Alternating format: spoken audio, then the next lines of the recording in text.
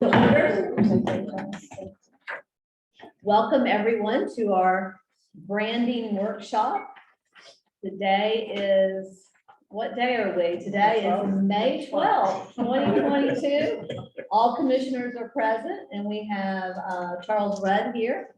We have Karen and I believe Christina is somewhere. She's somewhere. She's here. She's here.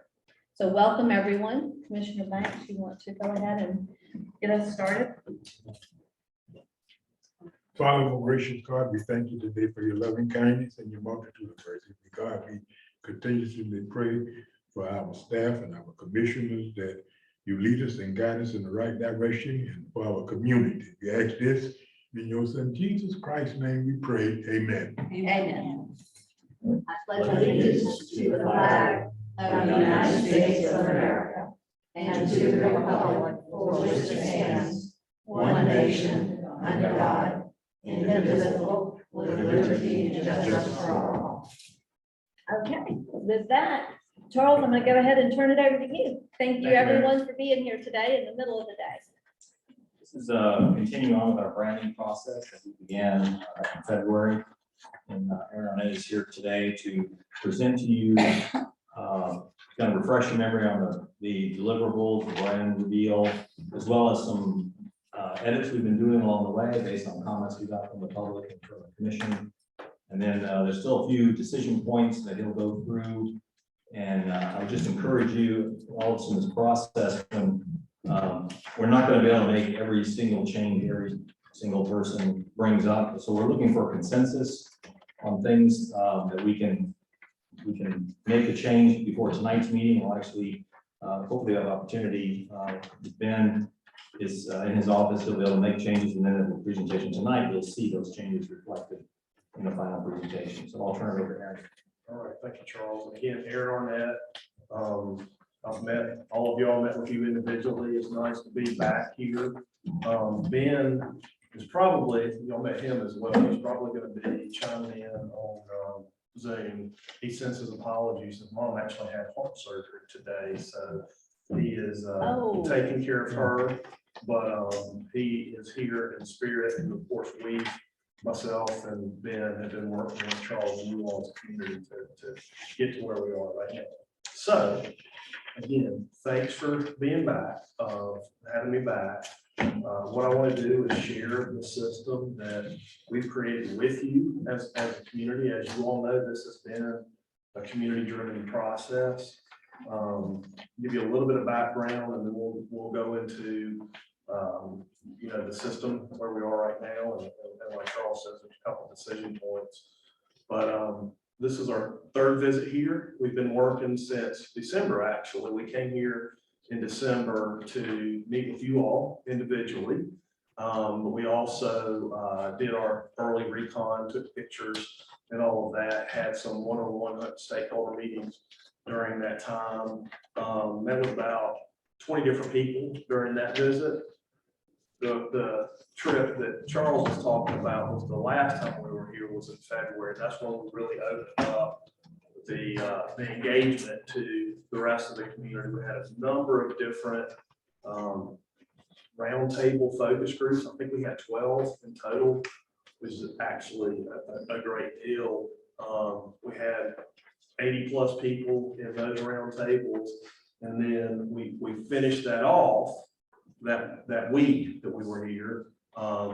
Engagement was a key component of it, but also production. And we did that preliminary draft of the system, and we presented it to the community here in this room. And it was a standing room only crowd, which was great. I think we had at least 30 people in the room. And then I guess the other thing too, I think it's important to mention is from the very beginning, we also had a full month survey that people were able to provide their input on the character and the thing that they value about the community here as well. And so all told, I think that the great thing about this is we have well over 300 public touch points throughout this process.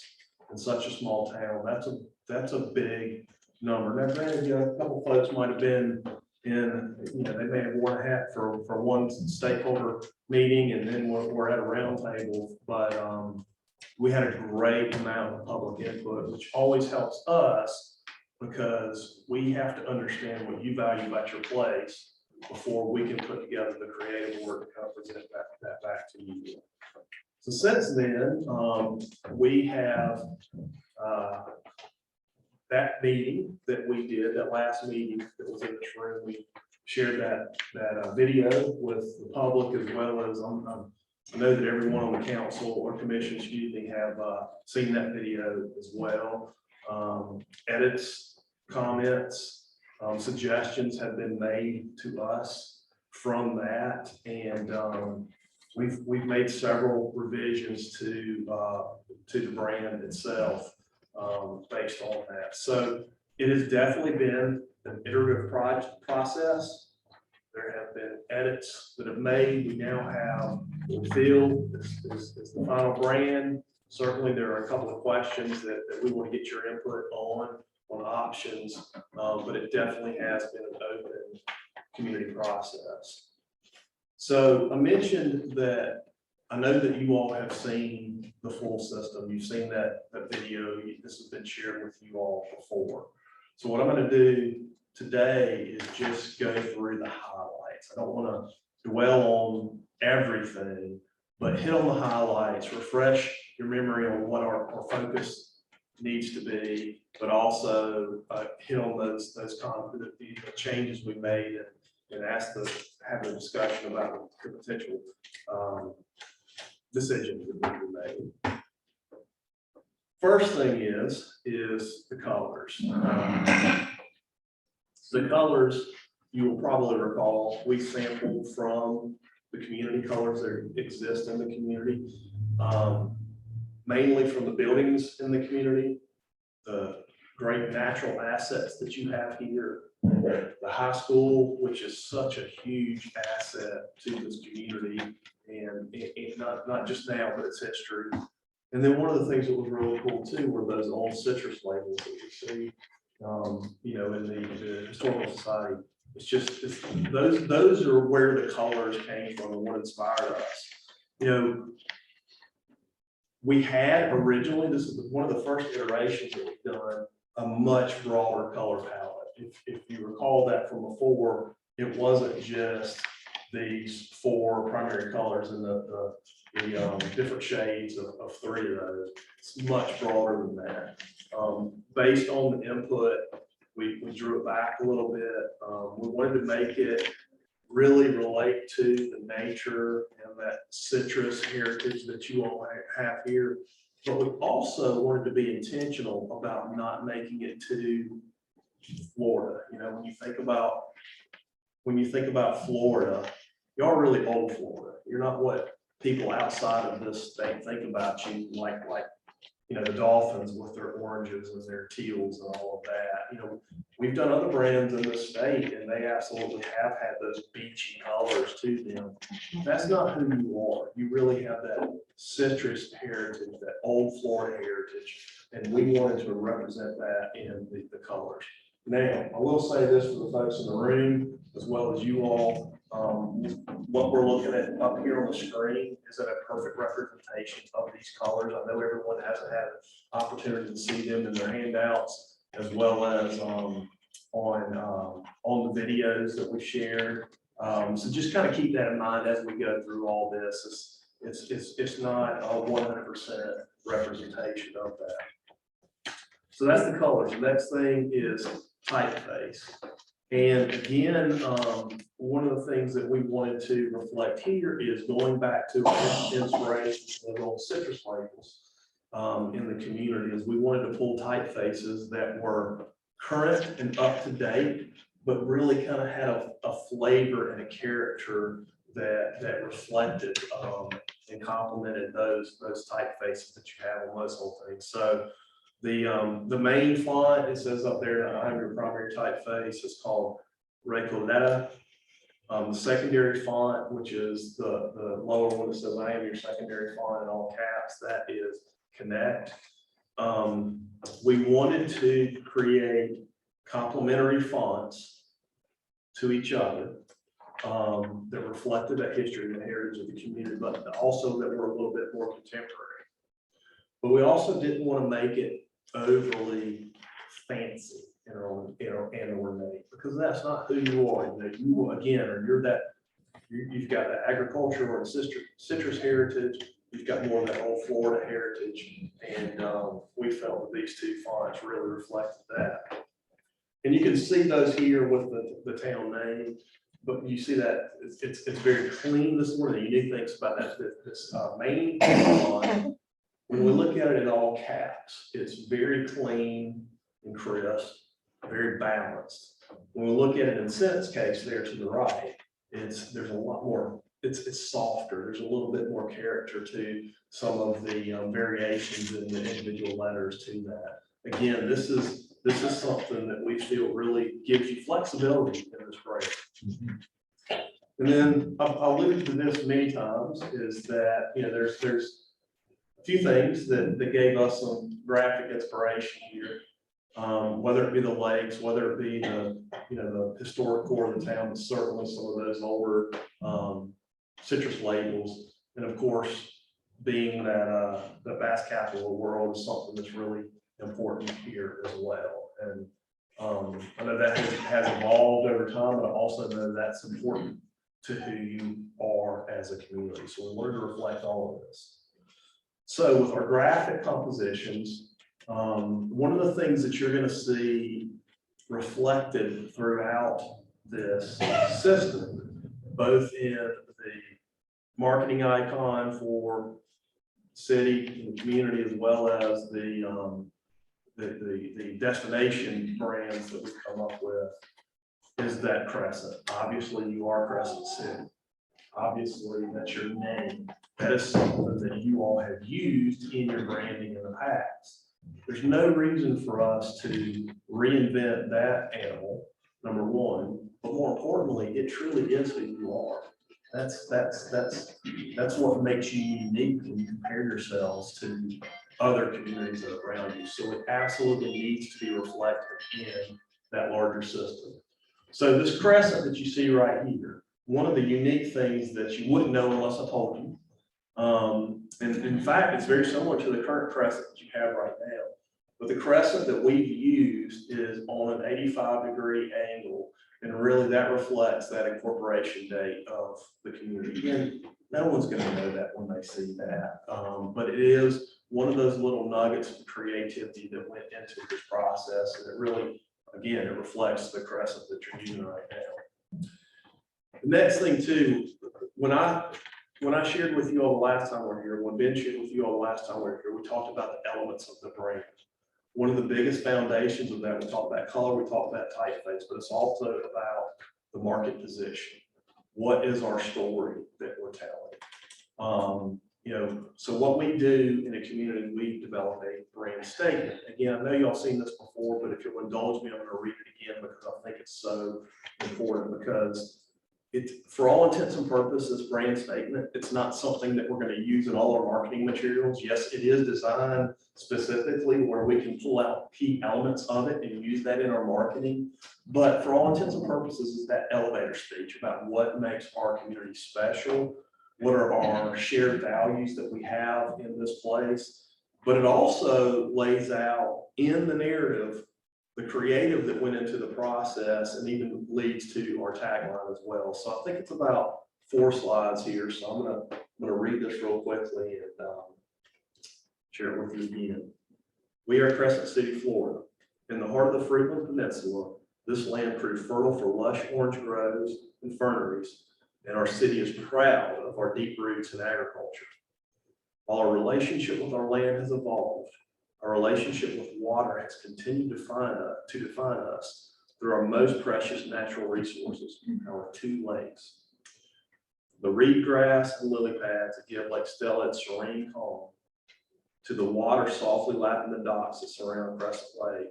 Our water is our treasure.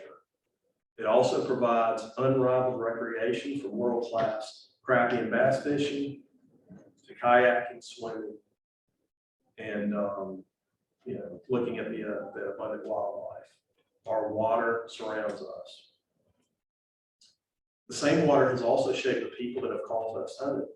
Tools and pottery from Native Americans from thousands of years ago can be found on our shores and waterways, relics of our earliest settlements. Later residents came here to escape, people looking for a new life after the Civil War, northerners seeking a winter refuge, or newcomers simply seeking a slower pace of life. Our stories flow through to us. We have great stories here. Steamships were a common sight on Crescent Lake, bringing settlers and visitors alike and carrying our name out to the world.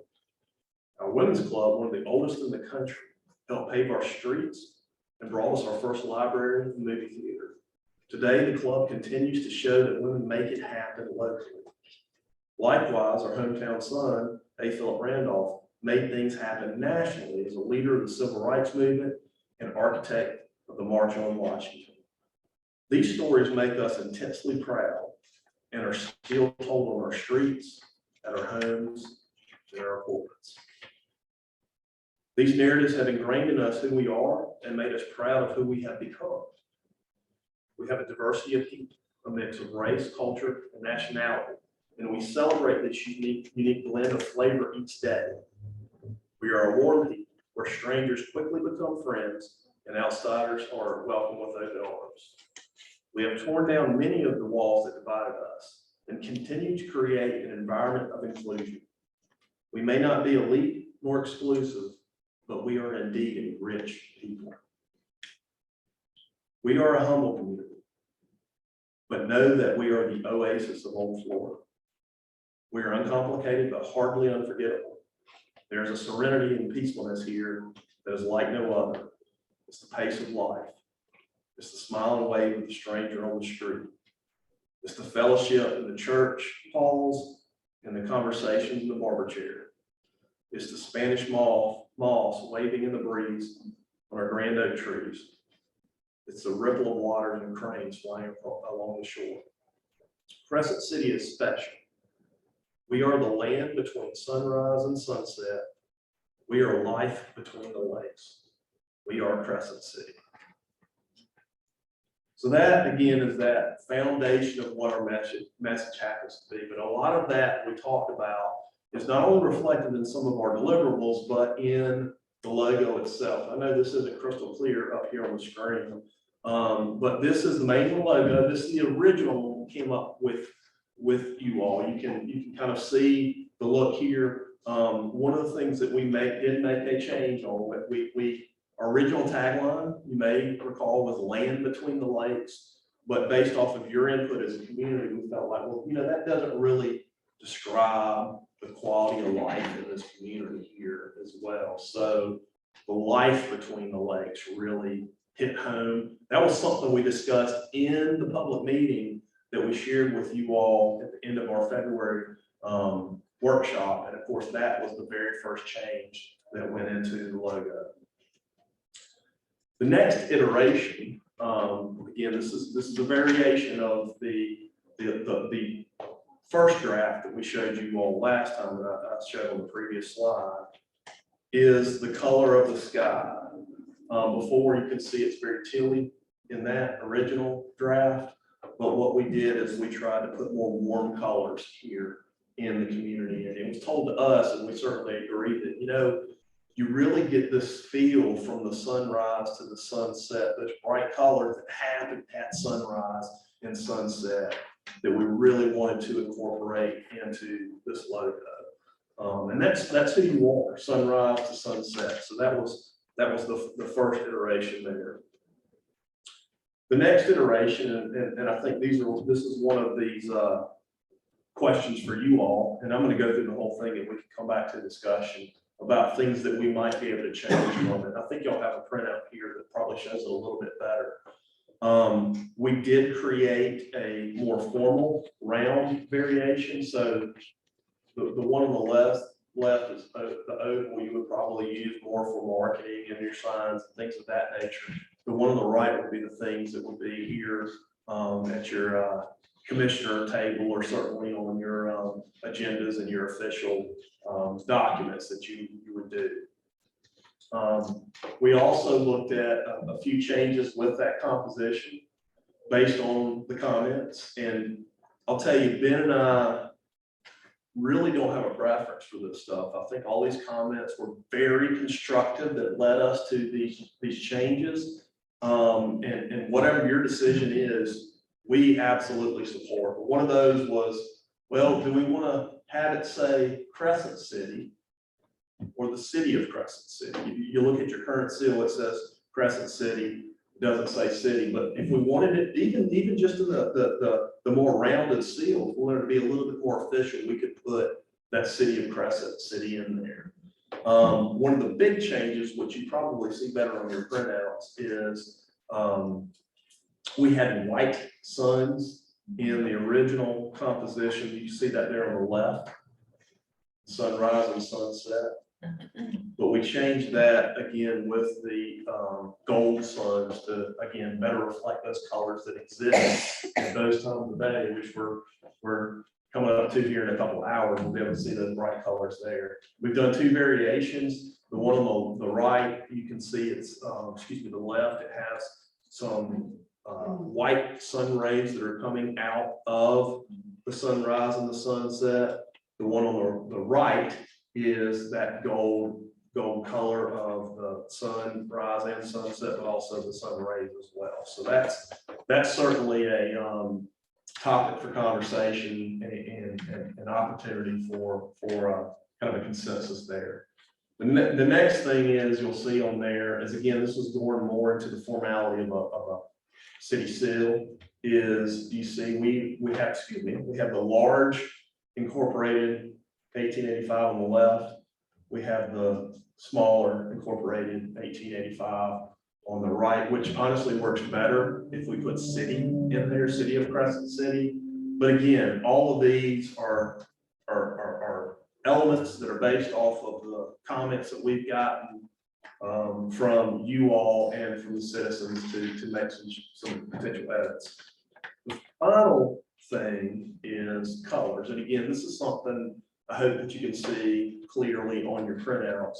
Is there's two variations here. One on the left is a green, and again, that reflects one of the main colors of the color palette, and certainly our natural heritage we have here, these great wonderful trees that we have throughout the community.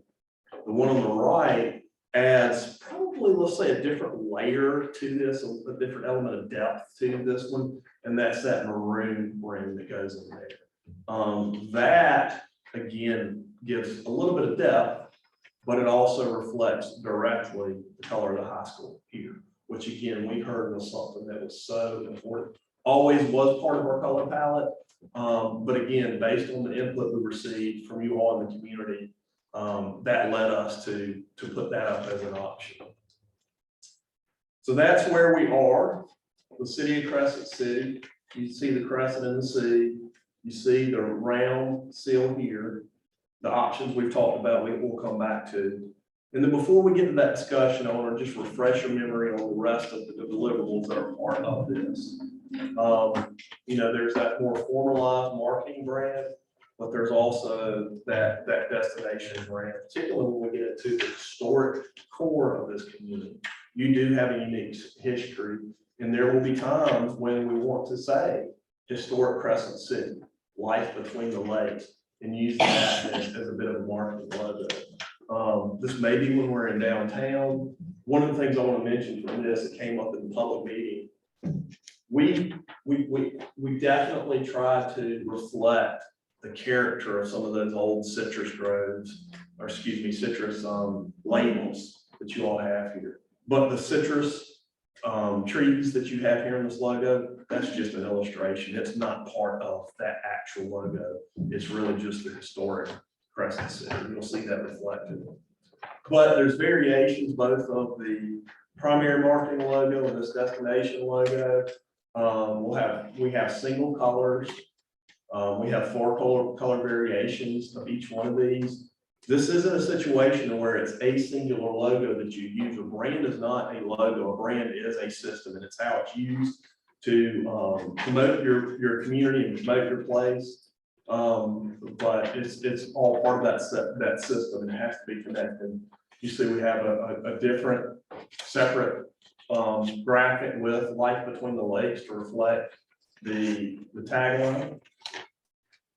And then, of course, we've done lots of brand extension as well. And we spent a lot of time in our public meeting talking about this, but we've got taking that graphic, those elements of that graphic design, that's the foundation of our system. We created a number of different logos for the events that you have in the community to reflect that character. Some things that may not even exist yet right now, but I know they're are being planned and thought about, like our Box Park.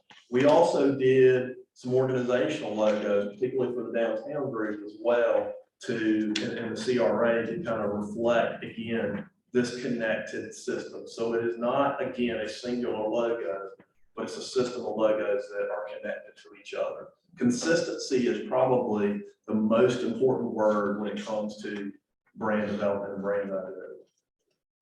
Signage, we looked at that as well. You can see some, some examples here from vehicular wayfinding sign there on the left to the next one being more pedestrian oriented scale signage that will happen in your downtown, to district signage across the city that might be something for your downtown, to parking signs, to gateway signs that you might have in your community. This is just an example of what that could look like in your existing gateway sign that you have. Same thing for your, your local parks.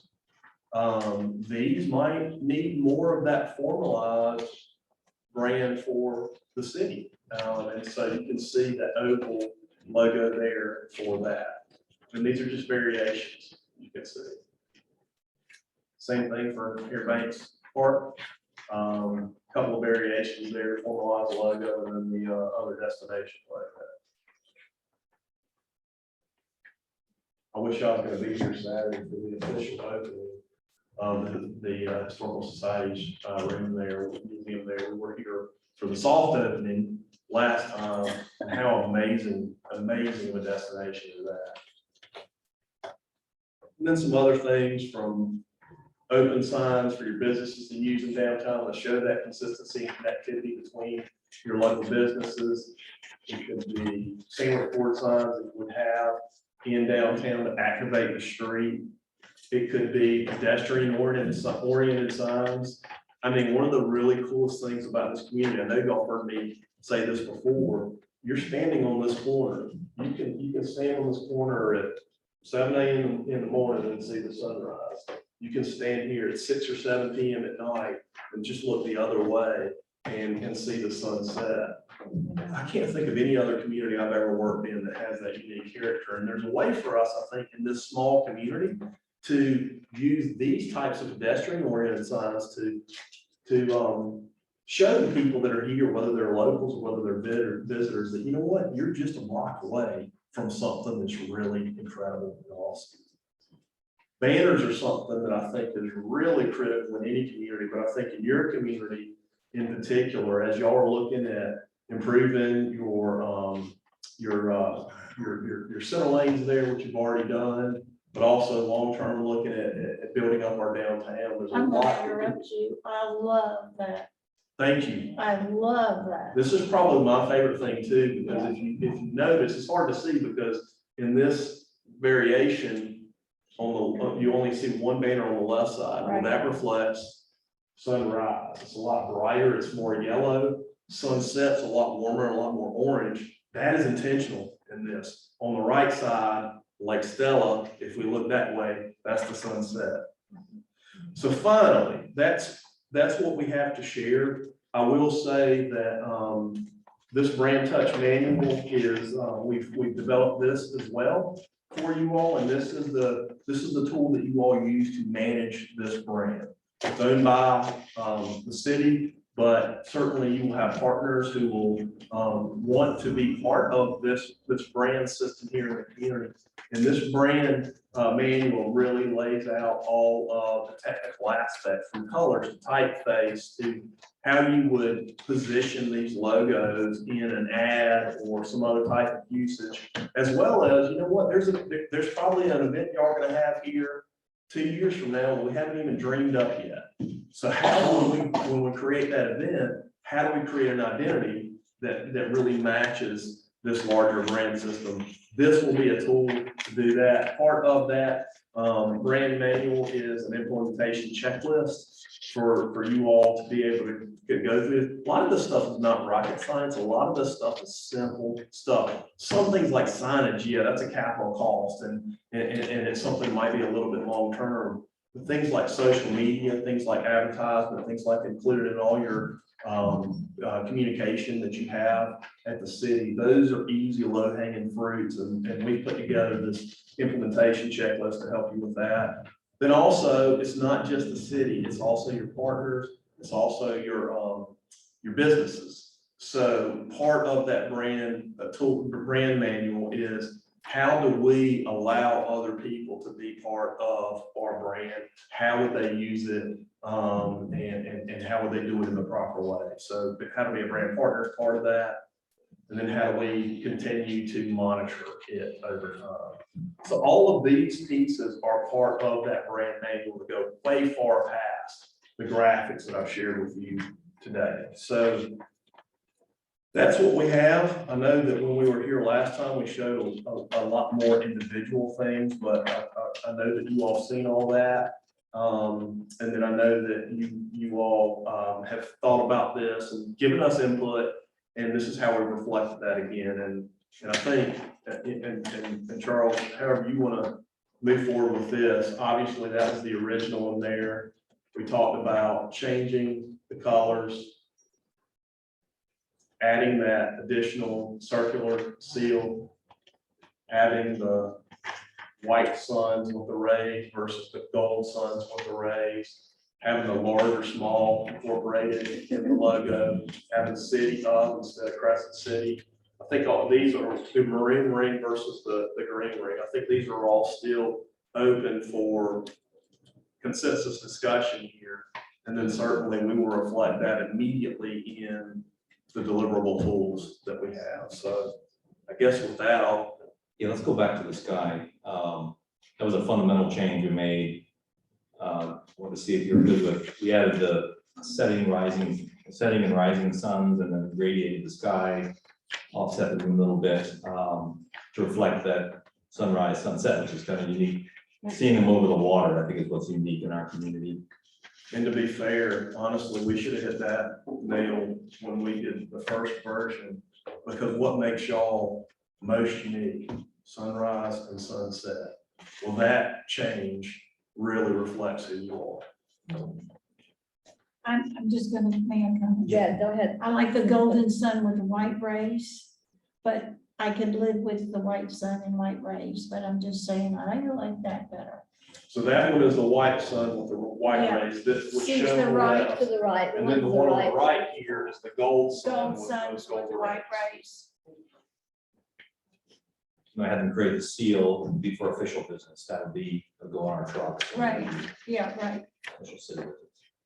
Well, what I noticed, once you did that with the circle versus the oval, the moon kind of became a little smaller, was up out of the tree rather than kind of a little bigger in the tree.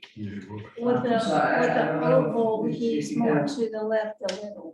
Yeah, I don't know. You can see on the next one, there's that variation. I asked them to on offset the the left, on the right. and the one that's more centered.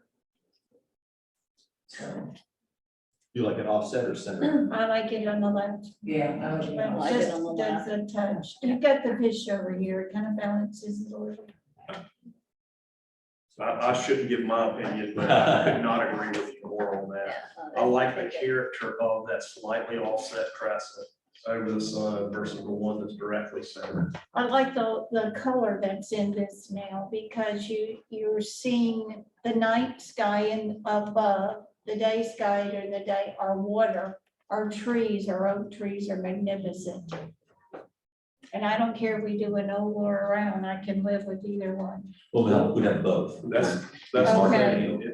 You absolutely would have both. I think there's these little variations like the center crescent beam versus the one that's slightly off center, but yes, you would have both variations. And you would use those for very specific things. Again, I think where you'd see the circular logo would be, excuse me, my fat thumbs are, advancing too quickly, but the circular ones really would be that official identity of the local government. The oval one's a little bit softer and has some more versatility to it. So it's really both. I like the maroon around, and just, it's not in your face, but it's a touch more color. I really like that. It blends with the. The sky, yes, it does. It does really well. Well, I'm missing out, I'm losing out on everything here. Because you can't see. That, well, yeah, I can see, but I honestly, the sky, I mean, when you look at this picture, I absolutely love this. When I see Crescent City, this is what I see. I love this picture. I don't see that. I don't see Can that. we make that brighter? Yeah, I That's got good. that. It's an early morning sun. And They're trying to combine the early morning. and I the- understand that, but to me, there's a dullness to it. But I'm such a bright person. I'm a brighter person. I I know enjoy you like the Miami Dolphins teal. I enjoy more color. I enjoy more color. And so what I like in this one, you like that one too? I like that it's, I love that because that's us. that's us. That's us, right. Is that a problem? I mean, I don't think that's a problem at all. I think that we could kind of enrich in these colors a little bit to give a little bit more depth to it. And the only other thing I would say is that, I mean, maybe even if the tree with the moon, is there any way to make that tree any smaller to where the moon is more prominent? I would love to hear the rest of the group's thoughts on that. I know that, our intent, and not to say this was the right direction, the only direction, but our intent was really to show that land, that, you know, it's the Yeah. land, it's the life between the lakes, between sunrise and sunset, and I think that's why the tree and its foundation are It's a big so heritage. prominent on this. Certainly that could be something that we could look at. I feel like the balance of this with the tree and the sun. That's fine. I was just, got you. Commissioner DeVito. Yeah, I share the mayor's preference for the color palette that she held up.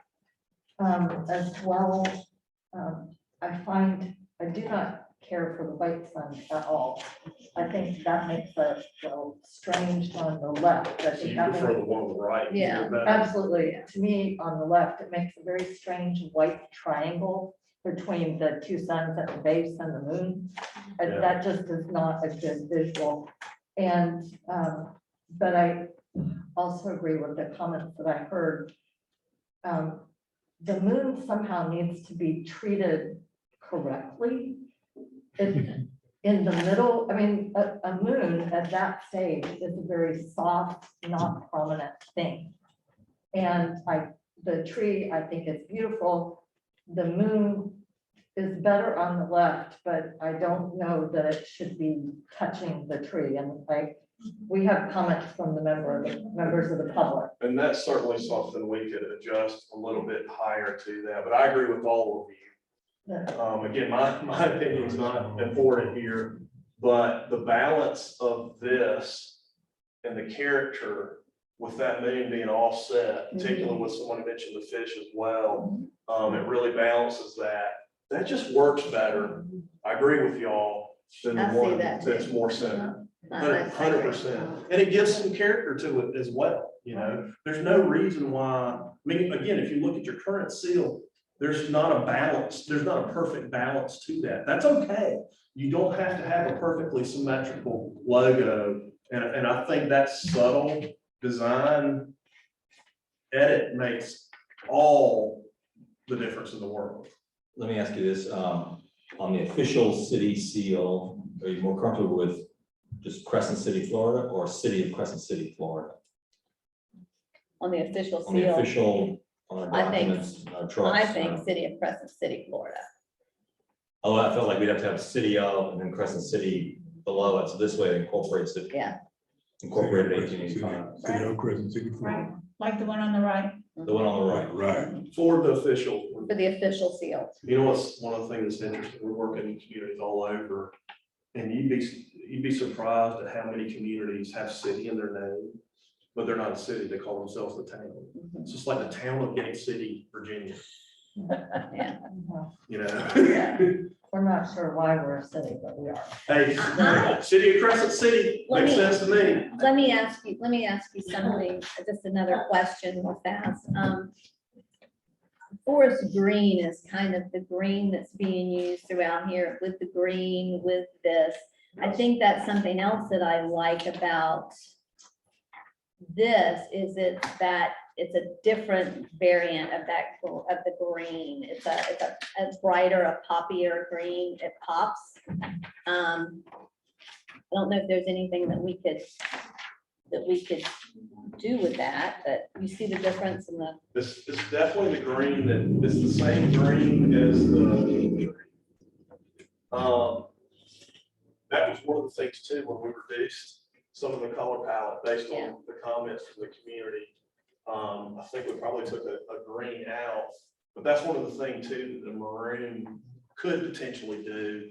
It adds that different layer to it, not only that, so it pops out, you know, it's not just the same green, but it also connects to the history of the yeah, community as well. it's the same green as the bathrooms that we have, the doors on our bathrooms around town too. We painted them that same color green.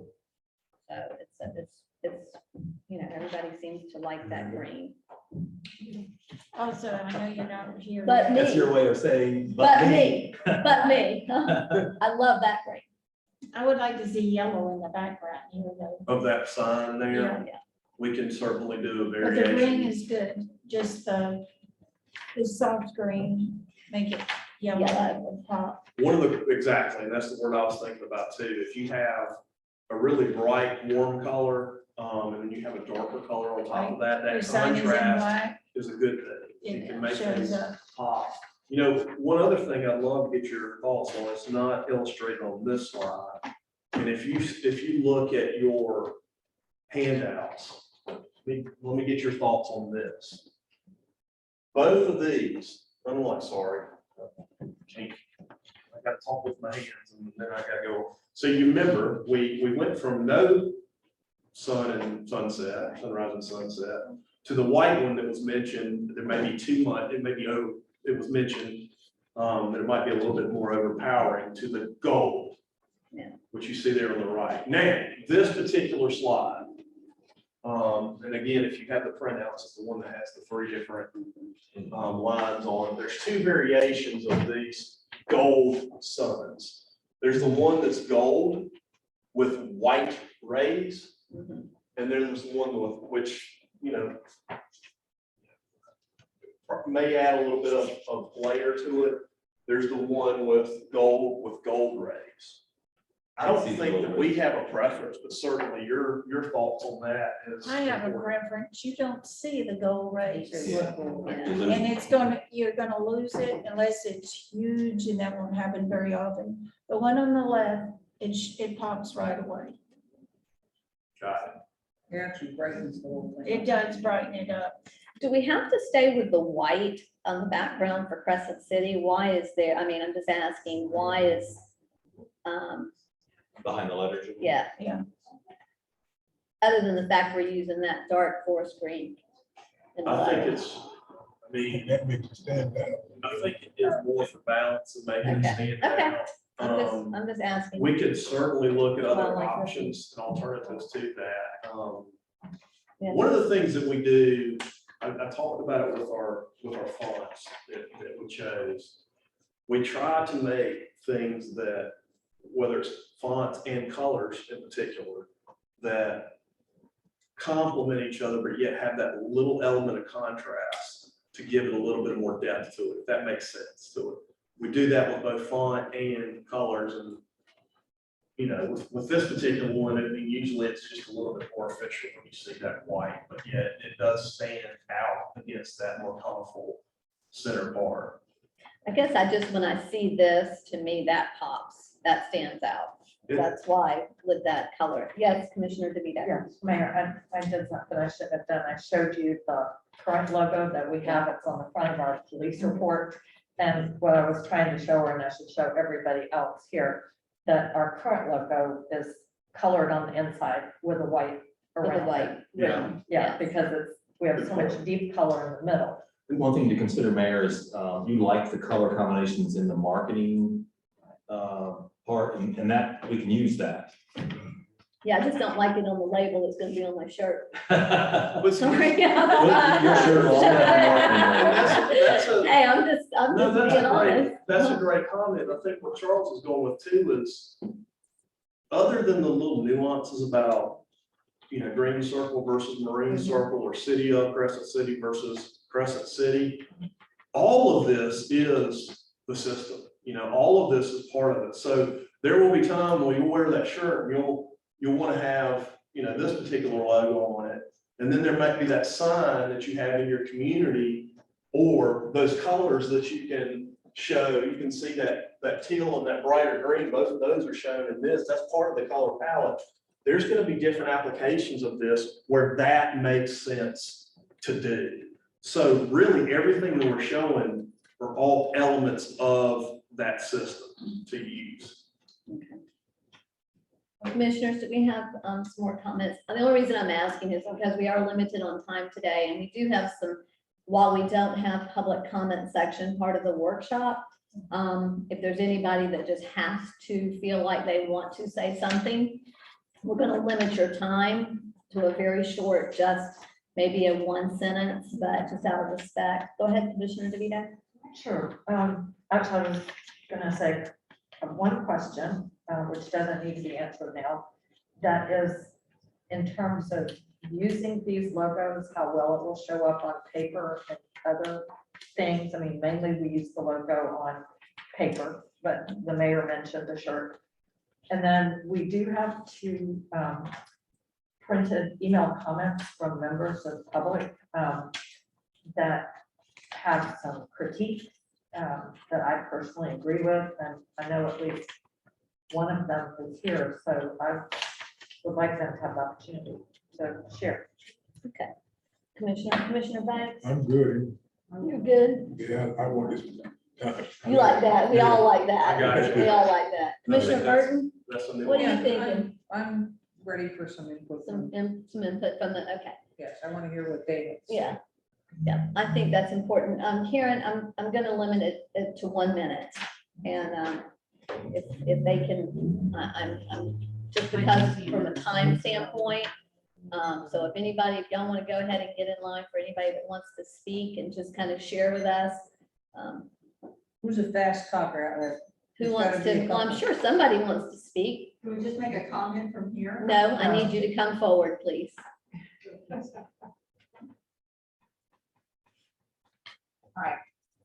I just have a comment. Well, I need you to, the formality. Okay, Nancy Taylor, 11 Oakwood, 32112. I love the light between the lakes. I can see that on a t-shirt, I love that. maybe on the back, and then a little logo Crescent City on the front. And I would buy one of them right now. Yes, thank you. I agree with you. I love that we went with that slogan. I think that it's gonna be just, I agree.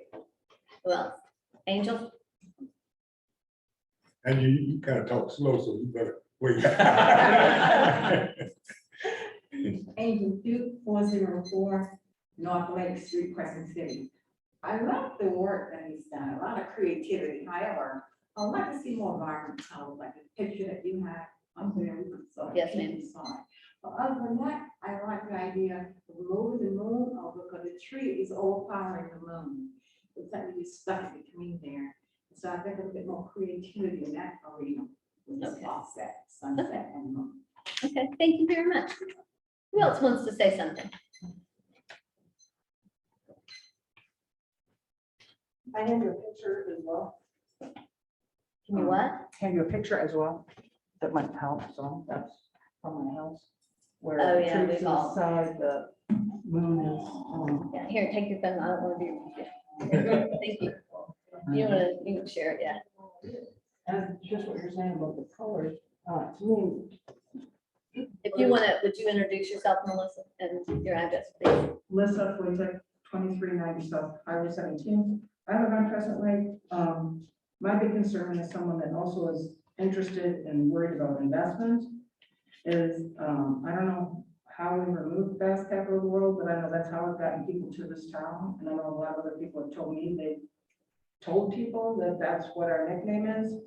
And that's how they've brought family or people that are far away in. So I don't know people that own the Airbnbs or how many people got input or even knew about this, because I don't think I'm the most lost person in town, but I have no clue. We've had other meetings about it.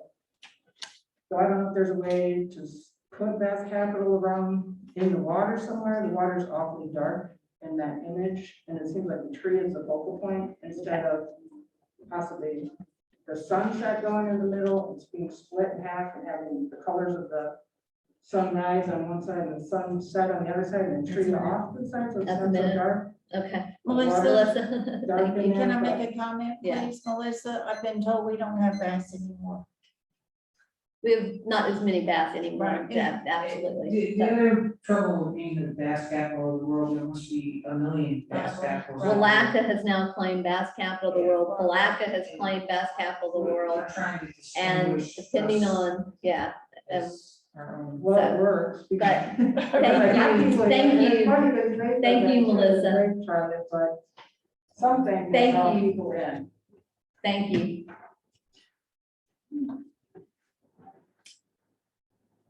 Good afternoon, Brenda Bridges, 3 St. John's Avenue, Putnam County Tax Collector's Office, Thank you, Brenda, for being here today. and 115 North 7th Street, Crescent City, Florida. So I'm here just to observe as a vested partner in this community. Our employees live here. We are proud to serve all the citizens here.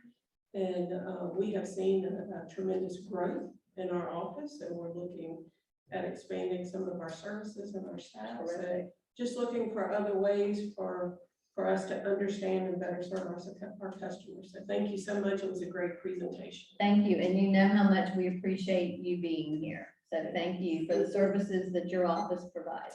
Thank you.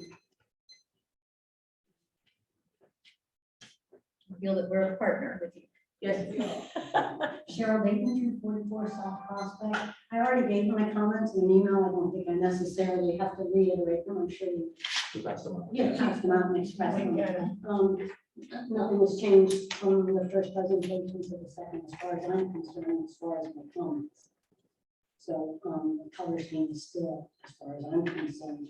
As far as I'm concerned, not, Pull that down. not, I mean, it may be representative of the buildings around town, but that's, to me, it's not, I'm not a fan. Would you like it more colorful? Is that it? Just different. I can't take the wheel and tell you where I want it to be, but to me, it's just Drab? it's bland. It doesn't pop in any of those colors on the side of the street. I'm not gonna look at any of that. It's just a pretty pale little color, blue, pale, little green. I mean, they're okay colors, but that's just my opinion. Thank And you. I can, you know, whatever y'all decide. Okay, thank you very much. There's one that agrees with me.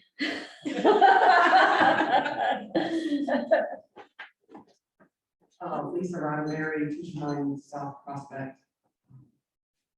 I like that the seal has been worked on with the sunrise and the sunset. I think that brought a lot to it. I am of the opinion that I don't like really the color palette at all. It's got too much black within the color itself. And the crescent C that we're using, maybe if the end could be extended a little bit. I don't know, it looks really like flat and almost of a religious symbol instead of a moon. But I love that you worked on with the sunrise and sunset and the logo. Thank you very much. Okay, do we have anybody else before we close public comment? Okay, seeing none, I'm closing public comment at this time. Thank you all very much for your input, for the time you put into this. And Aaron, of course, please know that we are so appreciative of this. this is exciting as the city moves forward.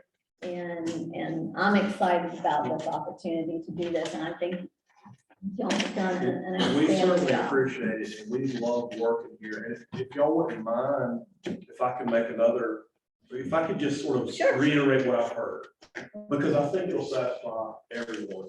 What I'm hearing is, more than anything else, is we need a little bit more depth in the color palette, to more like the image that you showed, to be a little bit brighter, a little less drab. No problem at all with doing that. I think that's a great comment. It was mentioned about uses on, different ways that you would do this. That's one of the reasons why we do single color, because you're absolutely right. If you have it stitched on a shirt, it's gonna have to be done a certain way, whereas a single color might work in other variations. That's exactly why we do that. And then I guess the only other thing I'll mention, and y'all can correct me if I'm wrong, because I feel like the consensus on certain things that we're talking about here is we like the offset crescent versus the centered crescent. We like the gold with the white rays versus the gold with the gold rays. I think that I heard that, maybe I'm wrong, and to be honest, it could be two different logos that are part of the same system. But I felt like I heard maybe that, and maybe I didn't, that maroon circle was preferred over green. However, that might change when we make the colors more vibrant as well. And then I also heard for the official local government official logo that we like the city of instead of Crescent City. So again, that's what I heard in this conversation. On this. Yes, Commissioner DeVito. I noted Lisa Roddenberry's comment about the moon being too thin. That was something I said a couple months ago in the meeting and then comment. To me, it looks like the sickle of the hammer and sickle. And I think a key point of continuity, the moon that we currently use has an outline and it's plumper. It's more representative of the, I guess, the turn of the century kind of style that we used. And I do agree that the colors are drabbish. It reminds me of housing development ads a little too much. And I also agree a little bit, the typefaces are nice. But just recently, you haven't been able to see the archives. A local artist did a timeline of our history and she used a different typeface for every every decade of the mural. There's some really good typefaces there. But to me, the main part is the color, and just there's something very sterile about the moon that concerns me. And I'll say the colors, I think they're gonna be the easiest thing that we can deal with here. I think consensus wise, we all of us, me and myself included, like the direction we're going with a little bit more brighterness. I will say this with the moon. Even with the thicker moon that you have in your current one, someone mentioned it looked like a religious icon. That's true. I mean, one of the things that we struggle with is trying to put that crescent in there, no matter how you get it, even if it's a little bit weightier like this one, there's going to be that connotation to it. We try to balance that here within the logo. My thought is that if we were to go away from that crescent being the C in the word, that we would just make it a C and not make it a crescent, but then the crescent moon is still reflected on the logo. The reason I say that, again, we love it the way it is right now, but if no matter what we do to that crescent, is still going to have some of the same challenges that are brought up here tonight. And trust us, we looked at a million different variations of that particular crescent, wider, thicker, more narrow, different angles. That's kind of the reality of having a crescent. They just kind of look that way. Didn't occur for me at all. either religious or political. Me neither. That's what you see the word. Me present. either. Now, somebody will, but not everybody. No, I mean, I don't care what you compare it to. My thought was, this is the worst aspect of the whole typeface. To me, it just looked harsh and distracting. And that's just my Okay. reaction to it. And we appreciate all those thoughts. And I will know say you this, tried. You know, it's like architecture or art, Yes. everybody is gonna have a different There opinion. you I go. like it because it's distinctive, it's Right. different. Wrap it up. Yeah. Yeah. You gotta move on. And you know, So- good. Do you feel comfortable in going forward with, okay, you kind of get an idea that, okay. Well, we look forward to this evening. We look forward to this evening, and with that, I'm gonna go ahead and, if everyone's okay with it, no more comments, I'm gonna close out this workshop. Thank you, everybody, for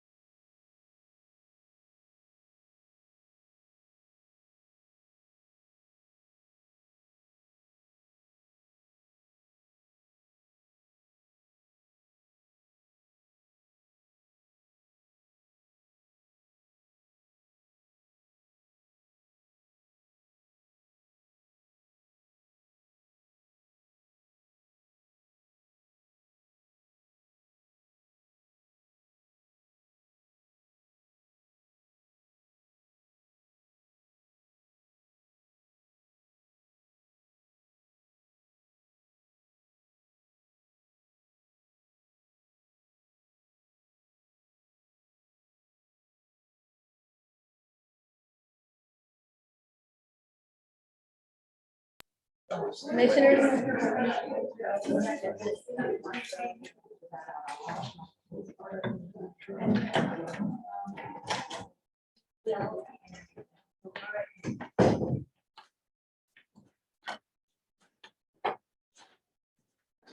Okay, I'm gonna open us back up from our break for our next part of our workshop on our special events ordinance. Thank you, Mayor. So the only way to do this is to go through the ordinance. That's why we scheduled a 2-hour workshop, so I hope you'll bear with me. I want to start out with, we give you a copy of what is currently our special events application. Essentially, there's about a little over half a page you fill out, a little bit of detail, and then right now, I can sign it and go back to it, and the copy acts as the permit. We also included with you application for special event from the city of Palaca, which more reflects the information we would need with this, if we were to pass this ordinance. It's more comprehensive and it'll answer all kinds of questions that we're gonna go through now with yours. They're clipped together, I think, It should be over there. Look on that pile over there. with a Post-it note on it. It's Oh, down good. up there. Special events, there you go. So ours is very short, just leave a few little details and so I'm looking to the future when our partnership really gets cranking up and doing annual events, annual festivals, will begin to attract attention.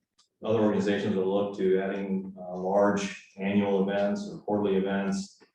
And so this is an opportunity to get all of our questions answered, to make sure we're prepared for the event and make sure the event organizer has thought of all these things. I sat on the event committee when I worked up in Palaca, and I saw both, I was an applicant to the process and I was on the committee reviewing. I saw how it really prepared you as an event organizer to be able to answer all these questions and you thought of all these things. So we'll go through it. You have a copy in your folder. I'll try to go through it as quickly as I can. We'll go through my cover memo. While can I just say something that Yes. before you, commissioners, and I know Commissioner West, you have to excuse yourself at 3:30. Sorry.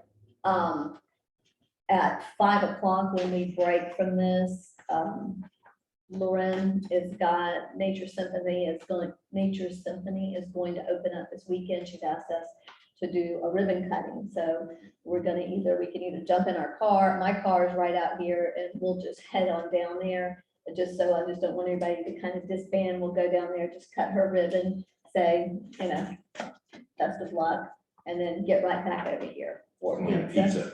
And then we'll have, then we'll start our 6 o'clock meeting. So anyway, just before everybody kind of I should have announced that in the beginning, and I do apologize. So Okay, let me know. there we go. So what we'll likely do is create a new chapter in our code. Currently, special events is within the parks element. So if you're reserving a park just for a birthday party or any other reason, or you want a festival, it's the same form. So generally, the intention of this article is to provide minimum standards for special events. Permit will be required as it is now for special events. And then it defines what's meant by applicant, attendance formula, booth, and so forth. I want to point out that city-sponsored event means an event sponsored by the city. City-sponsored events are exempt from fee requirements contained herein, but must follow procedures. So in the future, organizations may come to you and say, we want to put on an event, we want the city to sponsor us. That would be part of that request. I mean, they were asking us to be a participant in the event and to waive those fees as it becomes a city event. And then there'll be classifications of each event. So event would be a class A, which means those events which by design are intended to attract a minimum of 1,000 patrons on any peak attendance day from both inside and outside Putnam County, and fishing tournaments, regattas, and races with more than 100 boats. Hours, this is something we can just, hours of operation shall be no earlier than 7 a.m. And I know sometimes tournaments, they get out there at 6 a.m. But they're really the event, the announcements and those kind of things don't begin until later. They're slipping in the water by 6 a.m. No later than midnight unless approved by the city commission as recommended by the special events committee. No amplified sound shall be permitted before noon on Sundays, before 9 a.m. on any other day. That's in deference to church services, which are typically let out in June. Do we have a time? I know you're still going through this, but a time when the amplified sound has to stop. It's coming up. Okay.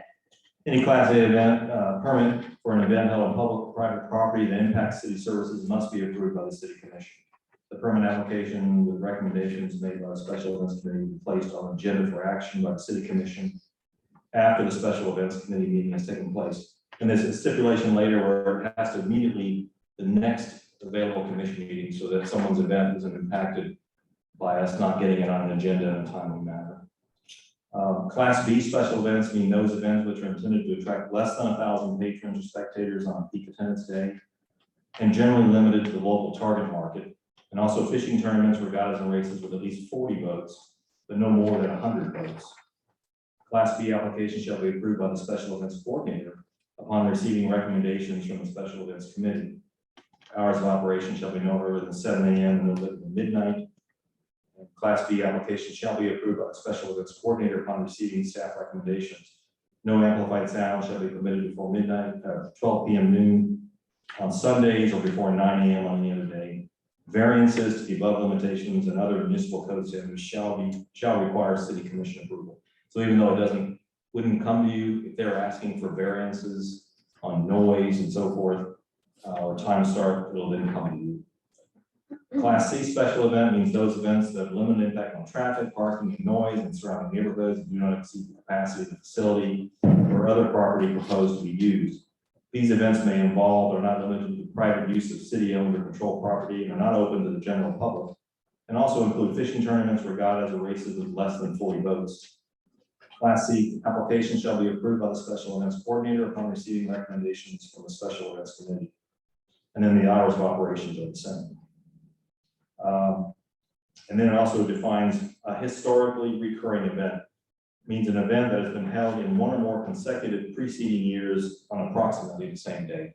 So this would come up in the event a new event picks a day, or historically we've had another event going on. That comes up later.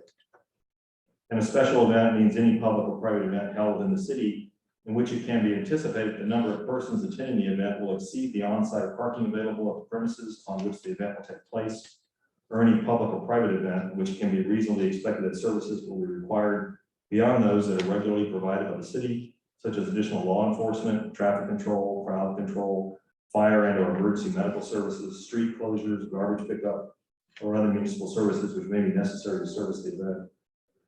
Additionally, those public or private events that involve musical groups or amplified sound, high-intensity lighting, fireworks, erection of temporary structures on city-owned or controlled property, displays or other activities of such a nature that impinge upon any adjacent public business or residential area shall be considered a special event.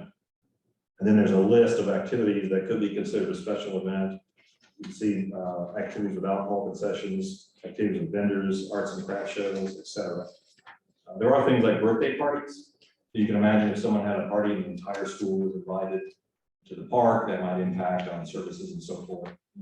So again, it depends on the nature of the event and what they're asking for.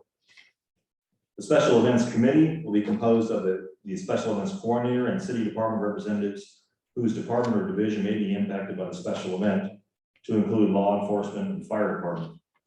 This committee shall be convened by the special events coordinator for each Class A event and may be convened for Class B events. So this would include public works in terms of barricades, trash cans, street closures. It would include our CRA manager would be involved for our special events, looking at what's new for the event. There'd be a staff review, kind of like our development review committee when we look at a proposal for development. The special events coordinator shall be appointed by the city manager to coordinate the management of special events in relation to permit applications, approvals, and the impact of the event on city services. The special events coordinator shall serve as the liaison between the applicant and the special events committee. The special events coordinator is responsible for keeping the city manager and city commission informed of upcoming events. I'll act as the special events coordinator while we get this going, and at some point when I see it's possibility or appropriate, we'll hand it off to a special events coordinator. And then it defines vendors, waivers, and also that any organization wishing to obtain a permit to hold a special event on public property shall submit documents verifying that the responsible entity is a registered Florida corporation. It just helps us with, you know, who's responsible if things go wrong, that it's actually an entity that's a legitimate entity in the state. Now, the next item, the city may require reports covering the activities connected to the responsible organization. If requested, within 120 days of the close of the event, the applicant can be asked for a comprehensive financial report or audit listing the income and expenses of the event, showing the amount of gross revenue, all payments made, net proceeds, and how the net proceeds were distributed. Or an affidavit listing all suppliers from which they have received goods or services in connection with the event and stating they have paid in full, and if they have not, a listing of those suppliers and amounts that they are owed. And this is something we may do in the event there's a large event. Particularly, we've given them quite a bit of support, and it looks like there's quite a bit of money being made at the event. We can look at, you know, really was our support warranted for the event. Also, if vendors start coming to us saying we were never paid by that event, we can demand from the event organizer, we need to see a list of vendors and proof that they were all paid. So it's just in the event we need to, this is something we wouldn't normally ask for, but if we needed to, we can say we need to see some accountability of what's going on with the event. You know, we're supporting you financially, but it looks like the money is being used for what we said it was being used for and so forth. So just these two provisions just allow us to have some accountability if we choose, if we're kind of uncomfortable with what's going on with an event.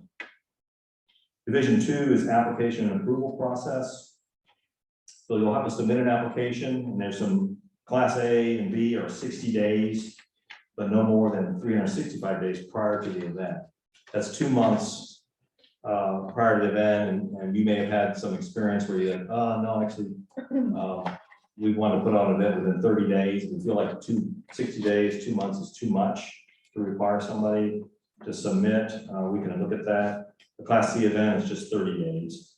But generally, 2 months gives us time to kind of vet the event and to prepare as a city. But there may be instances, in the next line, it says the special events coordinator may waive these deadlines upon consultation with the city manager and special events committee. There may be an instance where I've been in situations where, for instance, the Clydesdales horses are on tour, and we just found out that they could be here in 3 weeks if we're willing. So we said, okay, we can do that. Let's set it up and let's have the Clydesdale horses come through town, whatever the event may be. So it allows for us to waive those requirements. And then there's just a list of what we need for the application. Very much more extensive than what we had on ours. Proposed event, description of planned activities, dates and times, estimated number of people, location of the event, a site plan, stages, how many stages, where will they be, will it be amplified sound, where will it be, will it be tents and canopies, will it be food and beverages sold by vendors, will it be merchandise sold, and so forth. Everything that's going to happen at the event. And then upon receipt of the completed application, the special events coordinator shall review it and determine if it's going to be a Class A, a Class B, or a Class C event, and then respond accordingly. So if it's a Class A event, and likely Class B, will organize a special events committee meeting to meet with the applicant and go over the event, the details, make sure we have everything we need, information for the event. Probably should have numbered these pages. I think right now, Charles, the only event that we have made qualified is basically the catfish, and it's covered, right? Yes, sir. The Catfish Festival we would look at it again through this process. If the boat races were to continue to grow, or there's talk about races on on Crescent Lake, a larger race, they want to set up an event at Sunrise Park, that might consider it Class A event, depending on the number of boats they anticipate. Yes, right now, it'd be very few Class A events. Hopefully, Catfish will come back in some form and we'll be a Class A event. So I'm on, there's no page, but section 202, permit issuance fees at the bottom of the page. Karen's got. Charles, I'm leaving, but I want to Okay. make a comment. I like Yeah. all the details. I Okay. do, because I think that covers us liability wise and also makes the person that making the application aware that they need all these details in place. Thank you. Yeah, prevents surprises. Yes. Thank you, thank you. You be safe. Congratulations to everybody in the family. We know it takes a village. Thank you so much. That's a great accomplishment. So on the bottom, it says 202 permit issuance fees. Let me see what page that is. Yeah, see, what they're looking for is right at the bottom of page. Page 6, the 6th page. That helps. Oh, G, paragraph G right above it. Just- Division 2, is that Division 1? The 6th page. He's getting. There it is. There we go. There you go, there you go. If you look at paragraph G, Don't hurry too much here. all special event permit applications shall be considered for approval in the order in which the completed applications are submitted. However, if applications for Class A, Class B, and Class C special events are simultaneously pending, the approval of one of the applications will adversely impact one or more of the others. Preference shall be given first to the application for a historically recurring event, next to the application for a Class A event, next to the application for the Class B event, and finally to the application for the Class C event. So it just stipulates in the event we had multiple applications coming in for a popular date, how we would prioritize those. I'm sorry, Mayor, I lost track. Which one is it, Class A or Class C? That's the higher. Class A. A is the biggest event. Right, so you're saying the biggest event would take priority. Yes, first a historically recurring event. Right, and then an A. then after that, it would be the larger event that would prioritize. Okay. Okay, so turn over to the next page. If a special, this is B, paragraph B, if a special event permit is approved, the applicant will be assessed fees, which shall include but not limited to. And this provision allows us to request a deposit. So a daily fee for the event, purpose of the section, day of the event shall include any portion of the day. The daily fee shall be determined in accordance with the fee schedule, which comes later. Class A permit application shall agree to pay the actual cost of the Putnam County landfill tipping fees. That's in the event they had a roll-off. Some very large festivals, I don't know if Catfish used a roll-off, but the county actually charges tipping fees at the dump, and this is a way to pass those along to the applicant. So we can require impose an additional minimum deposit of $500 up to a maximum of $2,500 to be credited towards the payment of actual tipping fees in the event that the event incurred those. But also law enforcement security fees pursuant to the Appendix A, which is the fee schedule, fire rescue fees, building department inspection fees, and any other fee which the city commission finds reasonable or necessary to provide for the public health, safety, and welfare. So this is where we can pass along our costs to the special event. Only the following special events are exempt from city fees due to their community-wide appeal and benefit. And this was put in there in its original document in Palaca because there were a number of events the community felt strongly about and didn't feel like they should be charged. So I'm asking you to make the same consideration if we want to do this. The Christmas event / parade, the 4th of July fireworks display, the Veterans Day ceremony and parade, and then CRA funded or sponsored events, and then Martin Luther King Jr. Day. All other provisions of the article shall apply to such events. So if you choose, you can basically create a list of events where we say, these are important to us. We really don't want to charge them, add to the cost of those events. And so we'll put those in the ordinance to stipulate that these events don't get charged.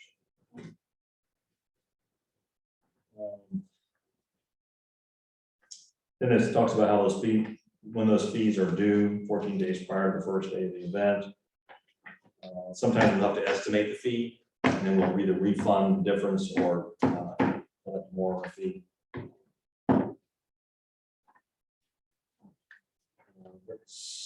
E, F, In the event special event is canceled due to weather, emergency is declared by the Putnam County Emergency Management or law enforcement. The applicant may choose one of the following options: choose another date to hold the event, choose to be refunded all fees associated with the event already paid to the city, other than the fees assessed for services already rendered. So they have to make a choice what they want to do. The applicant is solely responsible for acquiring any and all permits and authorization required by city, state, county, or federal authorities for the conduct of activities associated with the special event. So anything else they need besides what we require, they are responsible for getting those permits. Failure to comply with the terms and conditions of the event shall be grounds for immediate suspension of the event until such time as the non-compliance is remedied. And the special events coordinator in consultation with the special events committee and the city manager shall assess the need for a performance bond when there is a potential for expenditures by the city due to the breakage or loss of materials or damage to improved or unimproved property. Such a bond shall correlate with an estimate of potential damages. The bond shall be collected at the time of final approval of the event. So if we feel like we have a concern that big events come to town, may break the park or things in the park or whatever the venue is, we can actually ask for a bond to cover ourselves.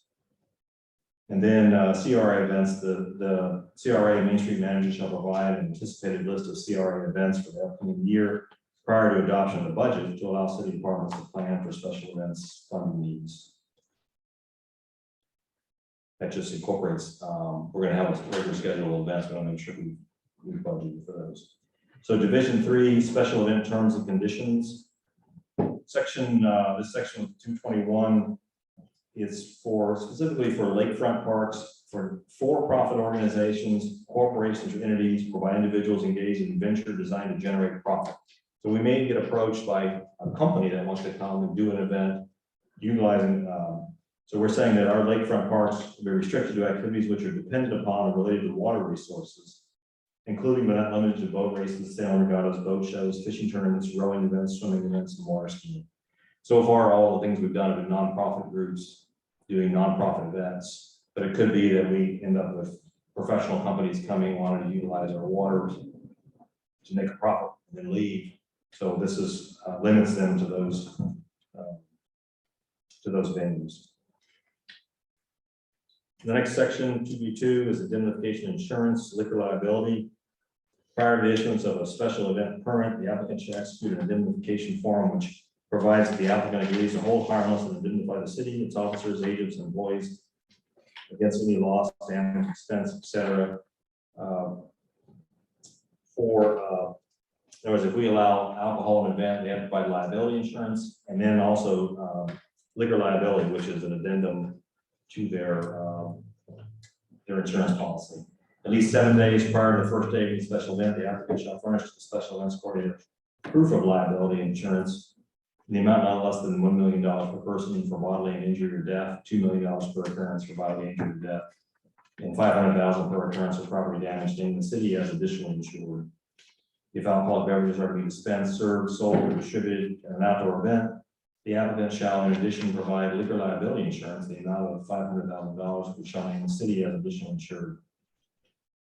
Nothing in this section shall be construed to affect any way the city's rights, privileges, and immunities as set forth. So that's just saying we need to be covered. I think now we require insurance, proof of insurance, and this just reflects that and adds a liquor liability provision. 223, alcoholic beverages regulations. As provided in chapter 14, section 14.7b, the city commission may grant special permission for the sale, consumption, or possession of alcoholic beverages in open containers as defined by Florida statute during special events within defined areas in any public park, recreation area, street, sidewalk, or public parking facility for specific times. This special permission is not intended to authorize a violation of state statutes and shall not be so interpreted. So what that means is, even though we allow it and waive the open container, they still have to require to have a permit from the state, and local establishments that are licensed by the state cannot violate the terms of their own license. So you would be able to leave an establishment with an open container, even though open containers are allowed, their individual permit doesn't allow their patrons to leave their premises. So that's an important stipulation. In addition to any statutorily imposed obligations of the seller of alcoholic beverages, shall be the obligation of the applicant to ensure that the terms of any special permission granted by the city commission, as well as state, county, and municipal laws regarding the sale, consumption, or possession of alcoholic beverages are strictly complied with in conjunction with the conduct of event activities. So it'll be up to the event organizer to put in the necessary controls. Okay, let me ask you something before we get too far. Okay, now, during while the Catfish Festival is going on, we have, the bar in Crescent City, he opens up in front of his place, chairs and everything, have everybody out there. Now, how is the city obligated in that any kind of way? I don't know whether he get a special permit or. Well, my understanding of the law is he has a licensed premise. Right. And usually it's the footprint of the building does not include the parking lot. And I believe he can apply 3 times a year to extend his premises. He provides a little drawing that shows his parking lot, and he has to extend his liability insurance and so forth. Now, I'm not sure if we have to sign off on that extension or not. I know for a special event, you do the same thing. You draw the premises, the event, and the city has to sign it. It's been approved by the city before it goes back to the state. So I'm not familiar enough with how that works for him, whether we have to approve that or he can just submit it to the state. The state has to approve the extension of his premises to include his parking lot. But I'd have to look in to see if we're supposed to sign that. For clarification, that's 3 times on his liquor license, his alcohol and Correct, per beverage year, license that yeah. he has, not on ours, not on our permits on his. Okay. I just was concerned because, I know that do take place during the Catfish Festival. He has outdoor music. Yeah, and, Yeah, the state wouldn't issue it if we had to sign it. We didn't. Yeah. So I don't know what happens there. Commissioner, Just my understanding, I want to get the details to answer Commissioner Beck's question. I've always understood, and Mary and Brad, I know, that was kind of a self-contained private event. I don't remember. it's not part of the Catfish, it's something that no, Parker House Right, does, but I it, mean, I they do don't- it on their own. Right, and as what Charles is saying sounds right, because I don't remember, to my knowledge, the city has not been involved in permitting for that. It sounds more like it's a state thing relating, as you said, to his alcohol license. so he would get sued if it is suing me, if anything take place outside what I'm talking about. The That's city, private the property. city wouldn't be liable. Correct. Okay, well, that's all I'm trying to, okay. I'm just trying to get that information. Okay. Section 224, noise control. The city manager may issue a special permit to exceed noise levels established by Chapter 13 Crescent City Code of Ordinances in conjunction with any special event. The special permit may be limited to specific times and specific areas, subject to limitations for waivers set forth in Chapter 13 noises. Except as otherwise stated herein, provisions of Chapter 13, Section 13.2 Crescent City Code of Ordinances shall apply to all special events. So as part of the application, they may request a waiver to go beyond what the cutoff would be under normal daily and the noise level as well. Section 225, public law enforcement and private security services. Unless otherwise authorized by the city manager, the Putnam County Sheriff's Office shall be the sole provider for public law enforcement services. The number of public law enforcement personnel and the number of applicant provided private security personnel required to service the special event shall be determined in the special events committee meeting with final approval by the city. The Putnam County Sheriff or his or her designee shall have authority over and command of all security, both public and private.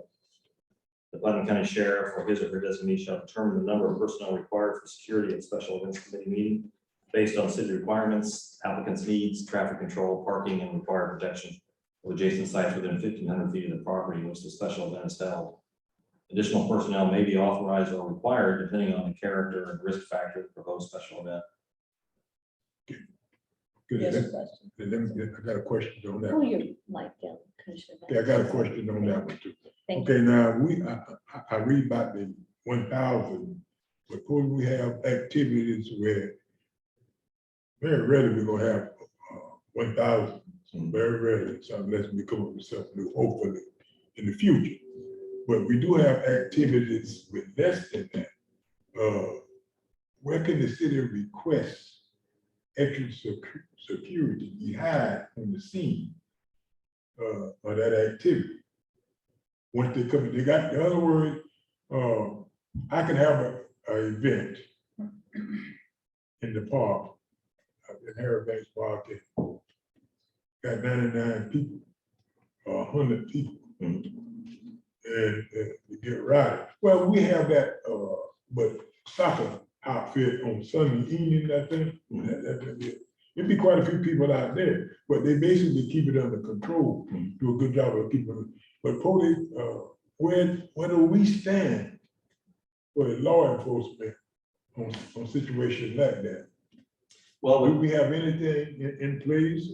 we would with this, so we would look at the event and if there's a feeling that it may become rowdy, Captain Ussery or whoever he designates would look at it and say, well, I'm gonna have 6 officers there. I've decided that's what I need. And in the event we're over what would normally just be a normal expense, we would charge the event if we felt it was needed at the event. If it's during the event and things escalate, then it would just be a 911 call and they would respond and add more officers to the event. But the idea is to look at it and say, it is a small crowd, but in recent years, it got kind of rowdy towards the late afternoon. So we want to have more officers than just the normal 2. We want to have 6 or 8.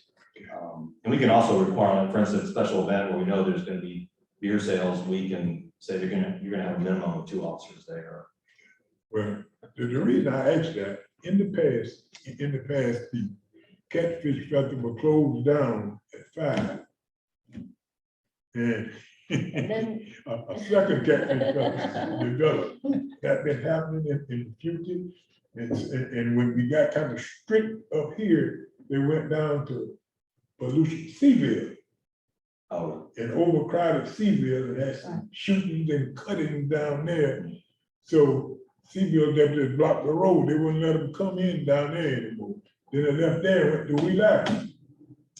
But how do we sit up in that type of situation? We ain't coming no kind of way. that would be I a think we are. pop-up. Those would Yeah, I be, think so we what are those covered. would be considered, what happens with those? Is there more of a pop-up event? And so we'll have to be able to deal with that when they have those pop-up events. I And they think Within have- the city. we're responsible within that time limit. Yeah, Okay, yeah, because we send, well, in the past, the deputies come down and we shut down, before we shut down the 5. Yeah, that's it. Okay, at 5 o'clock come, it's just getting stirred up. Blocks the handways and block, all over town be blocked. You can't hardly get out of this place on time. And then the deputies had to hightail it back to Crescent City. they have, and that's a different group, so it's not the Yeah. Rotary that's doing it, it's a No, different no, group. it's not that, it's not the Rotary, Yeah. we talking about, I'm talking Right. our protection in the city. Yeah, well, the value of the special events committee is we could talk about that and the history and how are we going to respond if that occurs? If it moves within the city, I think that's within our control. If it's going to pop up in Malacca, that we could just notify patrol over there, and, be aware. We're shutting it down at 5 and we're, you may see some activity after 5, but we can only control really what's within the city and you could be prepared if it were to try to move to Dexter Beach or yeah, Harry Banks. Yeah, Yeah, out there. we would respond to that. Get on the bat Okay. phone, get on the bat phone with Mayor Jacob, yes. Yeah, if I could say one thing, we have one thing that is not within the 4 corners of the ordinances, and I'm very cognizant of this, having lived across from where the Catfish Festival is. Large events have the potential, and I talked to the former police chiefs and mayors about this over the years. Large events, depending on what they are, have the potential to attract these pop-up events that may or may not be peaceful, and some of them aren't. One year, there was, and this is something that law enforcement has to monitor. And it's more than just telling Malacca that they may be coming. In fact, Oh, I was just, you No, understand, I'm we saying were that for- saying that in jest. right, but a couple of years ago, there was a murder in Benel after an event here. And one year, a number of years ago, there was actually a group that was threatening to come in and disrupt the Catfish Festival, which of course we were very concerned about because their homes, our home and others are right across the street. So the law enforcement side of this is very important. Just because we're small, and I know other small municipalities and even large municipalities have had problems with Daytona, with these spontaneous events, or these social media activated events. I know for a while, I think in Lake County, there were commercial corners like gas stations where there were just pop-up events. And so, you know, that's just something to be considered. But it's not within the four corners of the ordinance. I don't know, Mayor, Yes, I sir. don't know how it operates, but I know other cities done had problems with that issue, so that's why I brought it up. Sure. Well, for instance, D-Land, they were going to piggyback off our catfish festival, what we had up here, couple of years, and they had a killing. So they had people come in and put permits. Then they moved it to the, I think it's the fairground in Volusia County, you get on 40. Yes, 44. Yeah, I 44, go out there and they were charging for the parking, and the crowd system, it kind of fell off. When they started charging, because they had high officers. And sometimes now, I just remember how the papers were written up. But after so many people, they had to have so many officers to cover. That in the event had to pay for that. Yes. That's very I just common. want to make sure the city will cover if something like that happen in the future, because it doesn't happen here about 2 or 3 times already. We had to close down Yeah. different places. So if the scope of the event exceeds Putnam County Sheriff's Office's manpower capacity, the Putnam County Sheriff may contract with other law enforcement agencies to provide additional resources. All contractual law enforcement personnel will work under the supervision of the Putnam County Sheriff, or his or her designee will be assigned accordingly. Fee schedule for determining law enforcement personnel costs to be paid by the applicant of the event shall be set forth in the special events fee schedule. And then fire department services, unless otherwise authorized by the fire chief, the Crescent City Fire Department shall be the sole provider for fire department services. The number of certified fire department personnel and the level of fire protection services required to service any special event shall be determined by the city in the special events committee meeting with the final approval by the city. Fire department services shall be for the purpose of fire protection. Fire protection shall also be required during the event or certain aspects of the event in any structure in which any type of explosive, open flame, spark producing device, or flammable solid, liquid, or gaseous material is used. The fire department shall determine what is necessary to provide adequate fire protection and safety for each event. The city shall also establish the appropriate timeframe for fire personnel needed for fire protection services for each aspect of the special event. The applicant will provide a tentative schedule of the activities of each day of the event and the special events committee meeting. In the event, the applicants are authorized to utilize certified firefighter fire guards from an agency other than the Crescent City Fire Department, and the agency representative must be present in the special events committee meeting, and the agency must meet the requirements for fire protection as agreed in the meeting. Fees for fire department personnel and equipment costs to be paid by the applicant of the event shall be set forth in the special events fee schedule. And then emergency medical services, special events committee shall determine the minimum level of emergency medical services that are necessary for a special event. A member of the Putnam County EMS shall be invited to attend the special events committee meeting and shall be requested to provide input regarding the minimum level of EMS services required for the event. In addition, said representative shall be requested to define the level of services that Putnam County EMS will provide. If the minimum level of EMS services determined to be necessary for the special event by the special events committee, with input from Putnam County EMS representative is greater than the level of service which the Putnam County EMS will provide, and the special event applicant shall be required to provide at the applicant's expense those additional medical services necessary to meet the minimum level established. All special events involving open water system activities such that include boats, personal watercraft, canoes, kayaks, paddle boards, surf and boogie boards, and or swimming may require a 2-person water rescue team with an approved rescue craft. Any fees for EMS personnel or equipment costs shall be the sole responsibility of the applicant. Any questions on fire or EMS? Pretty straightforward.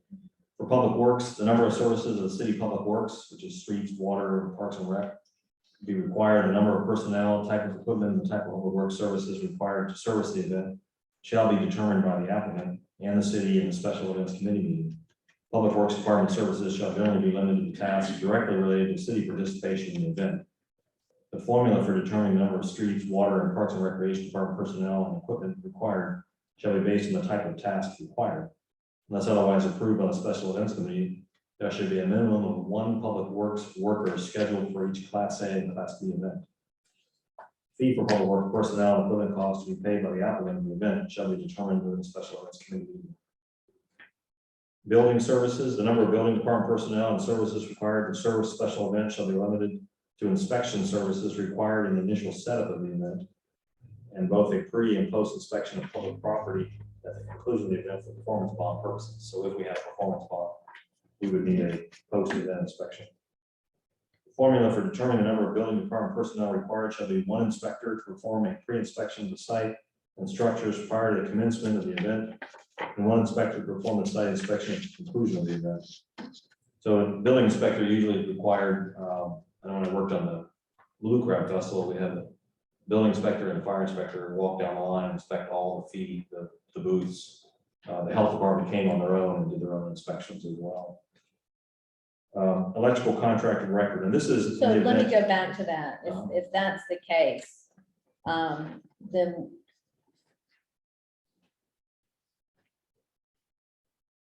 I mean, I guess we have to establish, there would be a fee structure. And we'd have to, our fees are building here. So that would be something that, and that would be with any on a class A or a class B, the building department services, or would that be on any event? Well, that would Because be. it's not, it doesn't specifically state when they would require the building department services. It would depend on when the type of structure they were inspecting. So a little like farmer's market, I think a little pop-up tents would need to be inspected by the building official. But larger circus type tents or the carnival game, those kind of things may need a building official. So we coordinate with our building official. Okay. What needs to come out and what the fee would be associated with that. Okay, and the committee would do this? Yes, that'd be all part of the review. Okay. So electrical contractor of record is in the event, this would be for a very large event, one to come and tie directly into our power, like wire into the panel boxes. They would provide the building department with a letter from the state certified electrical contractor accepting responsibility for the quality and code compliance of all electric work performed on behalf of the applicant with regard to the special event. So this is something we probably won't encounter, but if we do, we know we've got to how to deal with it. Correct. They may want to tie directly into a pole or have a temporary pole set. And so they have to provide us that information. So section 231, portable toilets. Any event requiring temporary restroom facilities are required to obtain any required permits for these facilities from the Putnam County Health Department before the start of the activities. The number and location of portable toilets located on site on public property within 600 feet of the property on which the special event is conducted shall be determined in the special events committee and shall be approved by the special events coordinator. Any units located on public property shall be removed no later than 72 hours following the last day of the event. And this, I understand, may be problematic here because I think the company only comes down here once a week, so. Come on Tuesdays usually, yeah. We may have to be flexible with that. If structures on the event site have toilet facilities easily identified and readily available to the public, and there is no charge to the public to have access or utilize them, they may be used in formula to determine the number of units needed. So we could include the bathrooms we have as part of the calculation. If additional portable toilets are needed, then it shall be determined during the special events committee needs assessment meeting. Garbage pickup, the number and location of portable rollout garbage containers, stationary garbage containers, and dumpsters located on public property within 600 feet of the property on which the special event is conducted shall be determined in the special events committee and shall be approved by the special events board. So it may determine that particularly a large food event, as you're very familiar, generates a lot of trash. It may require them to have a roll-off. as well as rollable cans, and they'll dump those cans into the roll off and so forth. Transportation of all portable containers to the dumpsters shall be responsibility of the applicant. Additional containers shall be determined in the special events committee meeting. It shall be the responsibility of the Public Works Department to empty all permanent decorative garbage containers and any other stationary waste receptacles owned by or provided by the city prior to the event. All garbage containers not owned by the city that are temporarily located on public property shall be removed no later than the first day following the last day of the event. Fees for the drop off, pickup, steam cleaning of all city-owned containers shall be the responsibility of the applicant. Will be determined based on the actual cost. So our commitment is to have the cans on site empty, the permanent cans, and then they'll empty them during the event and then remove their temporary cans as well.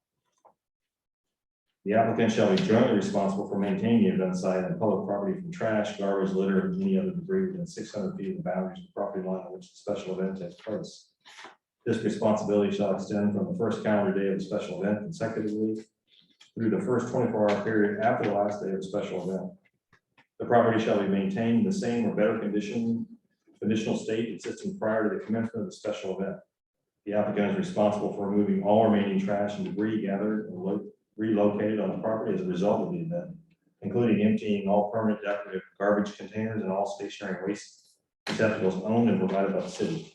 If it is necessary for the city to effect the cleanup of the area, the cost for the city to perform the work shall be deducted from the performance bond.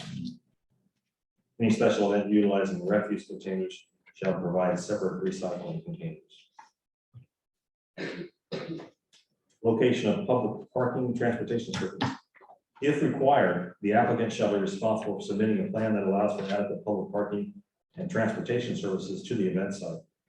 Attention shall be given to traffic circulation and emergency access for law enforcement, fire, and medical personnel.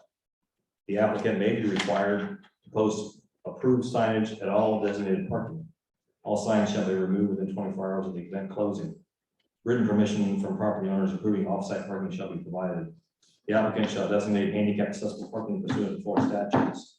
The applicant shall designate and maintain adequate and easily accessible parking location for all security, fire protection, and emergency medical services vehicles on site.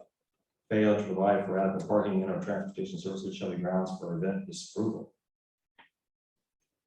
So if we feel like the event is going to really clog up the streets and so forth, we require a plan to deal with that, whether it be shoveling or parking.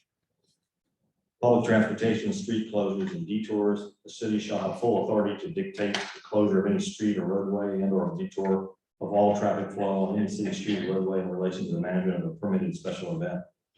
The applicant is responsible for submitting the plan to the special events committee detailing the proposed street closure. Barricades and cones for approved locations provided by the city shall be returned within 24 hours after the close of the special event. It shall be the responsibility of the applicants to provide setup and breakdown at the approved times as determined in the special events meeting. Traffic flow and direction for all aspects of the event, including public property and on-site event locations, shall be determined by the special events committee. The special events committee shall determine those areas that may require temporary no parking, and the applicant will so designate with approved signage as necessary. Emergency vehicle access, traffic lanes, and parking for emergency vehicles shall be determined and approved by the special events committee. No street shall be blocked in such a manner as to hinder the immediate passage of emergency vehicles.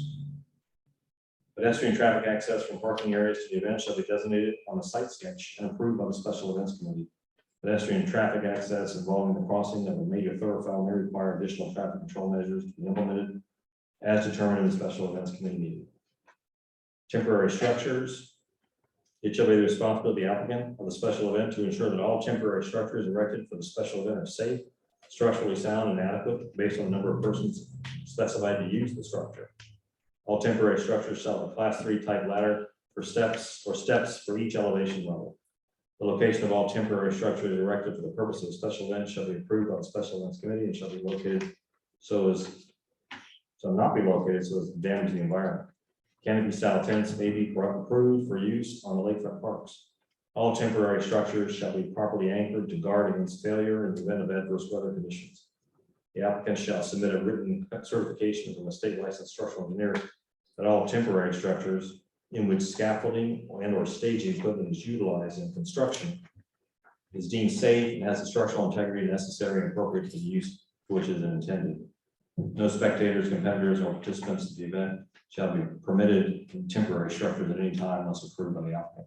So if someone were to rent a stage, for instance, for an event, bleachers, those rental companies have that paperwork that's necessary. This is really to address if somebody wanted to home make something on site, we need to know that it's not going to collapse during the event. Number and location of vendors. All proposed vendor, concession, or applicant stands or booths or designated sites for the same shall be noted on the site plan sketch and approved by the Special Events Committee.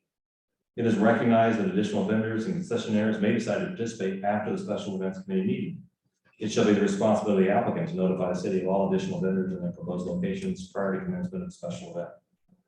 The city shall require no fee to vendors, concession facilities, or booths, but shall require a list with a map location of vendors, concession facilities, or booths. No vendor who is authorized to sell merchandise at a special event by the applicant will be required to obtain a business tax receipt from the city as a condition of selling merchandise, goods, or services during the special event.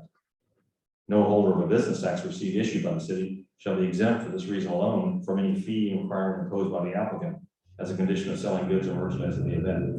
So in other words, we don't charge the events vendors. They don't have to get a business tax receipt. And just because you have a business tax receipt in the city doesn't mean you get to vend at the event at no charge. So be charged by it, that has to go through their approval process. That's a question that comes up often with people when they are going to have vendors there. Yeah. If they have to get a peddler's, A BTR or yeah, anything or else. anything like that, yes. All major suppliers of goods and services to the applicant, such as but not limited to beverages for sale, t-shirts, entertainment, and equipment leasing shall be noted on the application. The number and location of all static and mobile displays shall be approved by the Special Events Committee. Displays shall meet all health and safety regulations. And location of management headquarters. This is mainly, headquarters might just be the pop-up, a 10 by 10 tent where the event organizer is located. But they'll provide a Special Events Committee with the location of the Special Event Management Team headquarters and cellular phone numbers at which the management team can be reached during the event. Names of on-site contact person and cellular phone numbers of the same shall be listed in the site plan sketch. Applicant staff personnel shall wear identification to identify them, indicate event affiliation during the hours of the event. Location of public address sound system shall be designated. That's just so we know who's in charge, where they are, and how to reach them. Can we go back to major suppliers? Yes. Where do we have in here, I couldn't find it, where do we have in here about anything of being sold that is offensive? It's coming up. Okay. Yeah, there is. Maybe I just overlooked it. Okay, go ahead. I've been waiting for that too. The number and location of activities creating special needs during the special event shall be discussed and determined during the Special Events Committee meeting. Specific proposed locations shall be designated on the site plan sketch. These shall include such activities as launching areas for watercraft, pet and animal attractions, active equipment operations, car shows, any other activities unique to the special event. Temporary signs. Temporary advertisement banners may be erected no more than 30 days prior to the special event on temporary structures erected for the event during the duration of the special event only. Inflatable advertising structures may be permitted. Event parking signs may be placed at approved parking areas during the duration of the event. The applicant is responsible for obtaining permission from the property owner for sign placement. It is responsibility of the applicant to remove all temporary signs and banners within 48 hours after the close of the event. And later tonight in our sign code revision, we talk about that 30 days prior to an event and being able to put signs there. Promotional visual effects. All special lighting or visual effects such as high-powered lighting units or fireworks attractions must be approved by the Special Events Committee. The location of visual effects shall be approved by the Special Events Committee. Fireworks displays. Any applicant desiring a fireworks display shall obtain a fireworks permit from the city of Crescent City.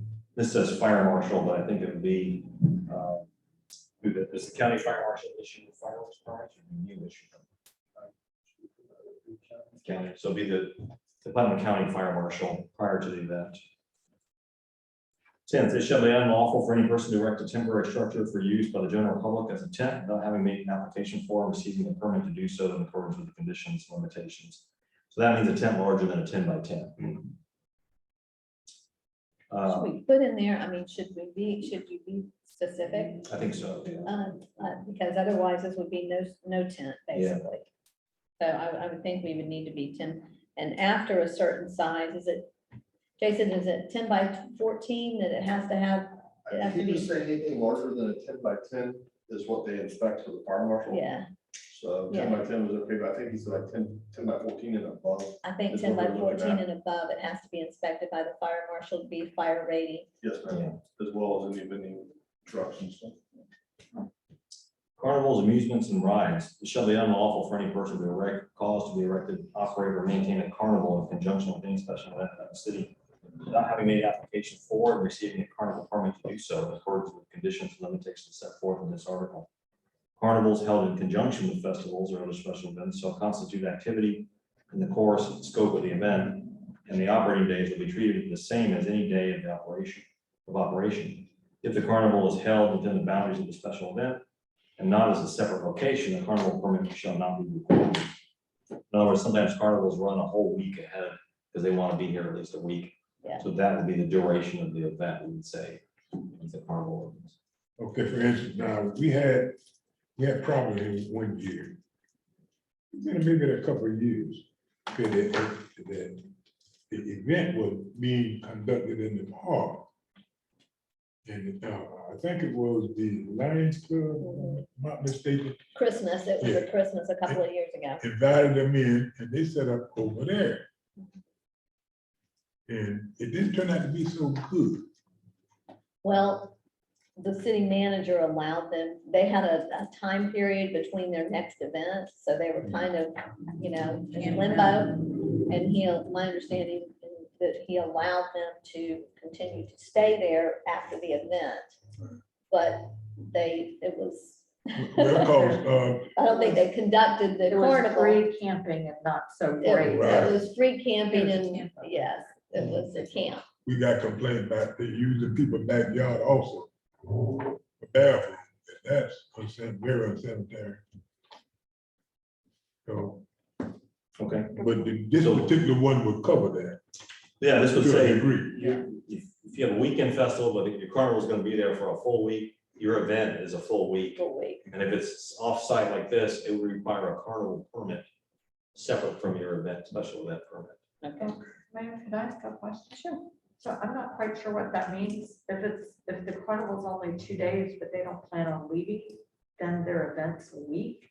No, What are we? if they're open for a week, so a carnival, my experience with carnivals, they have to come in very early to get inspected by the state. And they want to be open usually for at least a week to make it worth their while financially in their view. So they may ask to come in the previous Friday, set up or Thursday, so the state can inspect them on Friday and they can open on Saturday. And the rest of the festival is a week later or the following Saturday, but they want to be open all week long to get more revenue because they're moving. It makes it more cost effective for them. That was my experience with the Washington Birthday Festival. They always granted them the week before Carnival was open all week. Well, it is, because it's a lot for them just to have a 2-day event, to Yeah, bring yeah, the carnival in. Right.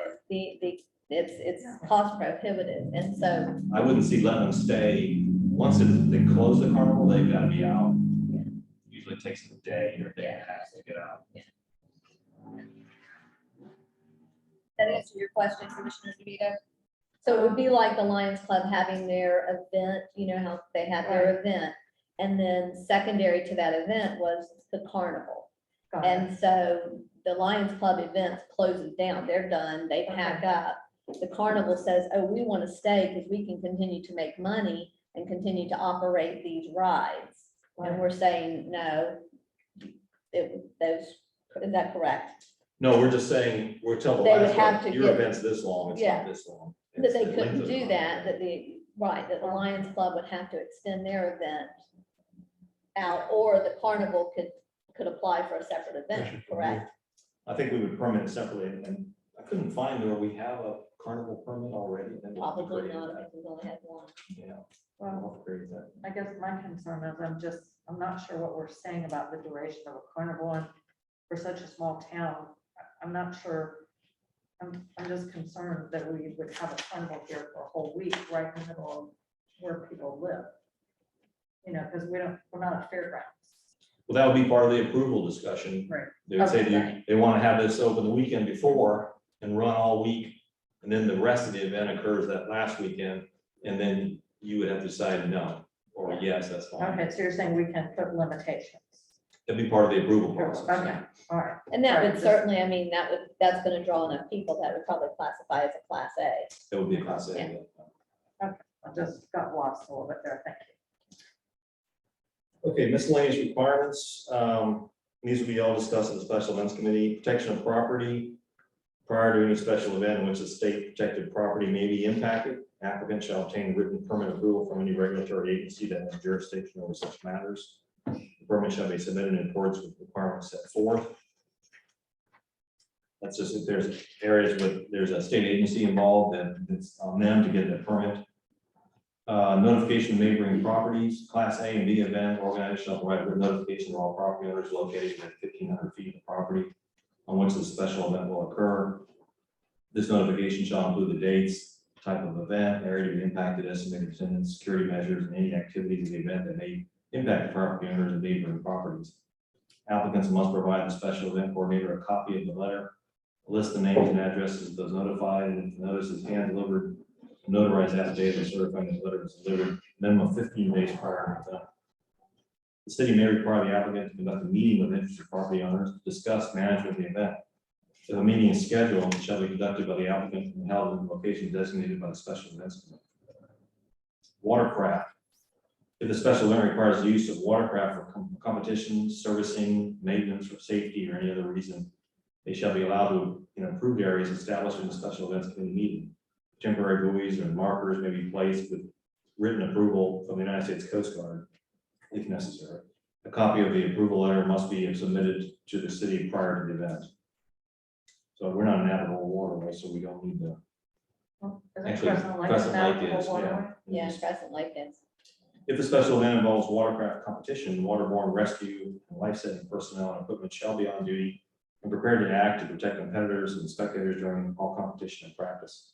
Appropriate locations for work areas for watercraft shall be designated and approved by the city prior to approval of special event permit. No vehicles, trailers, or mobile equipment shall be permitted on the lakefront outside of the approved designated areas. Loading and unloading of watercraft from trailers shall be permitted only in designated locations determined in the special events committee meeting. No fueling, refueling, or storage of fuels shall be permitted on the lakefront parks unless approved by the fire department and any other government entity that has jurisdiction over such matters. All aircraft and aerial operations, to include fixed and rotary wing, lighter than air, ultralight, seaplane, and parachute demonstrations, that will be utilized in any aspect of a special event shall be approved by the special events committee. The areas of operation shall be appropriately marked and designated by the operator as an aircraft landing operation zone. In addition to the locations of any landing activities and or display sites. In addition, the time of landings, takeoffs, and other aircraft aerial operations related to special events shall be approved by the special events committee. All aircraft flight operations shall conform to the FAA regulations and meet minimum pilot qualifications for the given type of operation intended. All refueling operations shall be performed according to FAA requirements. All operators of any type of aircraft shall be used for amusement purposes shall provide the city with a certified certificate of liability insurance coverage in the amount not less than $1 million per person for bodily injury and death, $2 million per occurrence for bodily injury and death, and $500,000 per occurrence for property damage, naming the city as additionally insured. So in our case, this could be helicopter rides or even seaplane rides. Accessibility for the handicapped. All applicable laws and requirements for accessibility and accommodations for handicapped shall be met by the applicant regarding structures, site location, and event activities. All existing curb cuts shall remain unblocked and unimpeded and open for use by the public. Vendors must maintain a 48-inch clear path along the sidewalk at all times. A permit issued under this chapter shall be non-transferable from one organization, associational group, or individual to another. This prohibition shall not be construed to prevent the permittee from changing the name set forth in the original application. However, an amendment to the original application for the license shall be filed with the city. And for parades, any event that will obstruct or increases the normal flow of pedestrian vehicle traffic on a city street or sidewalk requires a parade permit. Parades held in conjunction with festivals or other special events shall constitute activity included in the scope, course, and scope of the event, as long as the parade is specifically included in the pre-planning for the event with the special events committee. All street closures on state roadways require Florida Department of Transportation approval And all county road closures require the application to obtain written county approval for road closure parade permit to be granted. City roadway closure requests must be submitted no less than 60 days prior to the event. Parade organizers shall provide an estimate of the number of persons, vehicles, and floats, and provide a plan for the parade route. The following requirements apply to parades. Organizers shall provide personnel along the parade route to ensure compliance. There shall be no excessive stopping that causes extended gaps of more than one block by floats, dancers, drill teams, or other groups. Participants may not dispense items from floats or vehicles, but the items may be dispensed by participants walking along the parade route if done in a safe and prudent manner that does not require the bystander to enter the roadway to retrieve them. Let me ask you a question. Like we were in Malacca's parade for the city and we had a boat and we were throwing candy. Everybody was throwing candy from their floats. So this would not, you would not be You couldn't do allowed. that. You'd have to have people walk along. You'd have to have people And actually, I walking. like the idea of. Yeah. Okay, I'm just asking to make sure that. You have them walk on that- the edges, they just. That people hand- could walk on the edges and do it. Okay. Vehicles driven in the parade shall not perform hazardous maneuvers that could endanger participants or spectators.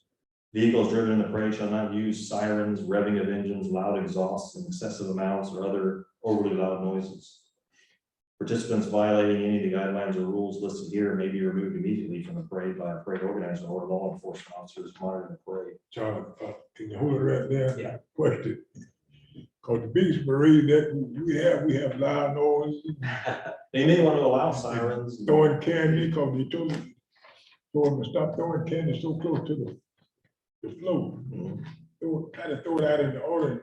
Yeah, but it's harder, I'll tell you what, trying to throw that candy and stand up straight is hard thing to do. Yeah. Just ask us. we know. Somebody's got a good picture of me going backwards Oh, and the bruise, nobody got a picture of the bruise, but there was a big bruise. In the Yeah, it's, past, it's, hard, it's tough. Commissioner DeVito. Sure, if I could, I did this with the mayor, is really not safe. I mean, I like this provision very much because kids run into the street if the candy doesn't make it far enough. And as well, my guess is, and all of our storm drains go right into the lakes, that candy that doesn't make it far enough goes right down the storm drains with all those papers. So I think this is that's a very good provision, Charles. Well, we're not They'll prohibiting. still have the candy. We'll still have candy. Right, but it won't You gotta walk with You it. have to walk with Right, it. You have to walk and be- throw it. delivered closer. Yeah. I mean, I think we should actually Yeah. do a little more to make sure that we don't have candy winding up in the street. For Well, I don't think it was, I mean, we did that in the Christmas Yeah, parade and the other we one, don't and do it that. wasn't, some, No, I some mean, wound up in Big, this. It was- big time. Yeah. Yeah. You So wanna I- allow sirens, yeah. Well, Heck, yeah. yeah, well, Well, normally when the. Yeah. I'll strike sirens. well, if you Come have, on, why have a parade if we can't have sirens? if you The gonna have fire a chief Swaners, just then stood you're gonna up. have more in Sorry. We did one year, they didn't allow sirens, Uh-huh. and probably about 20% of the people enjoyed that, but I had so many complaints about it, I just wanna let you guys know that. They Everybody started wanted to off with sirens. They want to hear the trucks and the I mean, cars go. they The really. kids started like off with the sirens. fire. I'll strike Let's that. face it. Okay, the special events, the fee schedule is mostly blank. There is what was already in the ordinance was $300 per day fee for a Class A event, $100 for a B, and $50 for a C. This is completely up to you. The per hour rate, actually, these will be based on what we pay. I can't remember what law enforcement told me. I But the think it per depends hour, upon a lot, actually. it's something like $45 an It's hour. 40. I It know depends it's on the at rank least of the officer. $40 an hour. I know Yeah. that's what they've told me, at least $40 an hour So we'll fill those in according to the actual cost per person. Yeah. when we would bring this to you for a first review. I did not see the profanity. thing. And I was There just is gonna- not. yeah, I was just couldn't gonna say, I find couldn't it. Find it, and I was wondering where you did it. And I don't think it even has to be, it's not even profanity. I mean, there are pictures that can be very offensive too. Let me find So- where that would go. Let's see. I think you could put it there with major suppliers. Does that mean I have to keep my clothes on? Is that Yes. what you're saying? Yes. Major suppliers under 240, section 240. I mean, that's where you could put it. Something about major suppliers / vendors.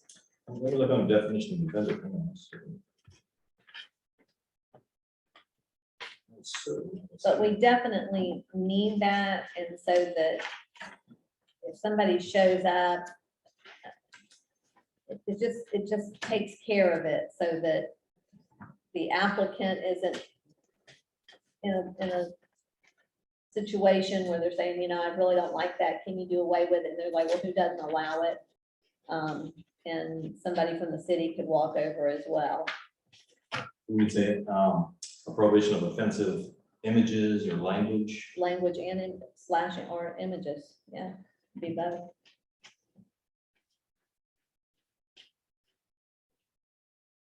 We'll figure out some language to put in there. So this looks like a lot, but I know like the boat race people here, you guys literally went through this process in your planning of the event, and provided all that information. So it's really not, to these folks, wouldn't be anything new, but it just helps us to be able to assure people and ourselves that we're ready for an event, particularly if it's an event we're not familiar with, and we haven't had here before. Gives us things to go through and make sure we're ready and there are no surprises the weekend of the event, the day of the event. Kip, did you hear anything different? Commissioner Burton? Yeah, I know it's a workshop and you really can't talk to anybody without kind No, that's not That's it. right. I think what we should probably do though is maybe with the commission. If the commission is okay with that, Commissioner Burton's already reached out to somebody in the public, and we've got public here that wants to speak. So we go ahead and let them, the public, speak before we discuss it. Is everybody in agreement with that? You are? Commissioner Burton, you're good with that? or not, because I think Harry, the way Harry did it the other day, excellent. You did a very good job. It was a workshop and it was loose and I liked it. So, but that's okay. You do it your way if you want. Well, it's not my way. That's why I'm opening it up for you. But how do we want to do this? Because we do have some people speaking. Mayor, I move that we allow members of the public, all four of them, to speak if they wish, and Yeah, I think so too. We can't move because it's a workshop, so we can't vote on it. And Commissioner Burton, I'm glad that Commissioner Banks, I knew I left it in very good Oh, yeah, hands. no, it was. And I heard that he did a great job. Heard he did a great job. Thank you very much. can't we vote on procedure? No, we're just gonna, can we have, would you, any of you like to speak? I'm sure. Speak to this. Well, yes, I have. Okay, come on up, come on up, come on up. And I think in the future, we've talked about this, Charles, that we do make this a little more lighter and we put tables out and we sit around at tables and we speak. We've talked about that in the past. Go ahead. My name is Will Chayo. I live at 104 North Park Street. And basically, I'm the fundraising chairman for the Red, White, and Blue for the Crescent City Yacht Club. And we are organizing the Red, White, and Blue, the June fireworks. And we're going to have food vendors.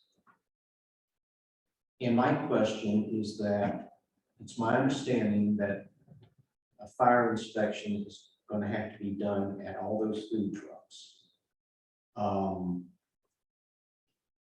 I would like to know, and maybe it's not established yet, but I'd like to know how much that's going to be, because I've heard figures anywhere from $50 to $250 per truck. So I can, the fire marshal's pamphlet that I sent to you, I don't know if you got a chance to read it there or not. It lists in there. Did he give that to you, Kip, when you guys did? I think you guys were what kind of sparked it all. The fire marshal has criteria to go by.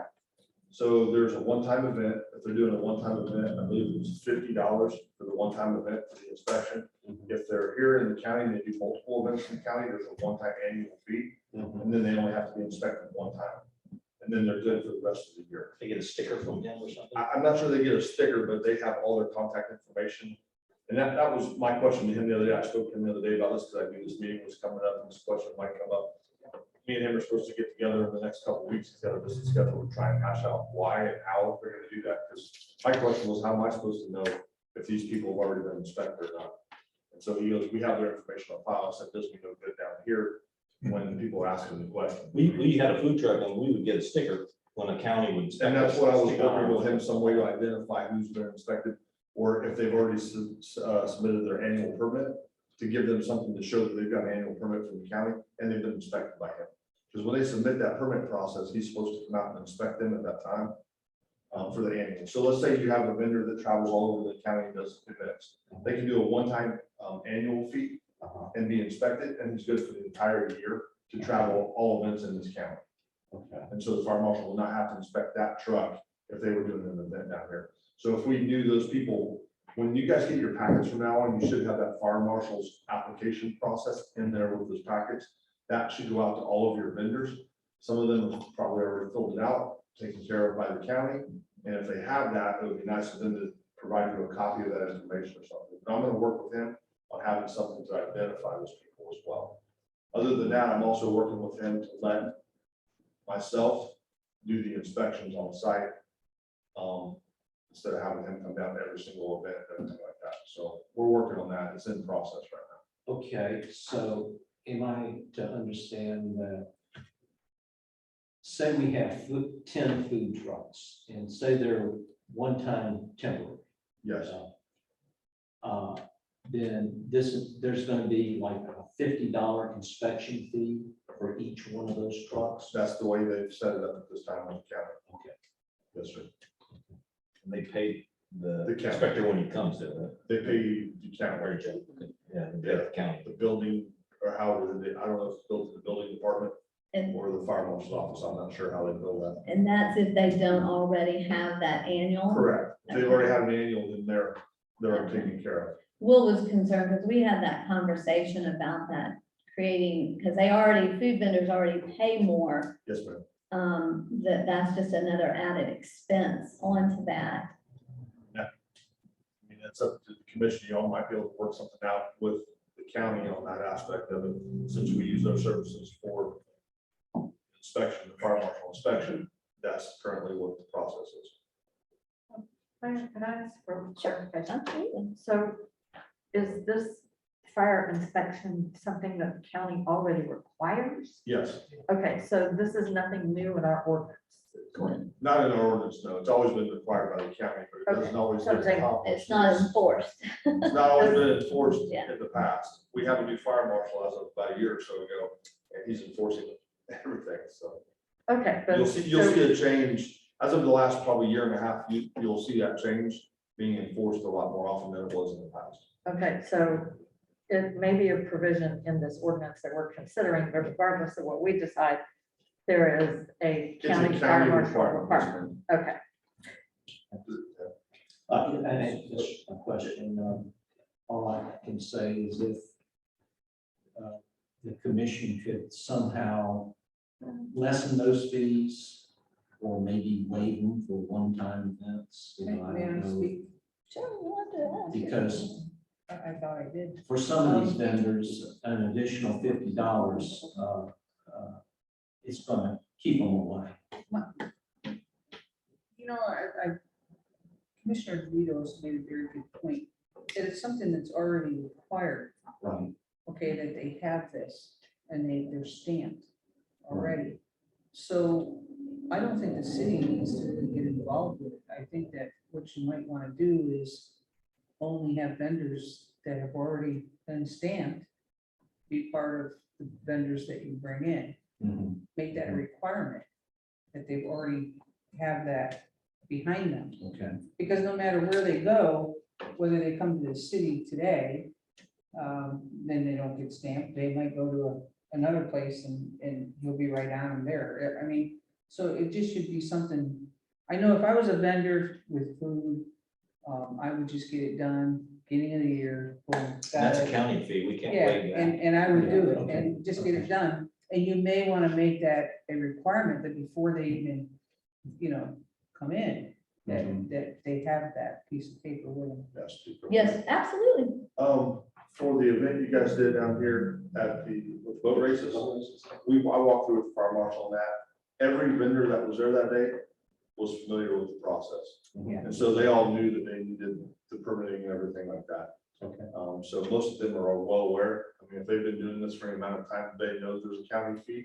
Right. And if they're doing it locally, if you bring somebody from Volusia County in just for a one-time thing, it's a $50 fee for them, absolutely. But most of them that are doing events here usually do the annual fee from what I gathered walking through with the fire marshal.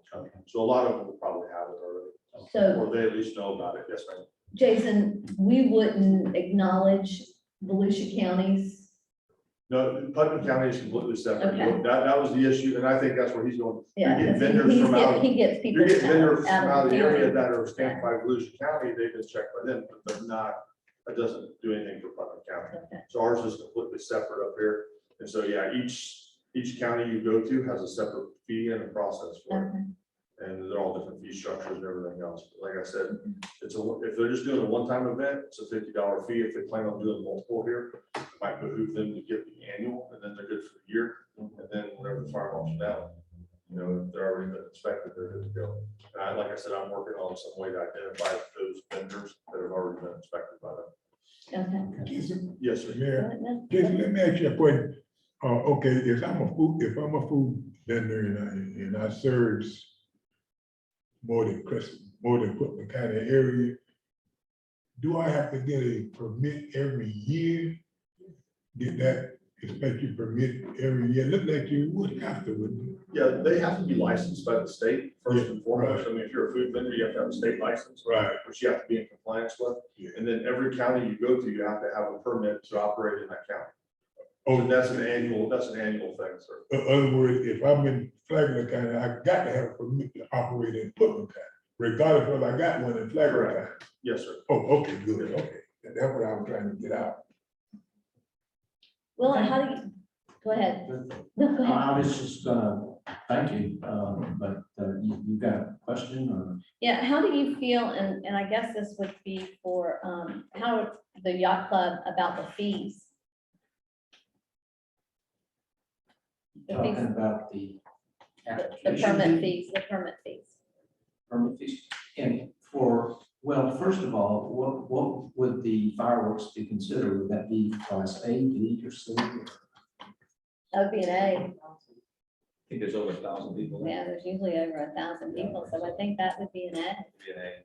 But that's actually on the list of exempted, It would be exempt because, also exempting that event from fees. Okay. because we, You're like putting it on for the city. Yeah. The 4th of July event. Okay. So I had a little list of recommended events like the Christmas parade and event, 4th of July, the veterans, Okay. those sort of traditional events that we probably as a city would have to figure out how to put on if somebody wasn't putting them on. Okay. So we would waive our fees. I just didn't know if you and Kip, if y'all had talked about this, the fees and fee structure. But like for the boat race, it would be 300. If that became a class A event, it'd be a $300 fee. And that's non-refundable, that's an application fee. That's an hour per day. That's per day. And that's completely up to the commission. Those are just what Yeah. was in the ordinance then. Okay. Well, as far as we're concerned, it's a moot point. We're exempted from the anyway, right? For the fireworks. Only for the fireworks. If this wouldn't be active till August, probably, if we were to go straight through the first and second reading.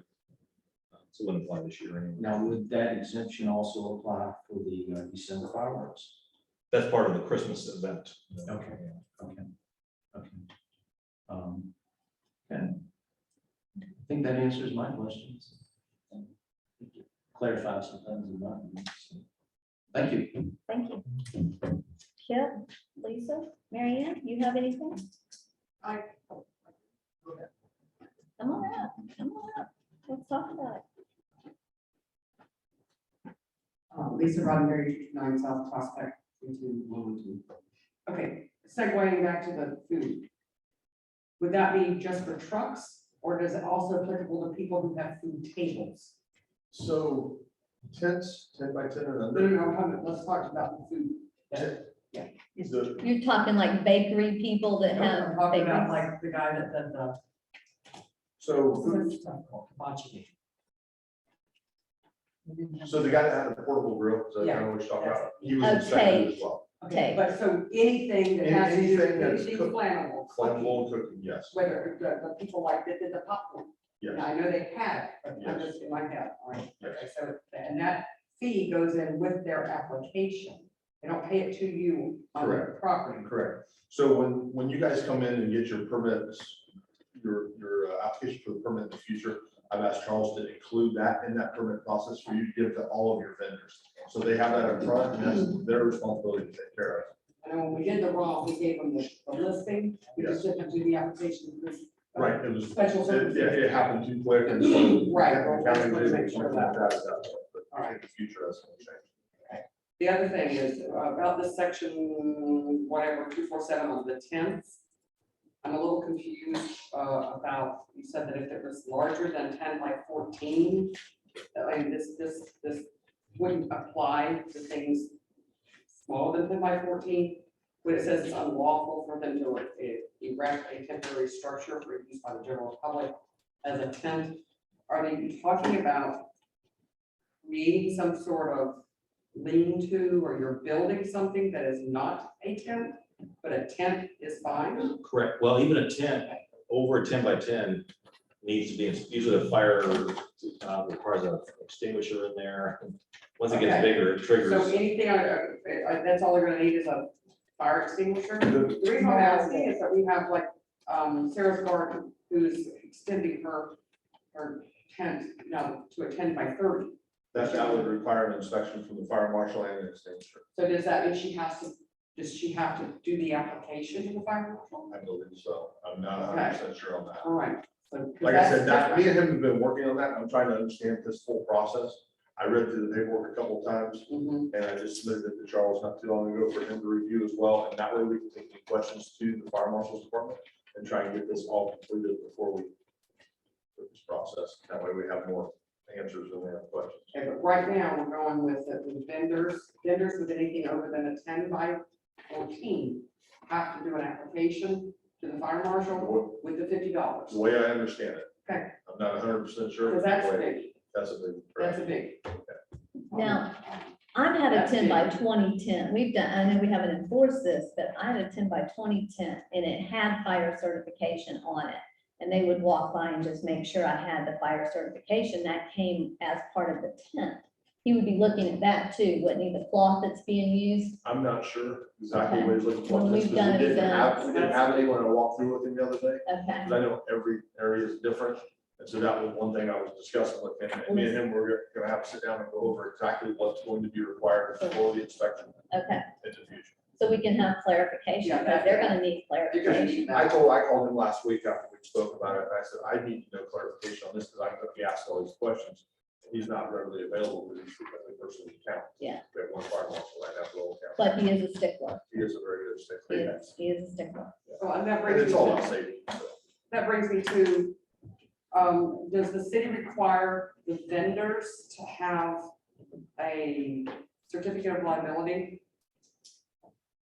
No, No, Just the event organizer. right. You they may don't have- require your We had vendors. to, it was something different, we had to do it wrong, but I just wanted to make sure that on this particular, from moving forward, that your vendors don't have to have the application. And the last thing I have to say about it is that I didn't see anything in here where, what time the sound has to end.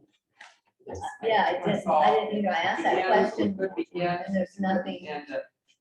And these fundraising, in one of these sections, that we had all the list of block parties and family reunions, all that stuff. It said fundraising food concessions for the benefit of nationally recognized charities. Can they have fundraisers for local charities? Yes. Okay. It's just I may an have just missed it. example of I potential may have just- events. That's all. Thank you. Like chapter 13, I think there's- for the fact that you did put it in my- Oh, I did have one last thing. I think we should be specific, don't you, commissioners, that we should be specific as far as in this, as far as an ending time on these events? For noise? Yeah. It just references the noise ordinance. so I we have know, to- but I think it should be written, I don't know what y'all think, but I think it should be written out in here. I'll look it up and put it in there. Where it says Yeah. noise ordinance. Yeah, Yeah, Yeah, I think so too. actually, Mayor, I would love for us to have the time to comment, because I do have comments. okay, sure, I have one more. yes. In 221 where it says the use of lakefront public property and facilities. If I wanted, this sounds to me as if it was going to be excluded from if I was a profit making, and I wanted to do a juried art show on Lake Stella, that I would not be able to do it. Am I reading this correctly, or have I gotten it wrong? If it's a for-profit venture, in other words, if it's the yacht club, that's fine. But, so a not-for-profit, well, I'm kind of removing my, a not-for-profit venture can do this at Correct. Lake Stella or Crescent Lake, could do something, but This is not a- targeted at for-profit venture to generate profit, like it's a. Correct, I understand, I can see touring that, that's company what or it says, something. Yeah, but does that, Like I think she's talking about an individual that's trying to sell something Right. themselves. no, I am talking about if I was a for-profit corporation, I cannot use Lake Stella, is what you're telling me, correct, Unless it's for water related. Is unless that it's a correct? water-related event, okay? Okay, so say, or Sunrise Park as well. It just restricts those to. Yeah, so what you're telling me is that anytime it's a for-profit organization, you can't use any of the waterfronts. Unless it's a water-related event, like a big bass tournament or Yeah. a crappy tournament or something. so I see what See what I'm you're talking saying, about? what you're Unless you want to saying. allow makes it. sense. Yeah, if we were to have a company come in here and do a juried art show, Yeah, I guess, we have to sponsor it ourselves, but. and they wanted to do it along the What water, to do, because that's, if they wanted to run it down. They would need to Grand work with a Rondo, local nonprofit to be. we would it gives require us them to work. Someone in with the community, because they're gonna do their thing and then go, and then be gone. I think the purpose of this is you anchored the community, work with the yacht club. You guys would put on the event, sponsor it, and be responsible and put on your art show as the yacht club, but not a corporation coming in, they tour the country, they're gonna be here for 2 days and then they're gone. And there's yeah, no- I could call somebody, yeah. All right, thanks. Okay. That was a Yes, sir. concern at Yes, Will, the sure, riverfront. Will. I have another question. Sure.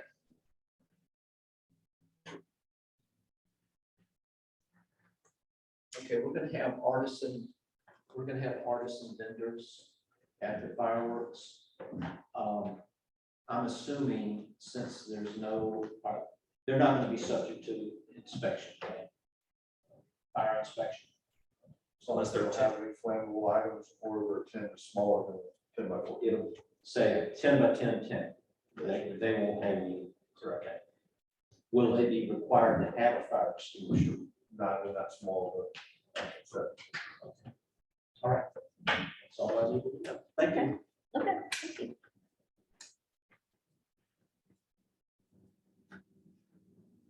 Yes, sir. Kip Roddenberry, 229 South Prospect. And looking around the room, although we have such a short house here, I'm the only, I guess, professional full-time event director. So I will say first, thank you for the ordinance, because doing the romp, we were just all over the board. And again, I have to kind of coin some of Scott James' thoughts is we're Crescent City, we're not New York City, we're not Haines City, Dade City, or Panama City either, all right? We are a very small community. It's wonderful that we have the ordinance, but as we just saw with some minor comments, it just took an hour and 40 minutes to read it. Just to read it. Imagine now I've gone to my attorney to have them read it because it's a legal document. I'm in it for 10 or 15 hours and still don't understand the document yet. All right, we've gone from 1 page to 22 pages. Wow, is all I can say there. But the one-stop shop is the part I love the most. New York State, the worst in the planet. I would have to send two people for 2 days to get permits to do an event in New York City. Cost me about $3 grand. The state of Florida, 1 stop, 1 shop, 1 fee. I walk away with all my permits in 1 hand. That would be wonderful if we elect to go this route, that we have that here so that our special event coordinator has the inspection, the applications. They have the separate application to the Sheriff's Department for private security. That's a whole separate deal that requires an application process. So there are a number of different agencies involved. It would be wonderful if we had someone in the city that said, here's your packet, everything's involved in it, and not just a paper packet, but an electronic packet, because as they're talking about with vendors, that's how we send it out to all the vendors. Snail mail is 19th century. So, having electronic copies of all this would be wonderful with explanations like the 10x14, if it has any kind of cooking, et cetera, all the restrictions in it. We at the RUMP had to go hunt all that down. Even the inspection, I wasn't made aware of the food vendor inspections until 72 hours before the event. Secondly, emergency vehicles. I don't know what to say. It's gangster here in Putnam County. $140 per hour for an ambulance with 2 attendants. That's bad enough. New York State, $110 an hour. Jessup, Georgia, $45 an hour. If it adds, what adds insult to injury is the distance that they have to travel. So it's not just the number of hours that our personnel at $140 an hour is sitting at the site standing by for rescue. There's $140 an hour each direction for a transportation fee. Then on top of that, there's a prep fee. We have to prep the ambulance or the emergency evacuation vehicle before we get, that's another hour. So my 10-hour day just became 14 hours. You follow me? They're only on site for 10 hours, but I have to pay a 1-hour commute fee each direction and a 1-hour prep fee and a 1-hour unprep or removal fee. That's gangster. I don't know what else to say there. Some type of local taxes should be assisted with that. And then lastly, please don't stop the tourist grants. That is the one way the RUMP was actually able to happen, was with the grants from the county. I know that Will could probably speak to the effect of the grants coming with the help of the fireworks. That's what helps offset all these fees. Of the approximately $9,000 in expenses that the RUMP had, $5,600 of it was local, county, and insurance fees. Over half of the expenses on that event were permitting fees, inspection fees, insurance requirements, and the requirement for the ambulance. And of that $5,600, the ambulance was $2,700 of it. Wow. And we never used the service. I mean, I don't know what they would have charged if we actually had to rescue someone. So if there's some way the local fire department, or I know that there's discussions of the future expansion, and we have ambulance services here, if there's some other way we can handle those in those types of events, that was a requirement from APBA, that we had an on-site ambulance. Perhaps with the Class A requirement with the permits, we would have required 1, 2, with an event that big, and I would certainly understand that. But the remote location is amazing. For example, let me give you a second example. We called for transportation very quickly, park remotely, and then have someone transfer our guests to Lake Stella so that we could address the parking. $150 an hour is what they charge to do that. No one local does it, and the yacht club couldn't do it for liability reasons. So the expenses in the remote location does have an effect on our participation and the expenses involved. Anyway, thank you very much for the opportunity. No, thank you. Right, the one-stop shop would be the #1 real benefit to this type of ordinance, where somebody outside the area could just show up and walk away, pay the fee and walk away with everything in hand. That'd be great. Thank you. You're welcome. Of those 5,000, none of that was our fees, right? So No, well, just the permitting fee.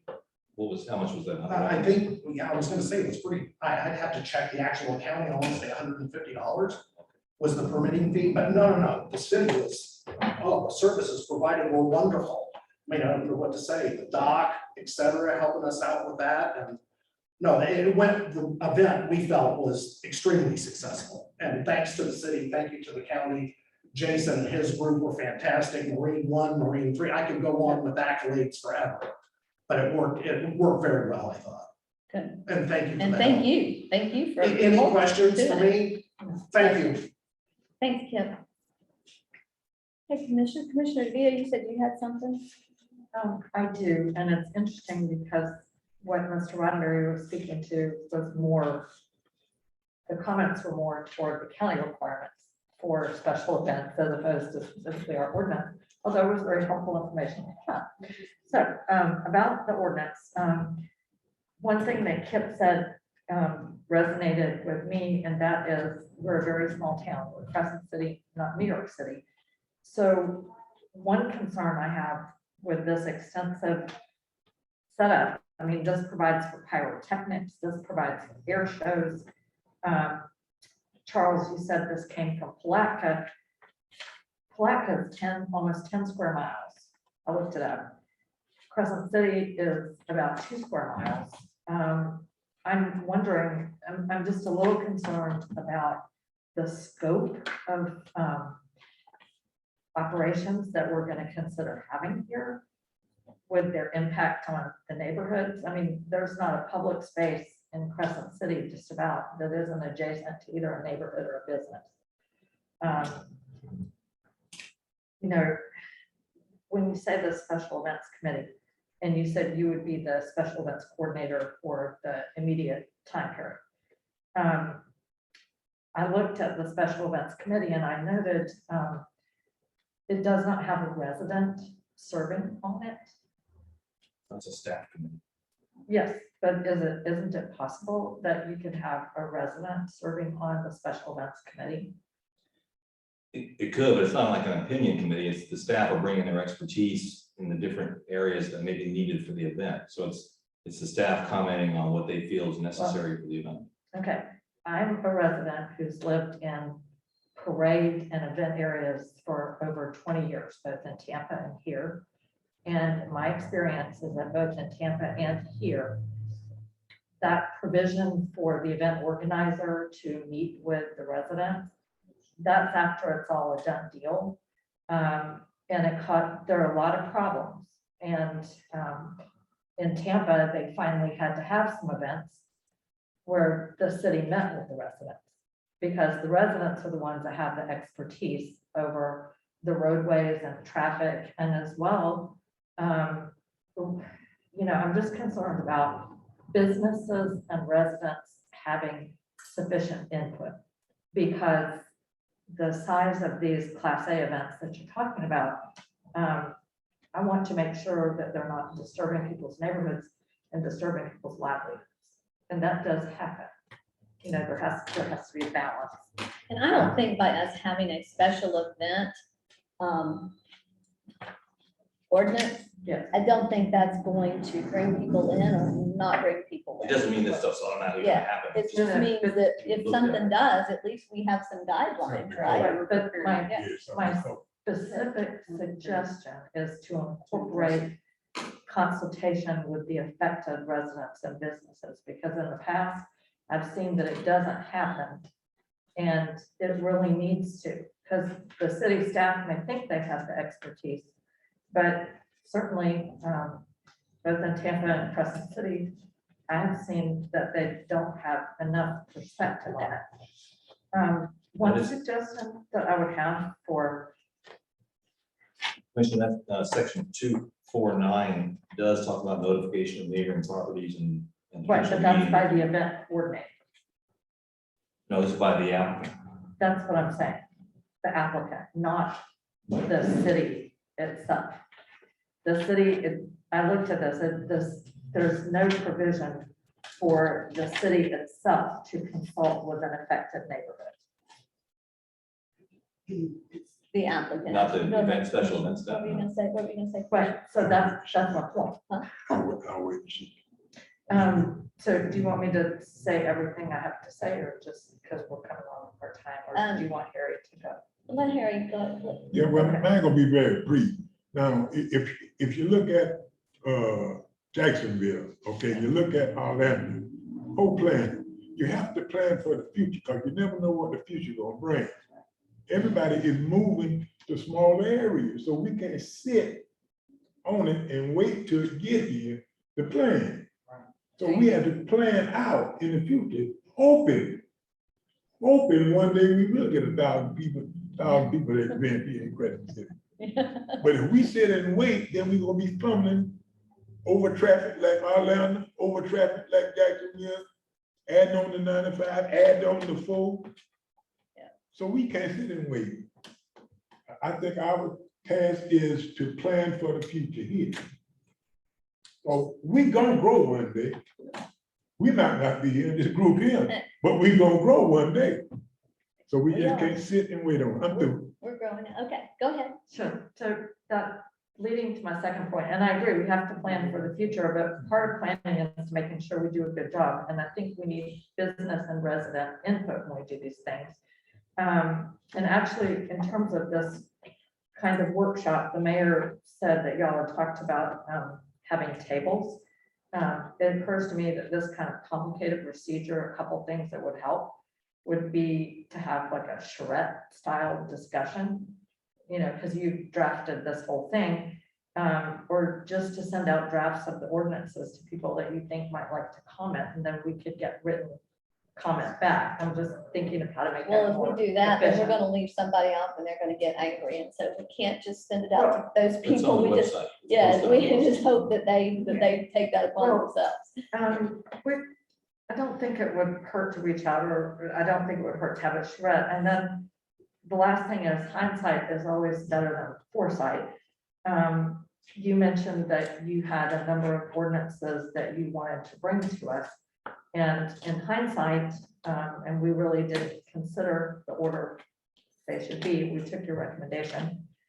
As Commissioner Beck says, people are moving here, and personally, I would give priority over this ordinance to the building standards that we talked about, because we have buildings here that are in a very bad way.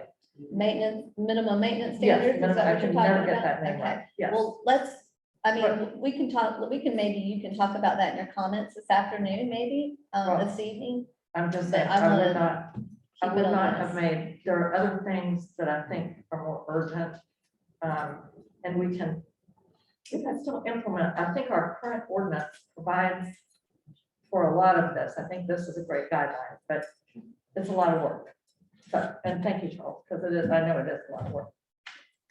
But it It would is. not be my part. It is, but like Kip said, you know, they had to kind of put these pieces of the puzzle together when they had that event, And that really brought this to and light. that brought to light that There we should be those don't. questions of where's the traffic plan, where's the safety plan, where's the emergency plan? Yeah, All those things really brought to light that Yeah. we really don't require those things. And so yeah, before more events come, and we're planning them for the fall. Yeah. We put this in place. okay.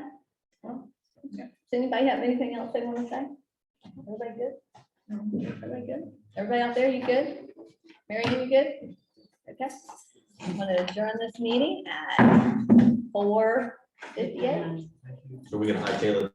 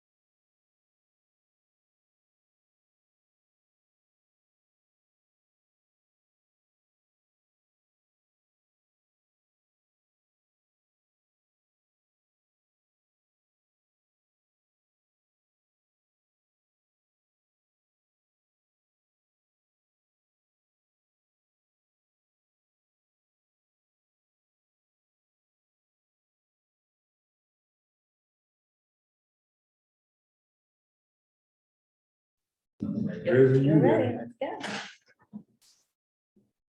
Good evening, everyone. We're calling this meeting of the regular commission meeting for the city of Crescent City in order at 6 p.m.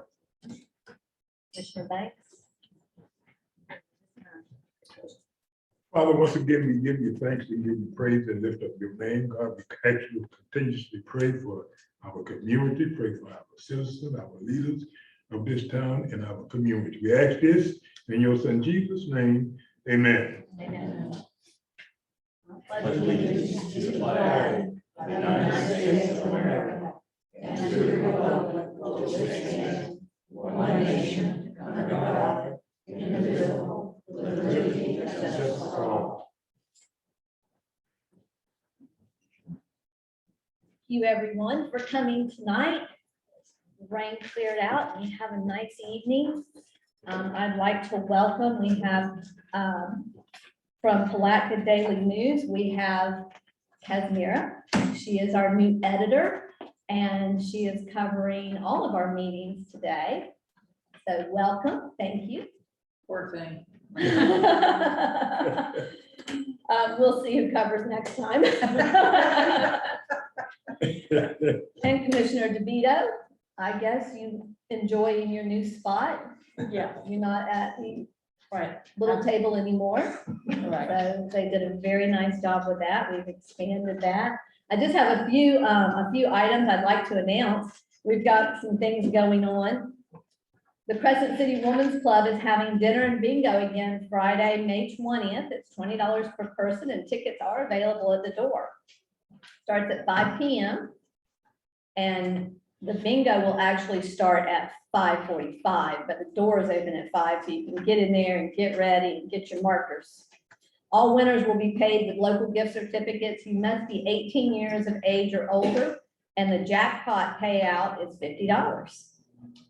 The Rotary Club, and I hate that I'm gonna miss this weekend, is putting on a Dollar for Scholars 5K on May 14th, this Saturday. They will be setting up at 4 a.m. and finishing at 12 p.m. They will be meeting at Prospect Street, and the run will go Prospect to Palm to Lake to Central and back to Prospect. The city will be closing 17 to Prospect by the old Handy Way from 4 a.m. to 12 p.m. and the race will start at 8 a.m. And do we know, Marion, where are they meeting on Prospect? Is it South Prospect behind Napa. behind Napa at the very end? Okay, at the very end in the open space. On May 14th, also, it's going to be a busy Saturday, the grand opening of the Fruitland Peninsula Historical Society's Marjorie Neal Jones Nelson Archives. It's located at our Miller Middle School, and it's 101 South Prospect Street. You go enter into the back off of Park from 2 to 6 o'clock. They're going to have their grand opening. It's $40 admission. I was trying to raise some. Hey, Cherie, I'm trying to make you some money now, okay? Everybody off. It is $20 admission, and that includes barbecue dinner, which will be served from 3:15 to 5:15. To purchase tickets, go to their website. It's fphistory.com. And for all of you, that is a special treat. It is absolutely worth taking the time and going to this event. They have done an outstanding job, and we here in Crescent City are extremely proud of everything that is going on over there. And you can buy it. And you can buy at the door. Thank you. And then the following weekend, May 28th, no, actually two weekends in 2 weeks, we've got our second Art and Farmers Market, which will be Saturday from 9 to 2. And this is going to happen every fourth Saturday of the month. It'll be held over here on the corner of Central and Summit. There will be artisans, food, and music, free admission. For more, unless you leave me up to it. And then we might have. For more information, please contact Christina here at City Hall if you need information about the event or if you would like to be a vendor. I have to say, for our first inaugural one, it was an incredible day. I was pleased with the attendance. I think all of the vendors were extremely pleased, and everybody came out from all over.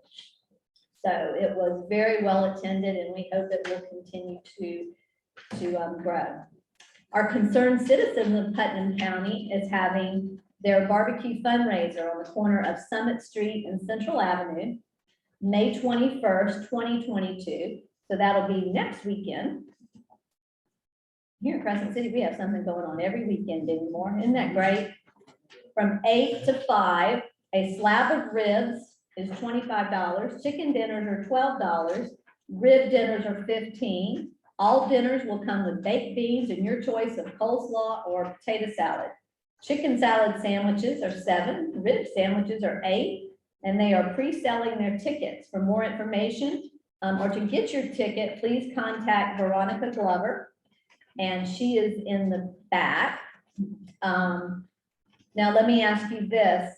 Can they buy them there? Can they purchase the meals there? Okay, great. And with that, I think that's going to end the announcement. Got a busy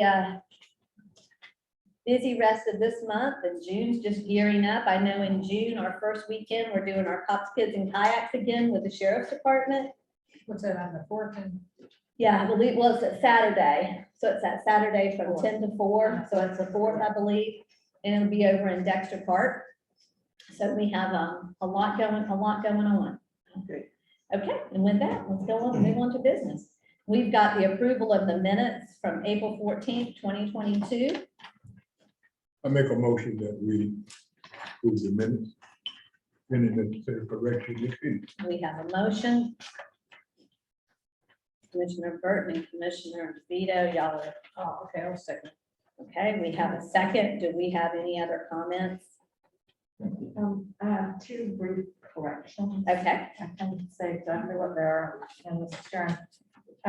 This is in the minutes of the last regular meeting. On page 16, two corrections. Line 8, the third word from the end, it says capital. The word capital should be commission. And then also on page 16 and line 13, the city name Newport Richey, it's actually spelled with an EY on the end, and it's got something slightly different.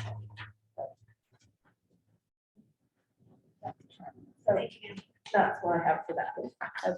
Do we have any other comments? If not, I have a motion and a second. All in favor, say aye. Aye. All opposed, same sign. Okay. Okay, then we've got the April 14th budget workshop from that same day. We've got the minutes for that. Do I have a motion? I move. Second. Okay, I have a motion and a second. Any discussion? Okay, with that, we have a motion and a second. All in favor, say aye. Aye. All opposed, nay. Okay. April 14th, 2022, the naming of Lake Stella. We have those minutes. I'll move that we approve those minutes. Okay, I have a motion Second. and a second. Do we have any discussion? Discussion, all in favor, say aye. Aye. All opposed, nay. Okay, minutes passed. I know that Karen has got quite a few minutes that she will be loading, probably tomorrow or Monday. Tomorrow, people have been, and some of them, I think she was waiting, Commissioner DeVito, you had a few changes that you were gonna make. We're gonna go ahead and sign those in and get them loaded because people have been, they're waiting, so she's behind. And you know, I had 5 surgery left that I've been recovering from. I have just not been able to get some things done. Okay, thank you. I just wanted to make sure everybody knows that they will be loaded. We probably can get, I don't know if you can get these loaded as well, but that'll bring us up to date. Yes, I can get Okay. it as soon as you. Okay. With that, right now tonight, I don't know if we don't have any, we'll move on to our law enforcement report. And we've got Lieutenant Traver, he is here tonight to give us our law enforcement report. Welcome. So as usual, it was a fairly quiet month, which is good.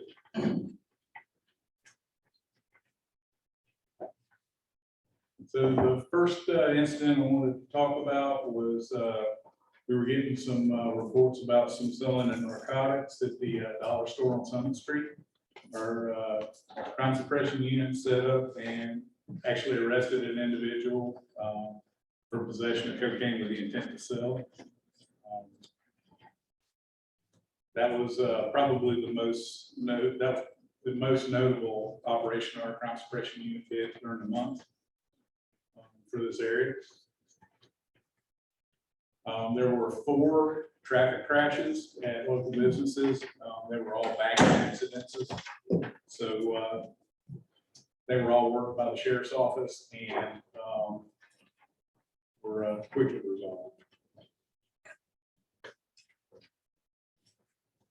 So for the month, there were 190 calls for service. There were 38 traffic stops.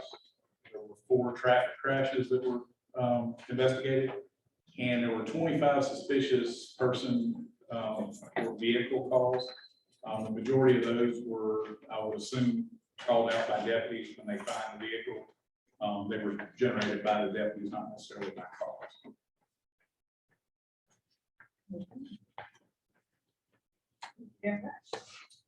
And that's pretty much it. You guys have any questions about anything that I can help answer? You have any questions, Commissioner? Mayor, I don't have a question, I just have a couple of things to bring to the lieutenant's attention. Okay, that's okay. Lieutenant, thank you for being here. So 2 things that I've noticed, and that people, I live on the west side of town on Main Street. And I'm within a block of 17, and people who live on 17 have mentioned, and I've noticed, there are a lot of pickup truck type vehicles that seem to be making their mufflers or whatever it is, they make very loud noise.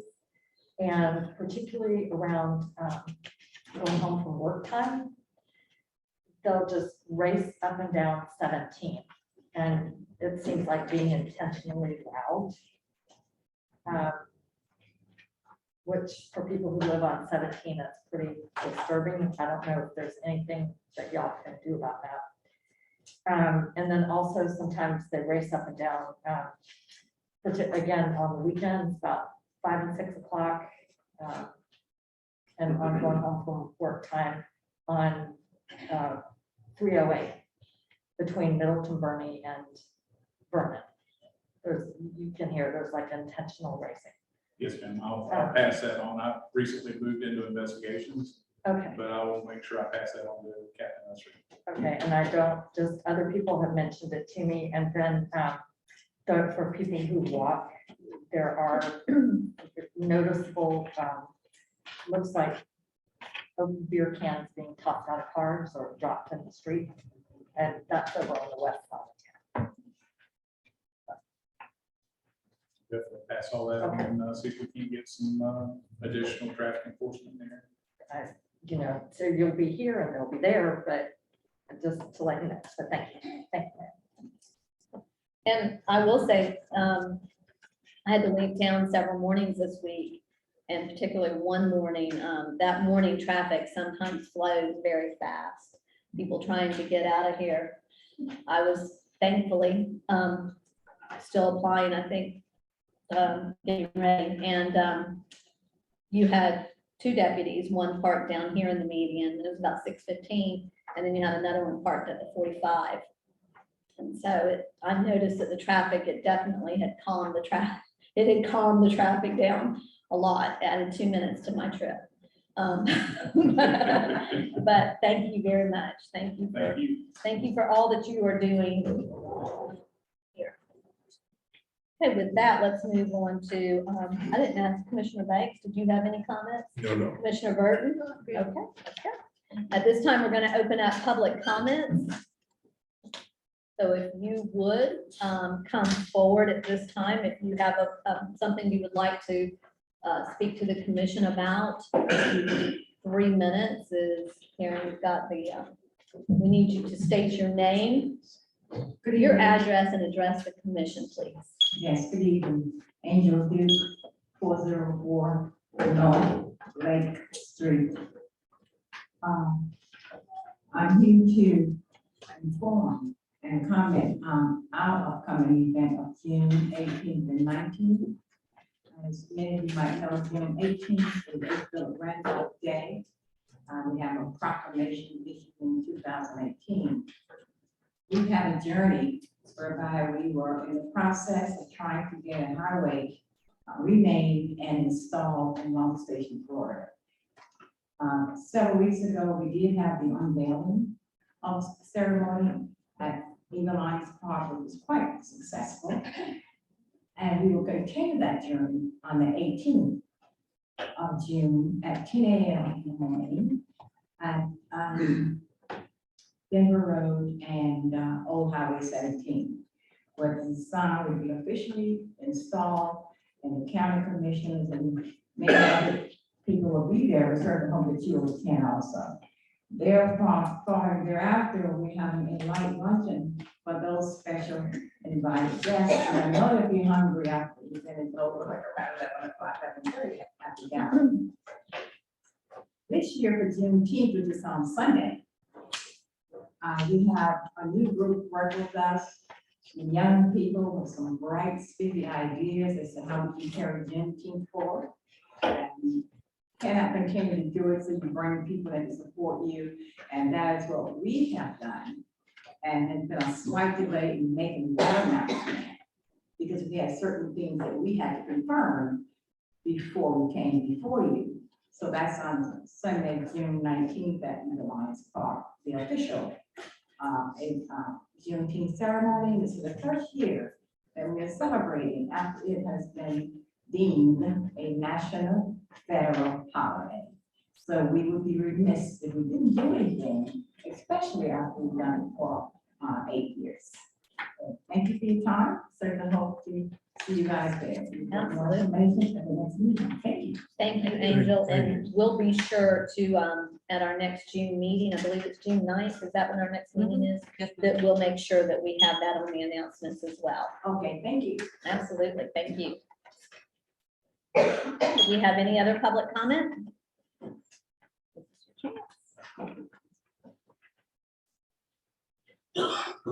Sri Register 499 Clinton Road.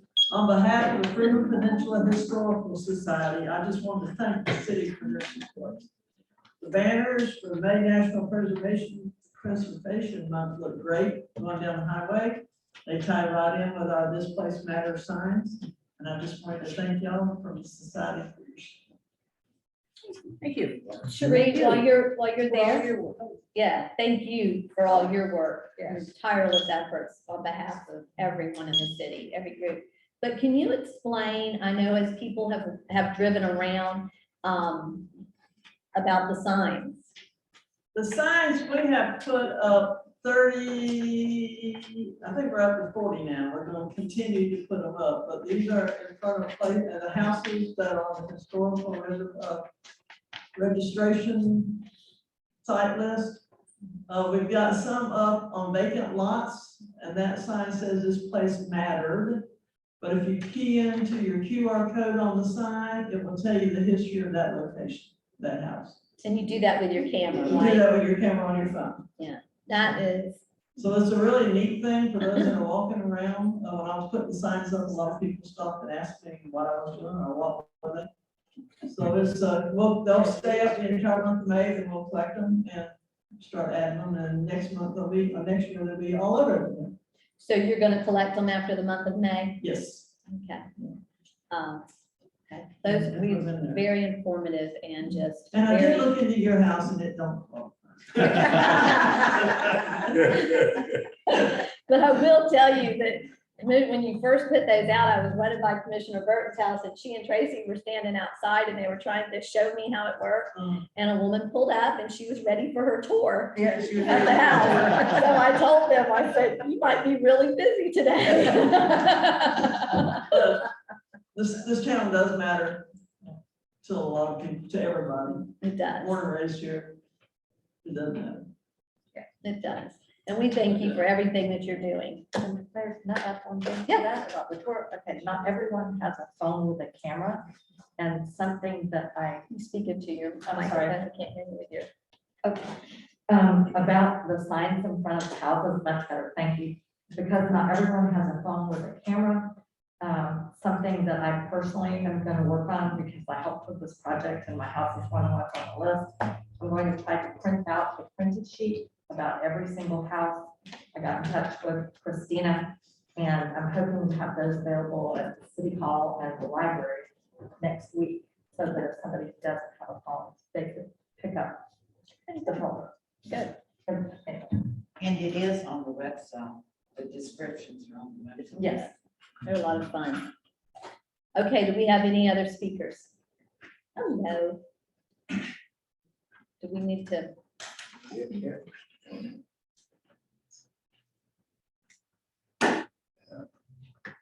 As I say, I'm like, last slow to take it.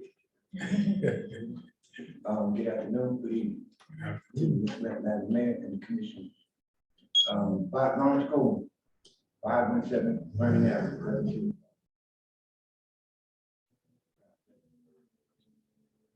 My problem is the same problem that I had. Don't think nobody lives on the west side. I mean, like, you know, when I was sitting on the porch, and I've been an over the road truck driver for 28 years, retired. I can gauge the speed. I can gauge the speed. Either east side or west side. These guys, I don't care who it is. School buses, cars, motorcycles, trucks. You know, I mean, it's like nobody's paying attention to that side. Somebody's eventually gonna do it. You have people that walk over that way that are mentally challenged, disabled, children. Still no school bus sign. Still no school bus sign. I was getting my mail Tuesday. I think it was Monday or Tuesday. And the school bus almost got rear-ended because the school bus stopped in the periodic time. But the person behind them, there's no school bus sign to say, hey, stop for school bus. And he almost got rear-ended. I mean, you know, don't know about this county weather. I haven't seen any kind of activity on that. And it's getting dangerous. It's getting serious dangerous. I mean, like, you know, I got, you get scared going up that way sometimes. Like I say, on my scooter with it. And I don't want to be a truck line down there. I want to see somebody else in the truck line down there. So we got to do something about it, please. It's, you know, speed bumps or like, hey, put some spike sticks out there or something, you know, to slow them down. East side and west side, they go at it. And especially like, okay, like, it doesn't matter what day it is, or what time it is, but sometimes I say, of course, I have to say, okay, slight inebriation, some come through there a little bit faster. And sometimes ones that are not inebriated go through there just as bad. And like with the loud mufflers and the loud music, I mean, they come past my house, shaking my windows, the music, shaking my windows. But then they're going, I mean, you know, sure, I thought there was an ordinance of like 25 feet, and you're supposed to hear a vehicle, you know, I don't know if it's standing or move. But is there any kind of code enforcement here? Do we have a code enforcement officer again? We don't. Yes, sir, we do. We Yes, sir, do? we do. Have you been in to speak to Charles about your concerns? Have you come in and met with Charles, our city manager? Oh, okay, well then, okay. Have you come, he's not our code enforcement, Pam is our code enforcement officer. No, okay. But have you spoken to Charles about any of your concerns? No, but we might get the time to me now. Okay. But what's a good day? I'm here every day. I'll be out next week, but What about tomorrow? tomorrow I'll be in and out. I work out in the field on Fridays. Okay. How about if he calls you when he's gonna be out next week, if he can call you maybe the following week when he gets back to town? You can set it up with Karen. Karen will. Okay. Karen will set it Not a up. problem. Karen, would you get his telephone, Mr. Coleman's telephone number so you can, and then we can hear your concerns and then. Mr. Coleman, if you just call me tomorrow morning. Lieutenant Traver. Okay, not a problem. I mentioned this to Captain Esri, so if you would, okay, he's making notes too. Okay, good. He's It's making gonna notes do too. it. Thank you. Thank you very much. And we're still working on the vegetable plate. Thank you. Thank you.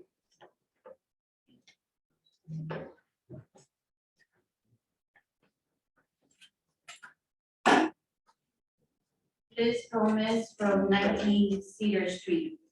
Just gonna take a minute to read you this. The next morning, we were appalled to learn that Charleston had been frightful shaken with most horrible result disasters. After that, when we felt more tremors, sorry, I'm not very savvy here. Okay, there we go. After that, when we felt more tremors, we were duly scared. For a number of nights, we were kept slippers and lightning lanterns at the head of the stairs so that we could make a quick flight if necessary. Always the parrot gave a warning cry when the tremor came. One who was in Charleston when his populations were living in terror told of the prayer of an old Negro called aloud in his fright, "Oh God, come down and help us, God. Don't save no son. Calm yourself, God. This ain't no time for boys." I'm in love with your town, and this is written by Betsy Williams. I'm so happy to see Miss Angel Duke here, and I am in love with Cherie, and what your mother did, I am in love with this town, and I am so happy. Susan, she's like a sergeant in the army, reminds me when I was 19, but I love her because she means well. All of you are so amazing that I love you, and I was appalled when I asked around, when I helped Cherie, why are the African Americans not here? And I heard that we were trying to solve that. I said, I want to bring kids from my neighborhood, but they are not going to see themselves reflected on this history. And you can see here that they live together all along. I am in the Negro part of town, and I love it. I brought something to Miss Angel today that breaks my heart. Because it's a piece of me. I love Carl, and I never met him, but I own his house. So I'm here to help everybody. I'm gonna get involved with Miss Angel, and I just found out she owns that beautiful building. Good for you. Good for you. Thank you. Ms. Wood. Thank you very much. Thank you. We have any other comments? And we do have some incredible residents in this town. That's why we love this town.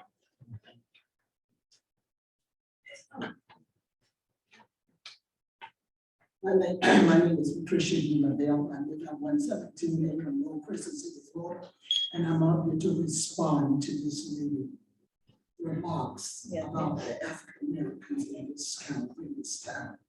She has no idea what we do. We do not, she do not. I don't know who she's talking to or what she's going on, and I don't appreciate her every time coming up here running her mouth about the Black people in this town. And she don't know anything about it. We are in history. We have talked to Sherry. Sherry has what she needs from us. Thank you. Thank you very much. Thank you. Do you have any other comments? Ms. Gomez, Ms. Gomez, let's not. I'm sorry. Thank you very much.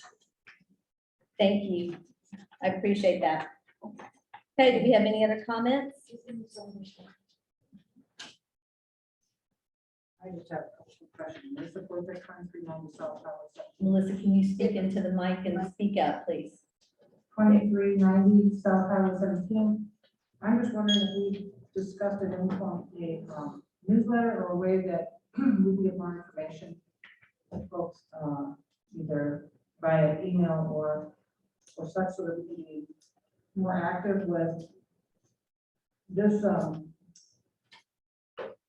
You guys have been doing a great job in progressing things and moving forward, and I see changes, and there's actually happening so much faster than it's ever happened in Crescent City, that I've had to come and go with my mom's illness, and I feel like I'm always playing catch up. So I would like to be able to, read at my leisure and figure out what's happening. Another thing is, I don't know, with like code changes and things like that, if there's a place that we can look where it will say what the current code is, what you're planning on, or what you're recommending to be changed ahead of time, just things like that, that I think would be really beneficial, so that people aren't wasting precious time when they get here. And to be more, more ahead of the game in terms of being helpful to the city and then knowing what we're aiming for. Thank you. Can we speak to that? I mean, we've talked about, and I think once Christina gets, planted and we can all sit down and talk about some sort of a newsletter, we've talked about that for those people. I mean, in the past, we just probably need to just add that to our list. We do. So, okay, do we have any other speakers? And I also believe that once we get our Unicode on there, that's going to help out too, don't you? I think once the Unicode's loaded on there, that will really help out tremendously. We're looking at technology, some programs that will help out with a lot of that. Mayor, what about the email? We have the email system. So people still receive that. You also have, you can get an awful lot of information if you go to the city site. All the agendas are there, all of the meeting minutes. We also have, I don't think, do we have a Facebook, Karen? We do have Facebook. It goes directly on that Facebook Yeah, page. we have the city. What is that for people that want to, do you have to join it? No, yes, you're talking about getting notices? Yeah. When I post something, yes. There's a space on the, right on the website that tells you if you want to join, just click on that and then just send you an email and you can click on whatever you want. It's very informative though, if you get right on the government, right on our I page. go on there, but so I get the agenda, but when it doesn't. You just keep What I paging don't down, find you is be where. surprised at all the little goodies that you see as you kind of page down, there's really a lot there. Right, like the codes that are coming up on a particular meeting, how to access those so that you can read what they currently are and what's recommended, what's being recommended, stuff like that. So I haven't been able to find it, although I'm not the most tech savvy, I passed on there. Okay. But thank you for your comments. Do we have any other public comments at this time? Okay, seeing none, I'm going to close public comments. And we're going to go open up our public hearings. And our first one is our second reading of ordinance 2022-09. Charles, do you want Bobby to do it? Ordinance of the city of Crescent City, Florida, approving an amendment to the budget for fiscal year beginning October 1st, 2021 and ending September 30th, 2022. This is the second and final reading of ordinance. We're doing our mid-year budget adjustment as well as designating undesignated funds in the current budget. I make a motion, Mayor, that we approve ordinance 2022-09. I'll second it. Okay, we have a motion and a second. I'm going to open it up. Do we have any additional factual testimony for or against? Do we have any public input on this? Seeing none, I'm going to close public input. I'm going to bring it back to the commission. We have a motion. We have a second. Commissioners, do we have any discussion? No. No discussion? Okay. All in favor, say aye. Aye. All opposed, nay. Okay. Second reading passes. We're going to go to the second reading of ordinance 2022-10. An ordinance of the city of Crescent City, Florida, amending section 14.9 of the Code of Ordinances of Crescent City as previously amended, providing for an amendment to the permit requirements to allow motorhomes, travel trailers, and campers outside of licensed parks or camps, providing for legislative findings and intent, providing for implementing administrative actions, providing for severability, providing for ratification of prior acts of the city, providing for conflicts, providing for codification and directions to the code codifier, and providing for an effective date. Mayor, this is the second and final reading of the ordinance, which would allow someone who's either constructing a home or significantly renovating a home to occupy an RV or camper on the site for up to 1 year. On first reading, you had us add language that would have the applicant talk about how they would dispose of their wastewater, or what we call gray water, from the RV. So we have that language Not only are they required to hook up to temporary electrical service, but also provide a verifiable plan for disposal of wastewater and sewer. I make a motion to second reading of ordinance 2022-10. Final reading. Second. We have a motion and a second. I'm gonna open it up. Do we have any additional factual testimony for or against? Do we have any public input?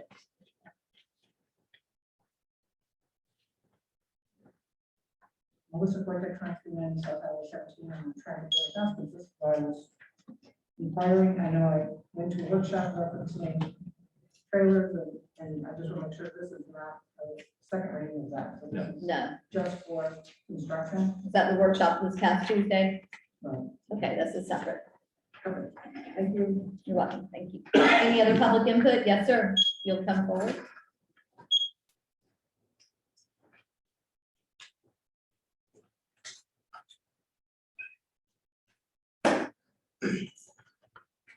I have a question like that. Yes, sir. So is that, okay, somebody, somebody's building their house. And you can put their trailer on the property and as they're building it? We're requiring it. Yes, yeah, they'd be able to stay on site. What if somebody is, putting blocks on the property at, not normal work time? And, no pole is there for like, permits or anything like that? How do you approach the situation? That wouldn't be covered under this ordinance. Yeah, this stuff, okay, all right. Okay, I was wondering. Yeah, this would just be if they, once they have a building permit, Right. they want to park an RV to stay on site, they would have the ability to do that. Right, but they should show a permit for something like that, right? Or pole or something? They would have an active building permit in order to be allowed. That's within city limits, was that in the house, what you talking about, in the park? Within city Within limits. city limits. Okay, very interesting, thank you. They can put it on their property, Yeah. on the property they're building on. Okay. That's good. What if they see no, what if there ain't no trailer there, but you see them get ready to build on it? That's a different issue altogether. Okay, I got issues like that, that I told you about. Thank you very much. Okay, thank you. Okay, any other public input? Seeing none, I'm going to close public input. This time, commissioners, we have a motion and we have a second. Do we have any discussion? Yes, I do. Okay, My question is, we're gonna get a yearly, a permit for 1 year. Let's say it goes over a year. Do they come back and renew the permit? Yes, they would have to apply for it. So this could go on for like 20 years maybe? We don't have to grant them automatically, just they have to make another application. We'd say no. Oh, I'm just curious as to how long this can kind of go on and, So there's no automatic renewal. They would have to apply again. We'd have to consider their request. And if we decline, then they could appeal. and you definitely have something to track to make sure the year is up.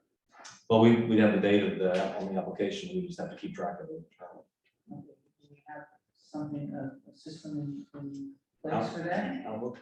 Okay, because you know, if you're just kind of putting it in a drawer, Yeah, we'd have to put it in our calendar, but we get a somehow warning. or another, you have to have it, okay.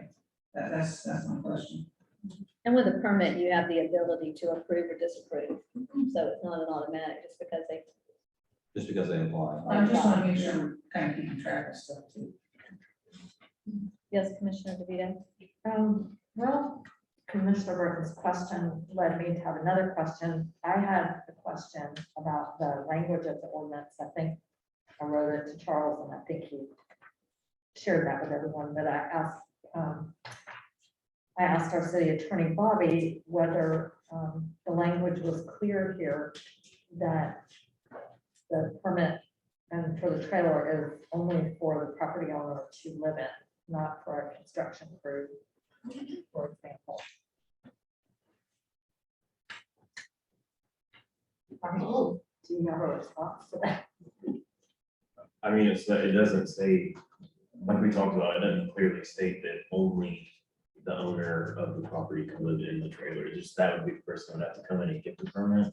Right. And there's no clear rule or. Could that be part of the permit? Do you want them to say that the person that gets the permit is the person that's in? I also don't know how you, enforcement of that, I don't know how, that's gonna be hard to. Well, that's what. Yeah, I'm just- that's what, and so it doesn't I mean, it doesn't rule that out, but I don't. We're just and I- approving we it can because there. And we can certainly add that language in there, that only the person, but then it would need to get kicked next month for another second reading. Well, so my two questions were, I mean, do we care? My concern is that, you know, someone could get a permit for a trailer, and they could let their construction crew live there and go back to Orlando or wherever they're from. And secondly, is the way this is worded, Commissioner Burton was asking about the permit for a year. Can the way it's worded, can the city manager issue the permit for less than a year? Because It says up to a year. does it say? It says a period up to 1 year. Okay, so I'm looking. It says up to 1 year. Okay, sorry, I'm looking at the number, not the language. Okay, so that's a good thing. Their comments. Yes, sir. I think we getting too deep. Yeah. If John Doe, my nephew, comes and working on my house, he got his license and everything, and I let him stay in the trailer, so what? I agree. I think we're not concerned who's in the trailer, No. we're permitting the trailer to be outside. That's the key element, permitting it. Not, he dropping and seeing who's staying in it. Or if my nephew is a contractor, and he stay in Atlanta, stay in Tampa, wherever he may stay. He said, come on. He said, I can get through it quicker if I live in the trailer. Instead of coming over from Atlanta, Tampa, wherever he may stay every day. So let's don't get too big. We're trying to grow Crescent City. That's the point. If we find that someone is abusing this, Bobby, does Charles have the ability to revoke this permit?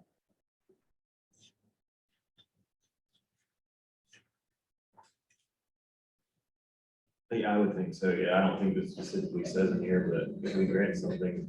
I mean, or a it violation, says- I think we could take it back. It says if you're in violation, a municipal ordinance shall be punished in accordance with section 1-15 of the city code. I'm just wondering if he would have that ability, if that would. Yeah, I think so, yes. Okay. And audience, I'm gonna ask you as far as, with your speaking amongst each other, please just hold it to a very minimum. Whisper.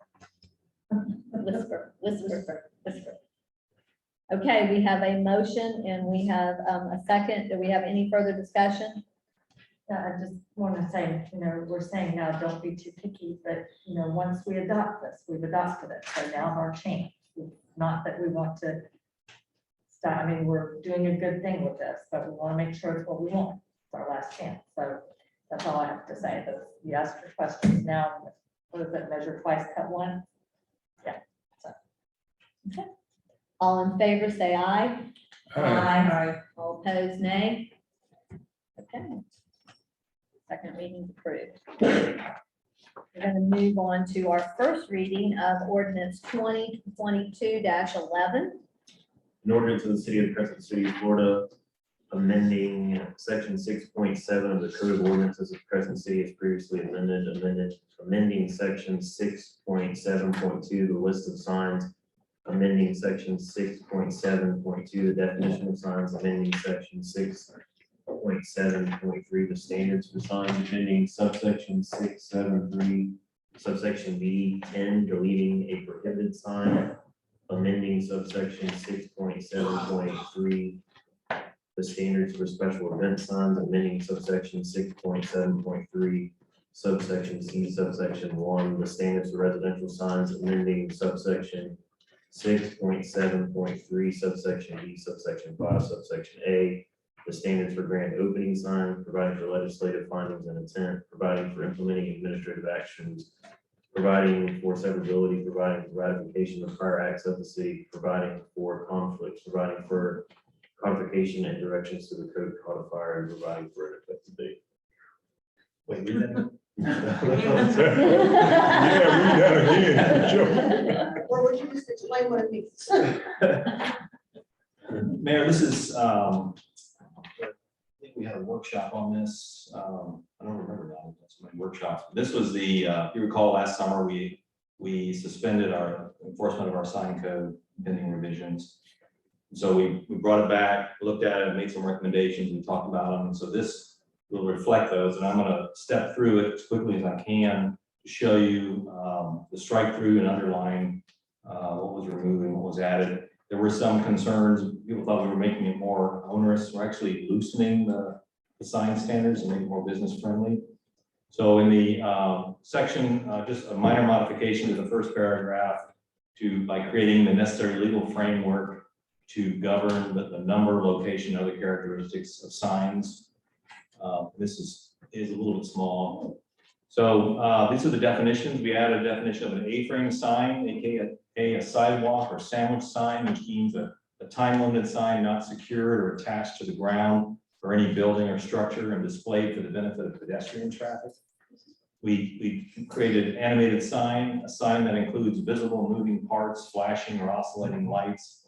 An animated sign is not an electronic message center, EMC sign. That's the same banner sign definition, building mounted signs, building projection signs, those all stay the same. An electronic message center, this is new. Signs, they are signs that feature a display where words, symbols, and images can be digitally presented and changed via remote or automatically. EMCs shall not include flashing, flowing, alternating, or blinking lights or animation.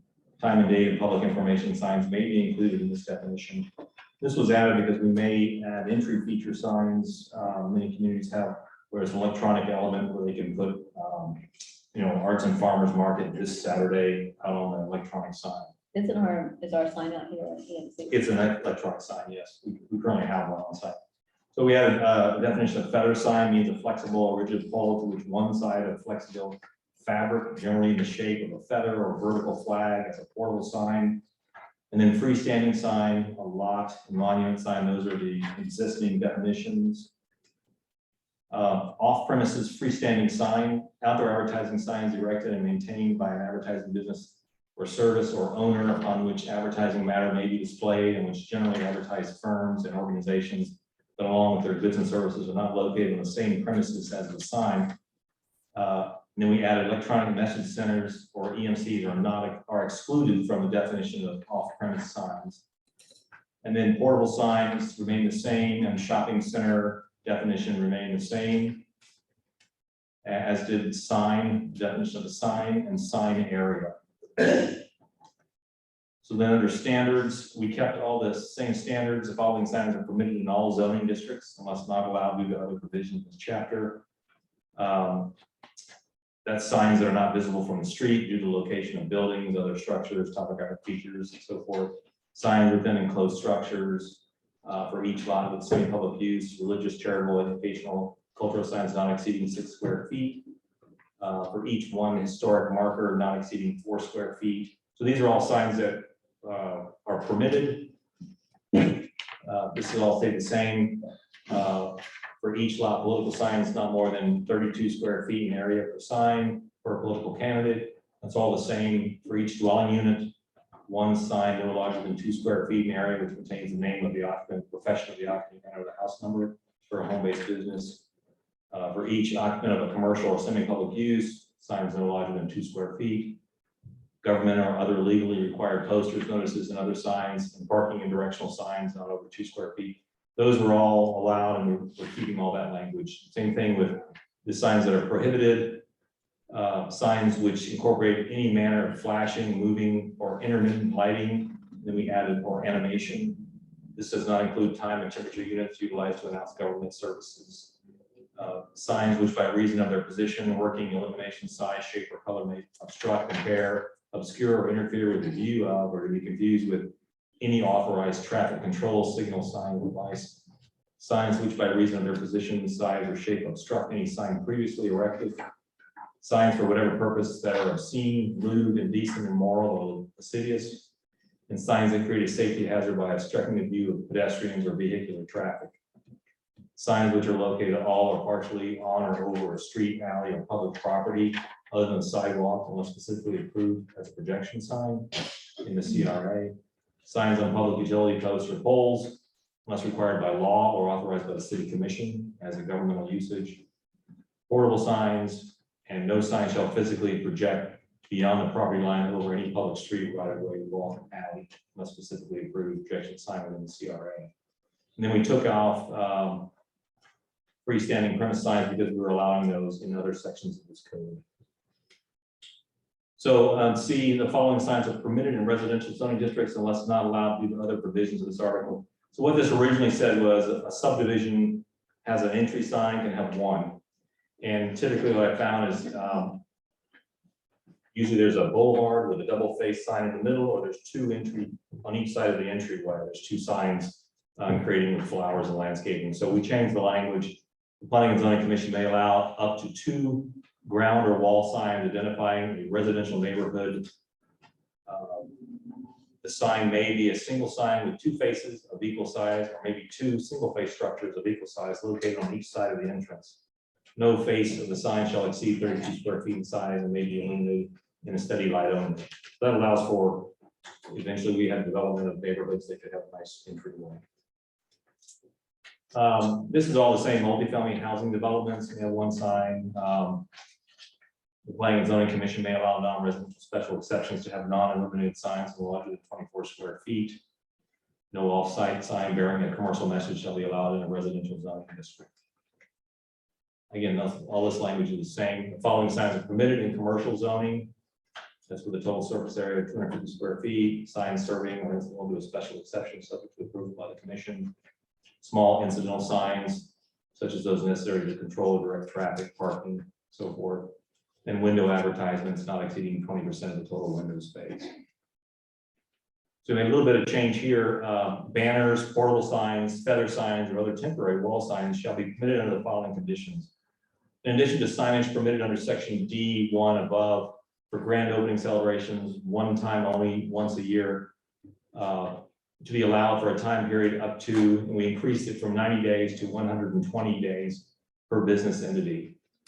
And then for sidewalk sales and other outdoor sales events, except yard garage signs, maximum sign area shall be 32 square feet.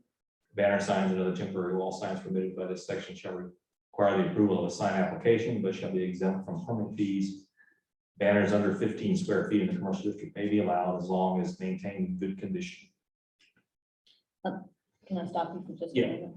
Okay. I'm wondering with the feather sign somewhere, I mean, that's been an issue with the feather signs that they become tattered and We haven't torn. come to them yet, actually. Okay, Yeah. I just want to make sure that we don't need to add something in there that includes, go ahead. Condition. Yes, because So- that does have feather signs, banners, portable feather signs inside. I just want to make sure. Okay. This is new language because we didn't allow A-frame, or we weren't actually addressed. A-frame signs that meet the following conditions. Only one A-frame sign per business. A-frame sign shall not exceed 4 square feet in height and 12 feet in area. 4 feet in height, 12 feet in area. A-frame signs shall have permanent lettering, must be of a professional quality. A-frame signs must be placed within 5 feet of store entryway or adjacent to the business frontage in a manner that does not impede pedestrian traffic.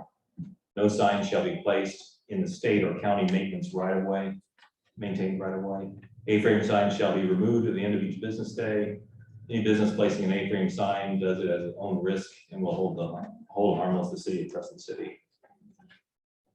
And then off-premise signs, they were not allowed prior to this change. Off-premise signs must be ground signs only. Off-premise wall and roof signs are prohibited. Off-premise signs shall only be allowed in commercial zoning districts. Off-premise signs shall have no more than 2 faces. Each face of an off-premise sign may have a maximum area of 100 square feet and be no more than 20 feet high. Off-premise signs shall not be digitized, animated, or have electrical service to be an EMC type sign. Off-premise sign applicants must provide evidence of the landowner's consent. Only one off-premise sign is allowed per lot. Those would be the signs that we see out here at the corner, the businesses that are up the street a ways, would allow for those signs. Now, EMC, Electronic Message Center, only one EMC is allowed per business or parcel. All EMCs must be on premise and meet section 6.7.31. The display screen of an EMC shall not be oriented towards a residential zoning district or create a traffic hazard. The conversion of an existing permitted sign to electronic message center or new message center shall require the approval of a new sign permit. EMC must not change copy more than once every 30 seconds. We can talk about that because our own sign changes much faster than that. The face of the electronic variable message sign shall have only one advertising message per duration of the display and shall not flash, strobe, or make noise during the sequencing. The idea there is we draw the driver's eye too much, making all kinds of flashing, and it's a distraction for drivers. Any message conveyed on EMC shall be instantaneous. In the event of an EMC malfunction, the responsible entity of the EMC shall turn to a dark screen until the malfunction is corrected. The applicant for EMC must demonstrate that the EMC sign will not exceed 0.3 foot candles over ambient lighting conditions when measured at a recommended distance. And that the proposed sign has automatic dimming capabilities and can be adjustable to a level that is visible and readable. And this is where we address feather signs, which currently were not addressed. Feather signs may be used for grand opening events and sidewalk sales pursuant to section 6.7.3. Feather sign may be used by licensed mobile vendors with a sign application fee. Feather sign must be of a professional quality and durability. Feather sign is a time-limited sign which must be removed each day. And then this says only one feather sign per business. A special event may have one feather sign at each public entrance. I think we need to tweak this language for second reading. I think we could allow more, because currently our hot dog vendor has at least 3, and the fish camp has 3, and it's really not objectionable, I don't think, except 3 or 4 of these signs. Also, it kind of, the way it reads to me is they're just for grand opening events and sidewalk sales. I think they could be used in the normal course of business. Then notwithstanding other provisions of this chapter, the city commission may permit a special event signing program. This is, we changed this because it was very limited. For instance, the farmer's market happens every month, so they would quickly use up the amount of time that was previously allowed. So this would basically allow up to 6 days prior for monthly events, up to 30 days prior for yearly events to be able to put out signs that promote that event coming up. For any use or combination of uses of any type that make the following findings. And these are the findings. The event is a festive occasion, which would be enhanced by use of signing not already allowed. All segments of the city's population may attend the event. The event is appropriate for the location where it is being held. Such a location must conform to zoning requirements. The event is being undertaken for the purpose of advertising, otherwise promoting a public oriented use or uses. These were already part of the code. We just changed, kind of adjusted the language where you were allowed 6 days prior to a monthly event and 30 days prior to an annual event. And then other sign provisions, what we got here, we struck no off-premise sign or sign not related to goods or services available because we're now allowing off-premises signs. And then this language stayed the same. For monument signs shall not exceed 8 feet in height, 100 square feet in sign area. Freestanding sign shall not exceed 20 feet in height, 100 square feet in area, and a building mount sign, the size of those signs. So this is the ordinance as it stands today. To stay the same.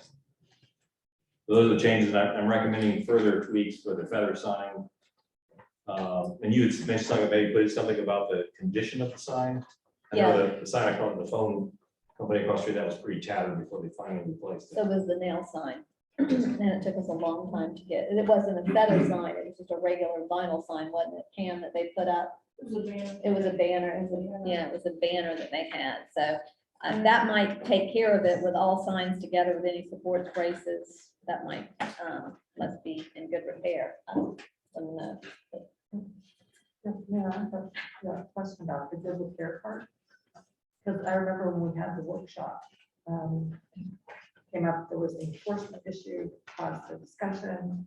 And I think it was Commissioner Burton or someone identified that we already had a good repair provision in there somewhere.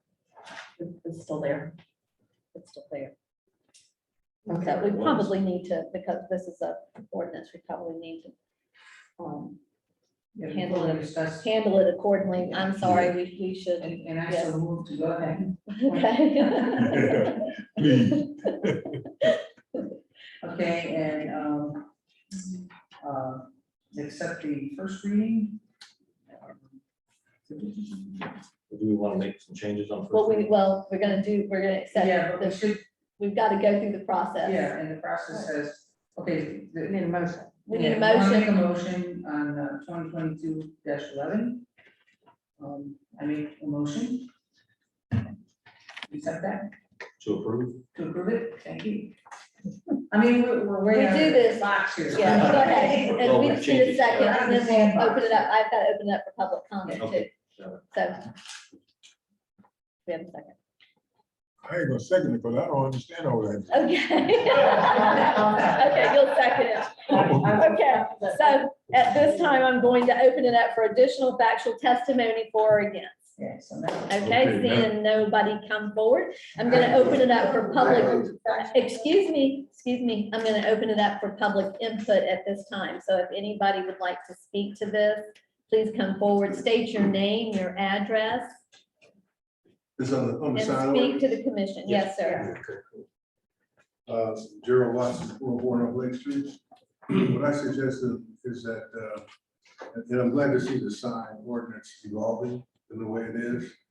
But I suggest that once it's finalized, that you look at creating for lack of a better word, a plain English sign guidebook for business owners. That could be distributed to each business owner, maybe even having a workshop. Most are busy about time with a workshop, but it would be very helpful to both existing business owners as well as new business owners moving to the area. Plain English that kind of explains it, and maybe even have some sample illustrations of what we're talking about. That's a good suggestion, and we could even just a one pager or two pager, and we could give it out when they get their application, when they pick up their application. Right. That's a good suggestion. Yeah. Any of you want to speak, Commissioner Banks, to I that? think we really need to do that, but this, girl has said, so the people will know. A person coming here right now, after he read it all, now we kind of understand the biggest of it because we don't sit through a workshop, but to the public. In other words, I will put a business in town, I will come try to find out about the sign. Because sometimes sign is the only time people know you're there. So I really think the public need more input. Okay.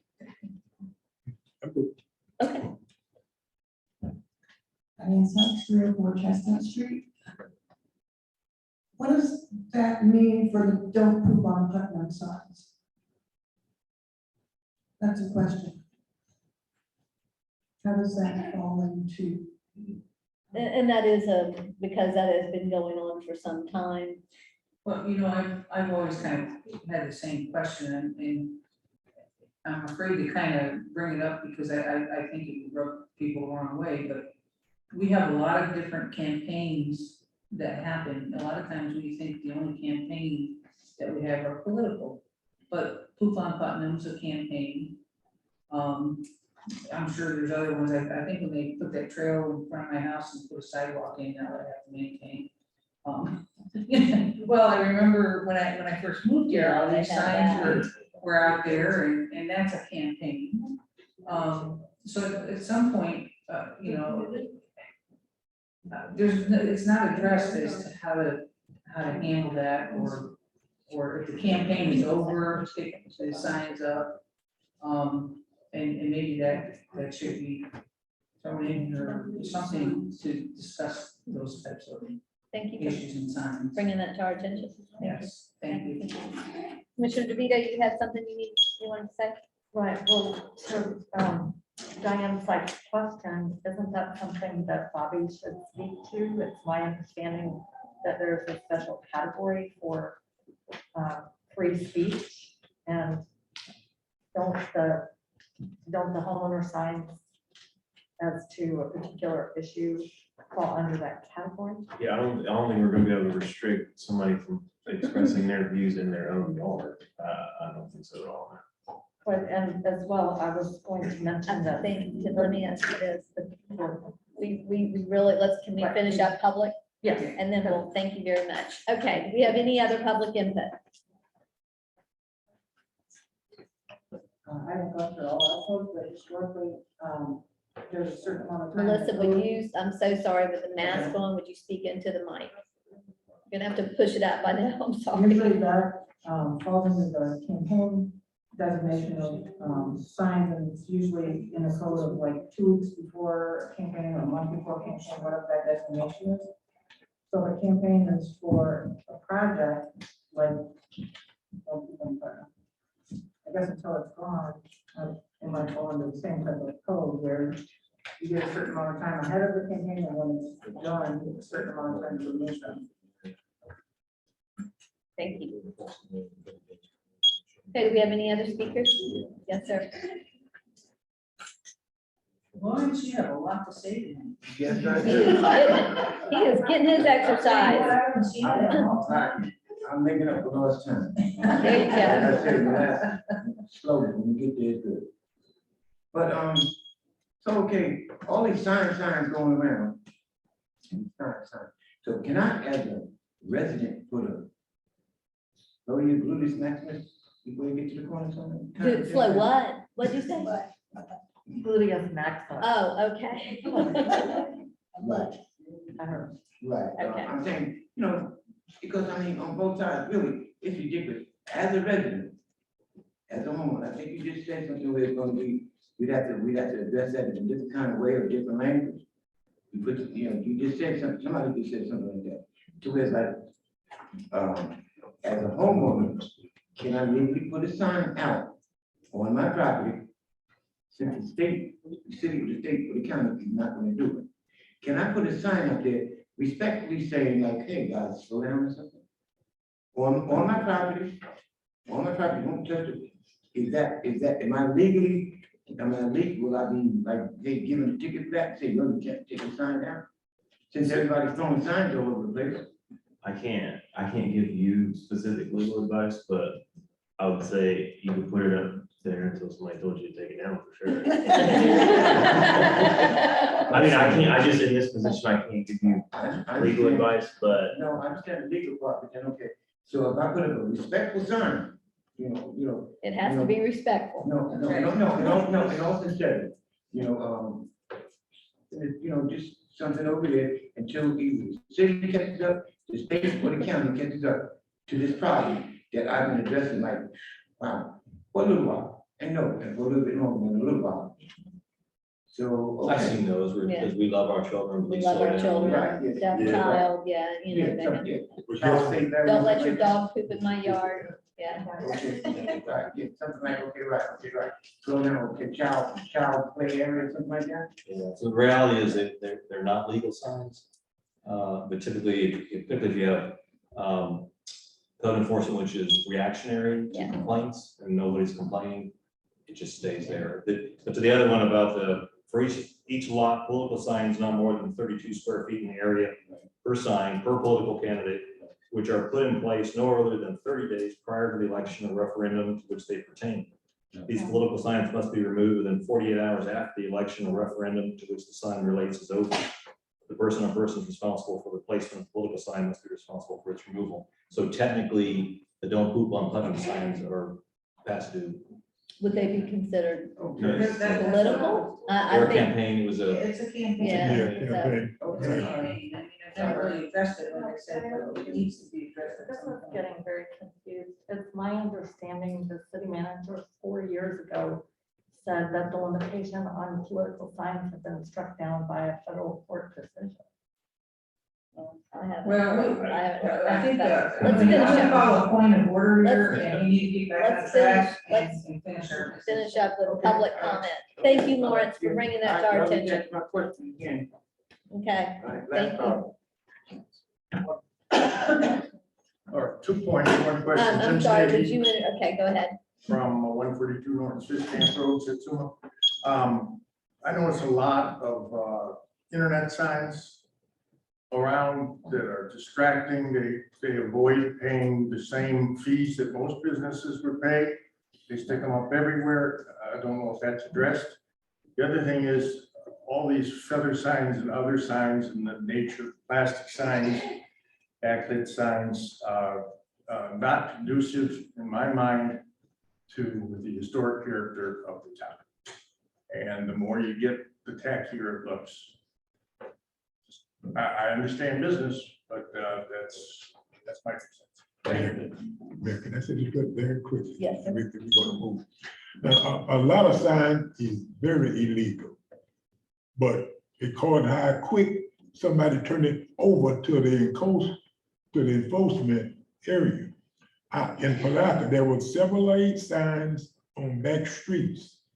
And I think the kids must be, the people who printed the sign must be actually school kids attending school. And they put on the sign, when you drive this fast, if your kids live here. Now that sign stayed there for almost a year and a half in Palaca. Somebody turned it in. And it was illegal, they had to move it. So that's how sometimes we see bad signs, and kind of like we talk about, get into place until somebody turns it in. And that might be for a long run. And then the code enforcement come out and tell them that they have to move. Do we have any other public comments at this time?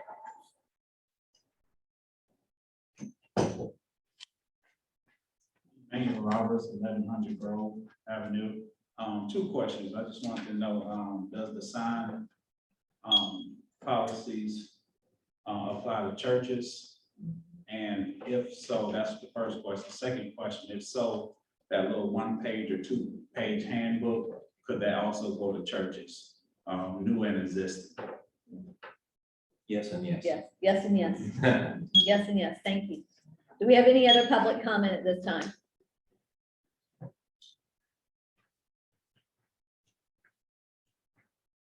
Liz Gomez, 19 Cedar Street. I worked for Walmart 20-some years, and I will suggest that they have great ideas, and besides the directions, maybe you will want to put pictures of the correct way to do it. That way they can see it.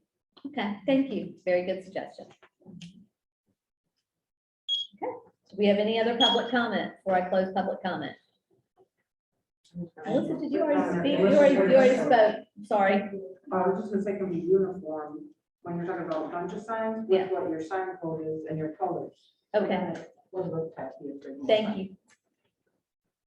Okay, seeing nobody else come forward, I'm going to go ahead and close public comment at this time. Commissioners, we have a motion and we have a second, and we are ready for some discussion. I do have some discussion. Okay, we'll start with Commissioner Burton. I just have, for the banners, I kind of put banners and I kind of put feathers. Feathered banners, basically, it's a different type of thing. I just have a question.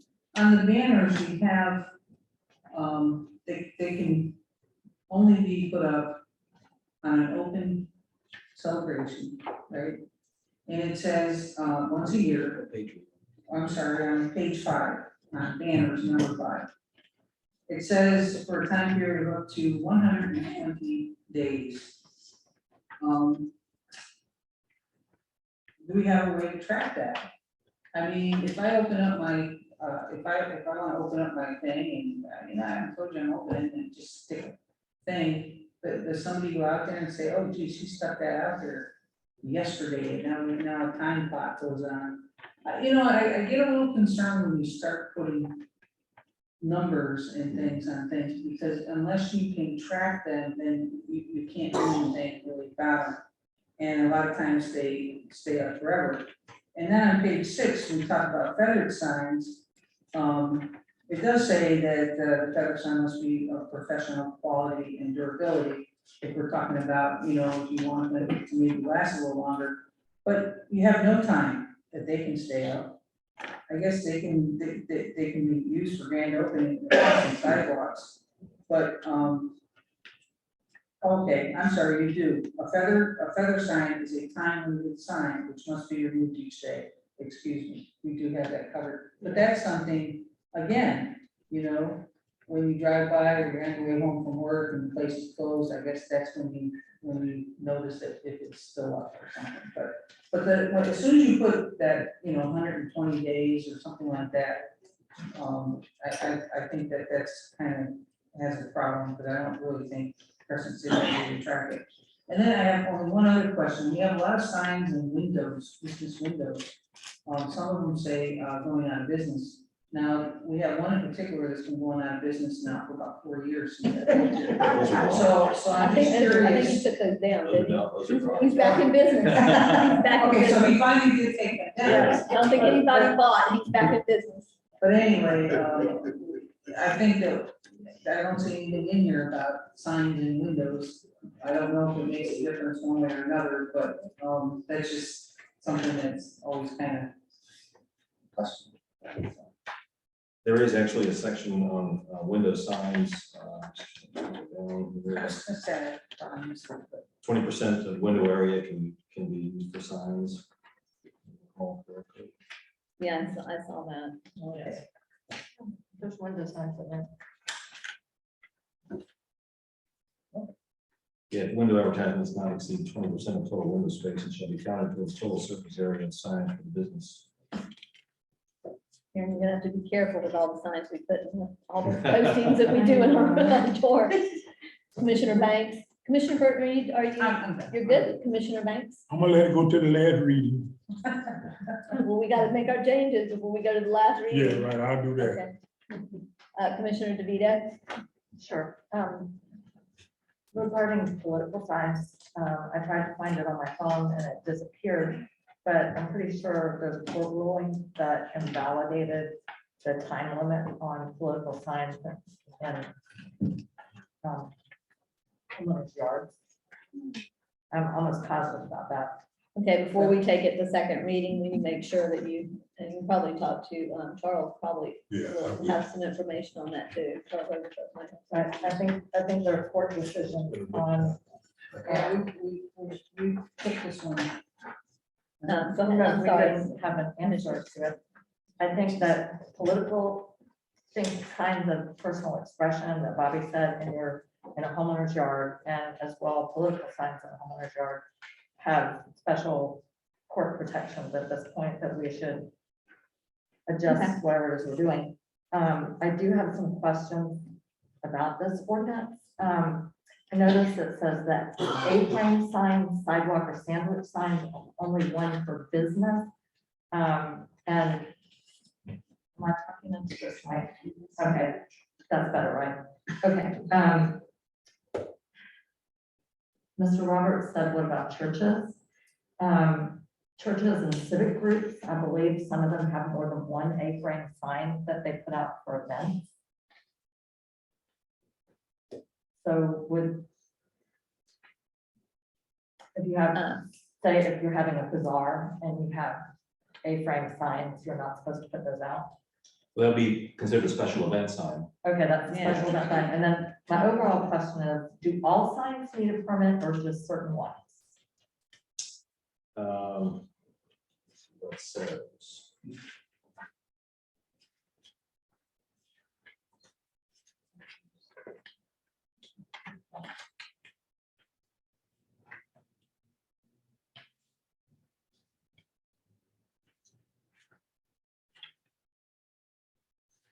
Actually, I don't see where permitting the fee are addressed. Okay, well, I'm just curious, because I think we talked about a permit for some of the feather signs. I know there we have, there's a permit that is required because if you put a business sign up, you have to pay a fee. There's a fee that has to It be. may be in the building. Yeah, Okay, that has to be paid in order to put up a building sign. I mean, Okay, so- a business sign. Okay, so churches and civic groups, one-day events, there's special events, and then, the electronic message center signs, there was a speaker, I think I heard him speak to this, and I agree. Those seem pretty tacky to me. Where would a sign like that go, for example, and is there a limit on the size? Well, we have one in the parking lot. Yeah. And that's enough for me, Yeah. for the whole town. Well, I've seen both. I've seen where, when you're entering it, both entering the community and entering the downtown, where they have either one where you go out and put up a physical sign that you got printed, Yeah. or there's an electronic board where you can just put words or graphics. Say, arts and street party this Friday, or arts and farmers market, or And we do that with, the sheriff's department has those that they put out for us, is that what that would be considered? The those portable signs? ones are electronic sign board. This would be, I'm thinking of permanent one. We did an entry feature into the downtown, for instance. We might want to put our special events on there, what's coming up, or messages. If we choose and we can afford to do it at the time, this will give us the ability, option, that would be a legal sign. Right, but this is, well, number one, I think, to me, seriously, in our tiny little historic business district, I think the sign in the city commission parking lot is plenty. I just don't think it fits with our historic character to have lighted signs in too many locations. But the way this reads, so our businesses could have lighted signs, even in the historic district, correct? They could, in the commercial zoning, they could. Right, because, I mean, I would like to see this at least, excluded from the historic district. I just think it's really an appearance conflict. I think to me, I think it detracts more than helps. I could see maybe the shopping center might want to have one at some point. I just don't think these are that attractive. And then for animated signs, are we saying those are prohibited totally? Is that why there's a definition there, that we don't allow those? Yeah, I think that's like, we don't have any signs that move, the sign Yeah. physically moves. No, I know what you Yeah. mean. You go to Orlando, Yeah, see that. But so we're saying these are prohibited. We're not allowed correct, them those are not allowed. anywhere. I am really not in favor of these electronic message centers. I think they're gonna detract from everything else that we're trying to do appearance wise. We're gonna have the banners, which we're gonna see later today, and I just think that's a total clash. I think you're gonna find that these are very cost prohibitive for most businesses in town. They're very expensive to put up. They're very expensive to operate. That's why a lot of banks don't have them anymore with the time and temperature on them, because of the cost, the maintenance and everything. So it might, now with an open sign, where they flash and open on their door, would that be considered an electronic message center sign? Well, currently people have open signs, but those actually go inside their business. In the window? Yeah, I think they'd be counted in the calculation for the business. Okay. Well, church sign, let's get back to the church. Now, I know a church in town got a sign out in front of St. Johnson Temple. And it stays there, and somebody puts different scriptures on it. Nice messages. Now, is that illegal?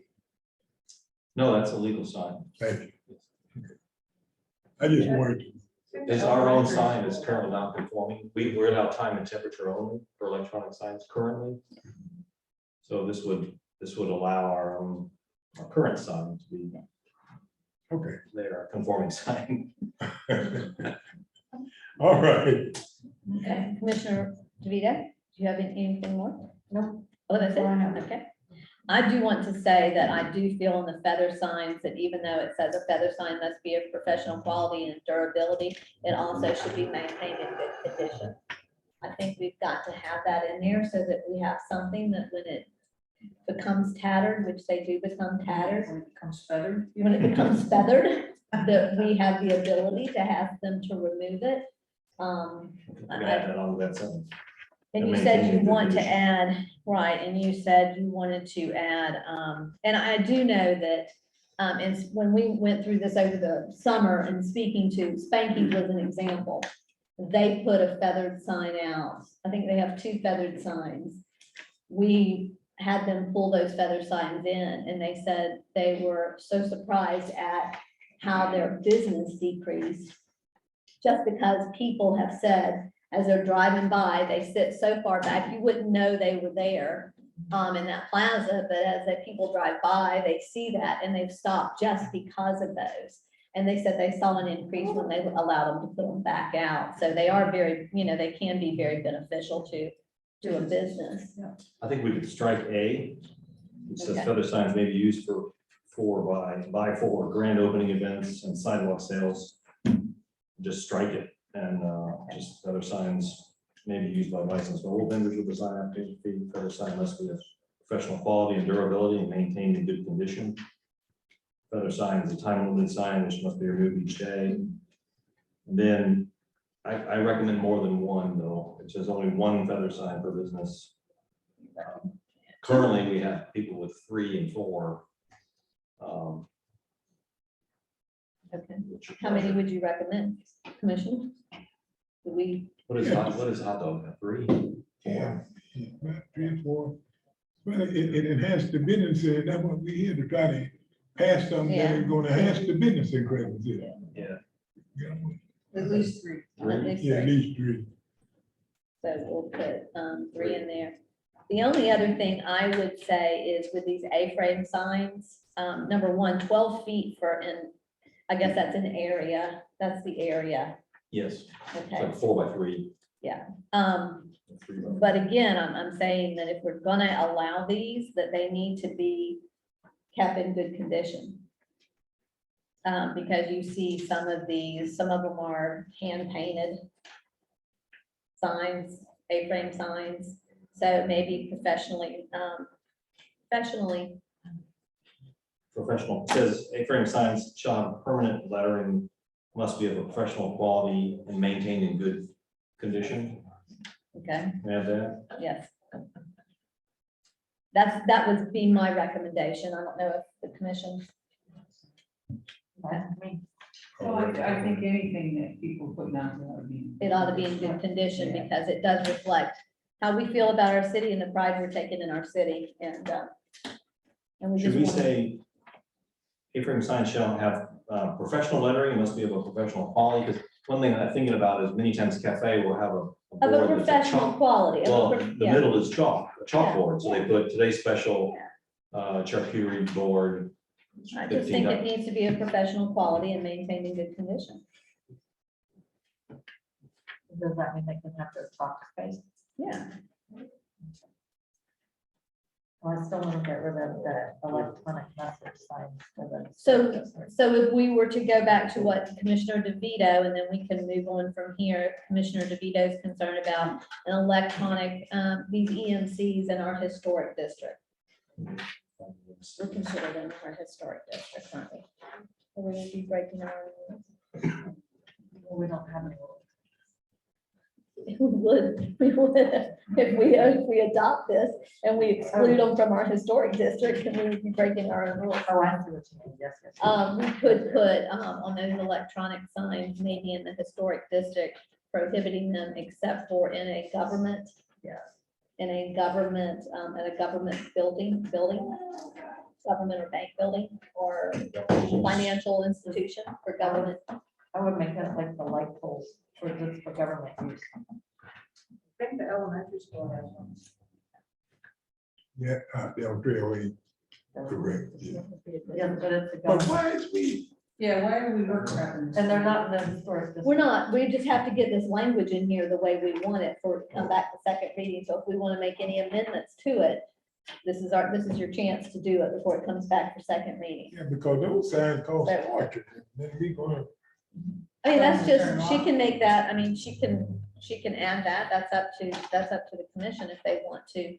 I do believe, Commissioner DeVito, that it's cost prohibitive for most businesses to put those up. Unless, I mean, we're talking about growth here. Milton Burning is not in the historic district. Okay. I'm not sure how much of that 17 is in the historic district. I can't picture the Okay. Quite a shape bit, of the district. quite a bit, from the 300 block up to the 500 block. If you Okay. notice where we have the displaced matters Then sign. we're gonna go forward with this. Who made our motion? Was it Commissioner Burton? Commissioner Burton, Commissioner DeVito seconded. Okay, You want me to write language that says prohibited within the historic district except for government purposes? Yeah, that would. Would you- School would be a That's a government. that's a government, that's a government. Would you Yeah. amend your motion to include these changes? Yeah, I'll amend the motion to include the changes. Okay, okay, Second it. we got a second. We got- we're good. He's still not seconded. No. Oh, well, I seconded You it. seconded, okay. Yeah, so Okay, we have a that's- motion and a second. Any more discussion? Just that, I did look and so we'll take out everything about the political signs, because you can't, I mean, you can regulate it, content neutral, time, place, and manner restrictions, but I don't think we should get into. I don't think we want to invite a lawsuit, so I think we can, once that happens, if we have somebody that puts a 50 by 50 foot sign in their yard, then I think we come and talk about it at that point. Okay. He wants to strike anything related, referencing political signs. Okay. Because if they struck down 45 days before and 10 days after, ours is much more strict than that, so I can guarantee that it would be. Okay, thank you. Okay, it's okay, Commissioners, we have a motion with the recommended changes. We have a second. All in favor, say aye. Aye. All opposed, nay. Yay. Okay, ayes have it. Let's move on to the first reading of ordinance 2022-12.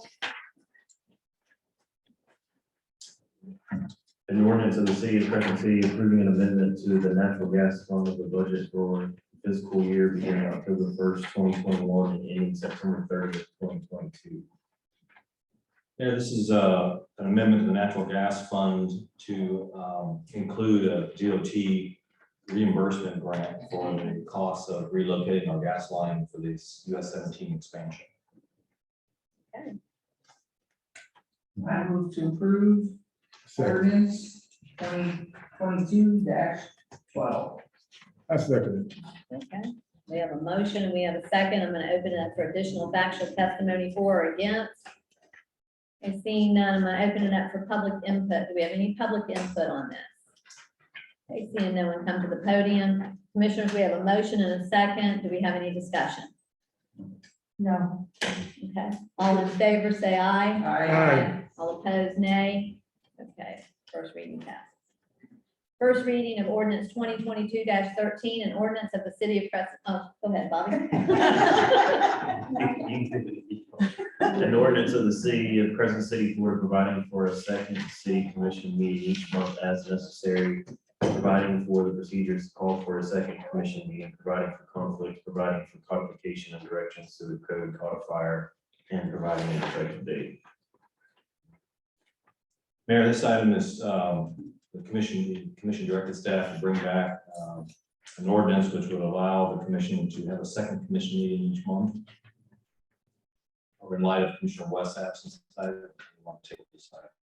Okay, I'm not on the table this item. You did make some changes to it, so she probably wants to see those changes. Yeah. So, I make Do I a have a motion, I make a motion that we table it to the next following meeting. okay, we have a motion to table in a second. All in favor, say aye. Aye. Aye. Okay, resolution number 2022-02. A resolution of the city of Crescent City authorizing participation in the Florida Main Street program. Okay. Providing for authorization, providing for an effective date. That's how it needs to be. Mayor, this resolution is part of our application to the Florida Main Street program that the city passed a resolution pledging their support for the Main Street, what will become the Main Street organization. Okay, I move that we adopt resolution 2022-02, authorizing participation in the Florida Main Street program. Second. okay, we have a resolution to adopt. We have a second. Y'all are just full. What? Is there a problem? Bobby, that was what they sent to us. Okay, I was just, the title is correct on the actual resolution, but in the agenda, so I was just trying to make sure the title was correct before we passed it. So it's not. Okay. It's correct. It's good. Mhm. Okay, I'm gonna open it up for factual testimony for or against. I'm gonna open it up for public input. Do we have any public input on this? Okay, seeing no public input, commissioners, we have a motion and a second to adopt this resolution. Do we have any discussion?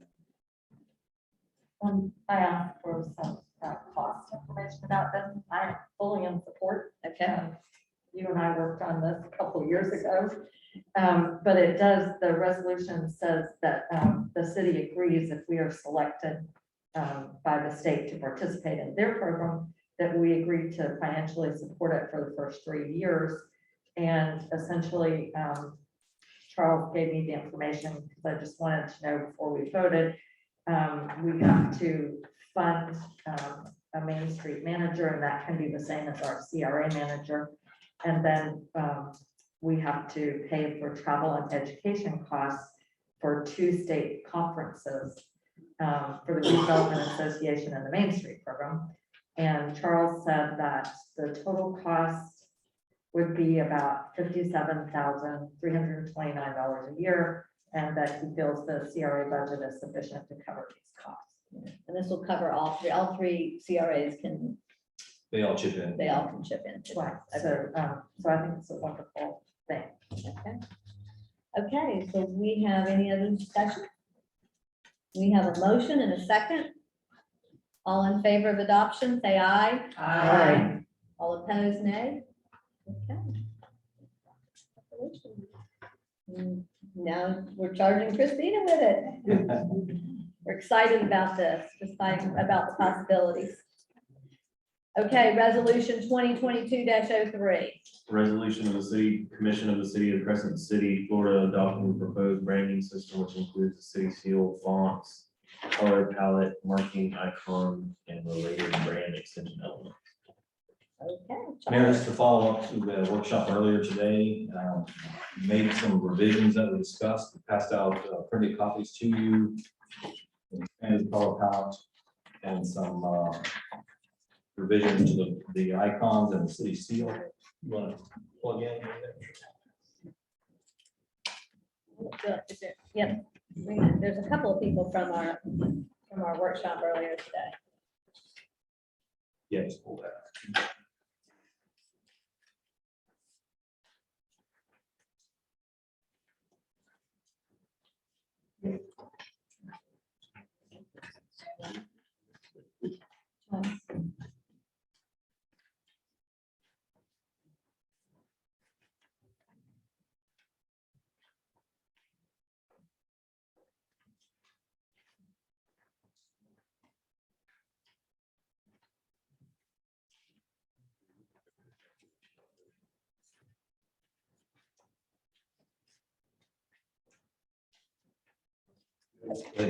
So, excuse me, Mayor and Commission, thank you for having us here tonight. Aaron Arnett Mulder Associates, as you all know, we've been working with you all for the past few months on this brand system. We talked about it earlier today in our workshop.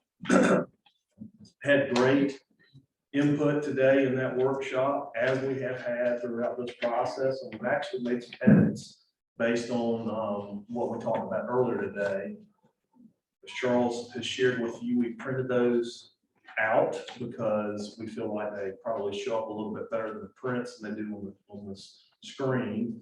But I want to walk you through them real quick. First, just to touch on the fact that this has been an iterative process. We first got here in December, met with individual stakeholders on a one-on-one basis, the commissioners, several people in this room, to talk about the character of the community.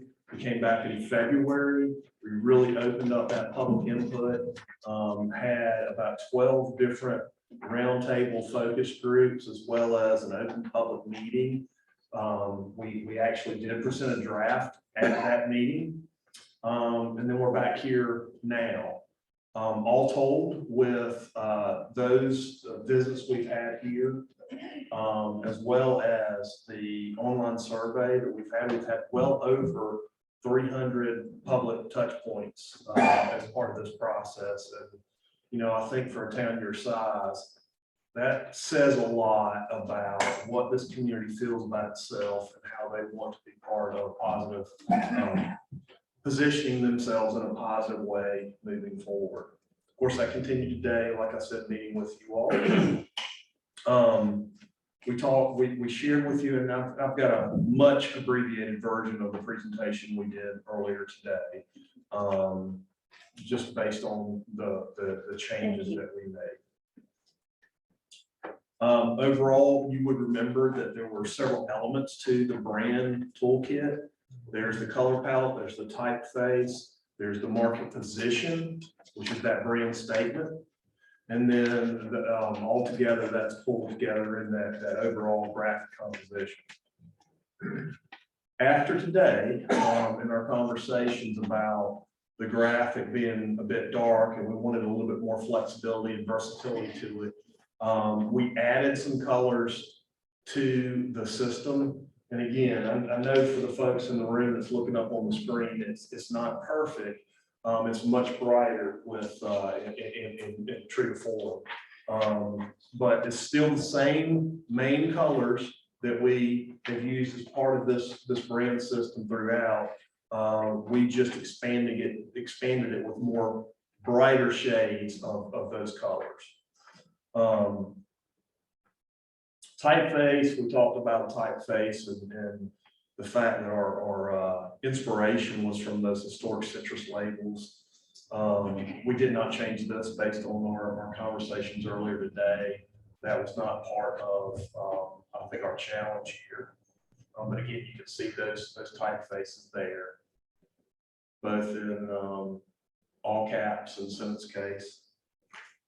And then we talked about the brand statement. Now, I know I read this earlier today. You've heard this several times, but I think for the folks in the room, I'm just gonna go ahead and read it again, if that's okay with you. It makes you feel good, doesn't it? It Makes us feel good when you read it. It's like, I just want to go, woo. Well, I'm glad to hear that, because I mean, this really is about what we heard from you all in this community, about what you hold dear about this place. And I mentioned earlier to you all, this brand statement, it's an elevator speech. It's about 5 slides of a narrative. It's not something that we're going to use every single time we're promoting our community. However, we have designed it intentionally where we can pull out these paragraphs and use them to promote a specific element of the community. But really, it's what we heard. It's what you love about this community. It also builds some of those creative elements that led us to that brand. And then, of course, it leads us to our character and tagline. So, quickly, we are Crescent City, Florida. In the heart of the Fruitland Peninsula, this land proved fertile for lush orange groves and ferneries, and our city is proud of our deep roots in agriculture. While our relationship with our land has evolved, our relationship with water has continued to define us through our most precious natural resources, our 2 lakes. From the reed grass and lily pads that give Lake Stella its serene calm, to the water softly lapping the docks that surround Crescent Lake, our water is our treasure. It also provides unrivaled recreation, from world-class crappie and bass fishing to kayaking, swimming, and taking in the abundant wildlife. Our water surrounds us. That same water has also shaped the people that have called us home. Tools and pottery from Native Americans from thousands of years ago can be found on our shores and waterways, relics of our earliest settlements. Later residents came here to escape. People looking for new life after the Civil War, northerners seeking a winter refuge, or newcomers simply seeking a slower pace of life. Our stories flow through us. We have great stories here. Steamships were a common sight on Crescent Lake, bringing in settlers and visitors alike and carrying our name out to the world. Our women's club, one of the oldest in the country, helped pave our streets and brought us our first library and movie theater. Today, the club continues to show that women make it happen locally. Likewise, our hometown sun A. Philip Randolph made things happen nationally as the leader of the civil rights movement and an architect of the March on Washington. These stories make us intensely proud and are still told on our streets, at our homes, and in our pulpits. These narratives have ingrained in us who we are and made us proud of who we have become. We have a diversity of people, a mix of race, culture, and nationality, and we celebrate this unique blend of flavor each day. We are warm people, where strangers quickly become friends and outsiders are welcome with open arms. We have torn down many of the walls that divided us and continue to create an environment of inclusion. We may not be elite nor exclusive, but we are indeed a rich people. We are a humble community, but know that we are the oasis of old Florida. We are uncomplicated, but hardly unforgettable. There's a serenity and peacefulness here that is like no other. It is the pace of life. It's the smile and wave of the stranger on the street. It's the fellowship in the church halls and the conversations in the barber chair. It's the Spanish moss waving in the breeze on our grand oak trees. It's the ripples of waters and cranes flying along our shore. Crescent City is special. We are the land between sunrise and sunset. We are life between the lakes. We are Crescent City. So that's that overall brand narrative that led us to this graphic. There's a lot more to this system, but of course, this is what we talked about earlier today. You all, in our conversation earlier today, really responded to this picture and the colors and the brightness of this picture. The original conversation was that first graphic. We felt like, well, it might be a little bit dark. So we really tried to pull out those colors. I hope that you see here on the screen and hopefully there in front of you that it's a lot brighter and more vibrant. It still keeps all of those elements that we talked about, the sunrise to sunset on both sides of the tree, which is the land between the lakes. One of the things that we had talked about is y'all preferred the gold suns, but the gold suns with the white sun rays. And we pulled that in there. You see there's a lot more, variation to the colors here. You can see a red that we brought into that here as well. So there's a lot more depth to this overall. We also showed two options where the crescent moon was, one option was it was centered over the tree. And this option that you all prefer, which I certainly agree with, is it's slightly offset there, and it works really well with that overall composition. The last thing is we have that burgundy sort of circle there within the logo, and that really represents 100% high school here in the community. We've heard so much about that being an important part of our history and our heritage, so that has been reflected in here right now. So that's the marketing logo. Of course, we did one to represent the official city seal as well. The change here that we did, as we talked about earlier today, was doing City of Crescent City for the official city seal versus just Crescent City. And finally, you can see there's multiple variations of this that can be used. And you also saw a lot of that earlier today. You know, a brand is not just a singular logo, it's an entire system. You recall what we've seen in the past with the previous presentations and what we talked about today. There's a lot more to this, but this is really the result of everything that we talked about today. You have the banners on there too to show. I do not, but I can pull them up from the previous Just presentation. saying for those in the audience, just to see Absolutely. what we're hoping to do. Y'all mentioned that earlier, and I knew that might be a request, so I've got it loaded up right here.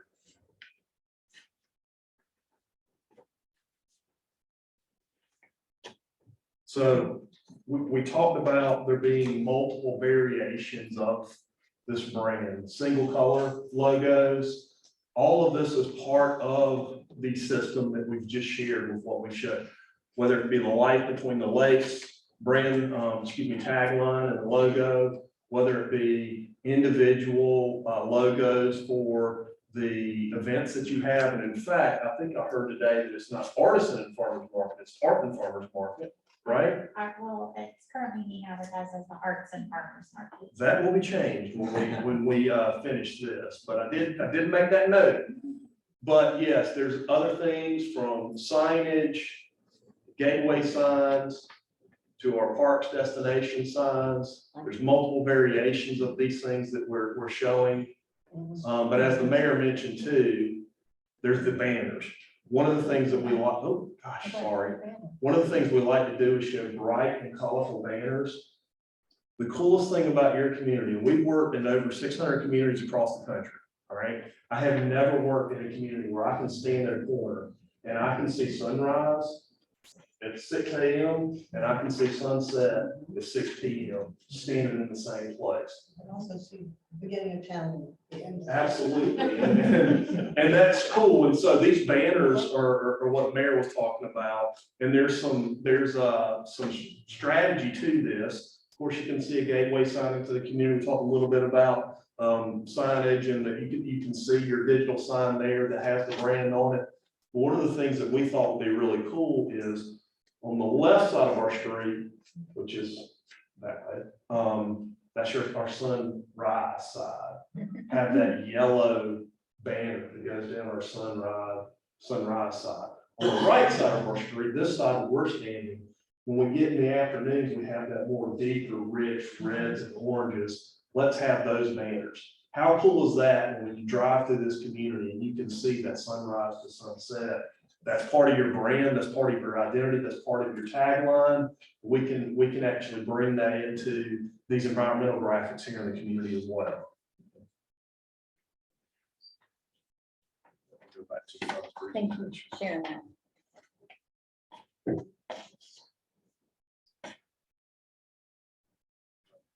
Where we were. So Mayor, we're requesting, recommending approval of the resolution to adopt this and authorization to begin implementation. I move. I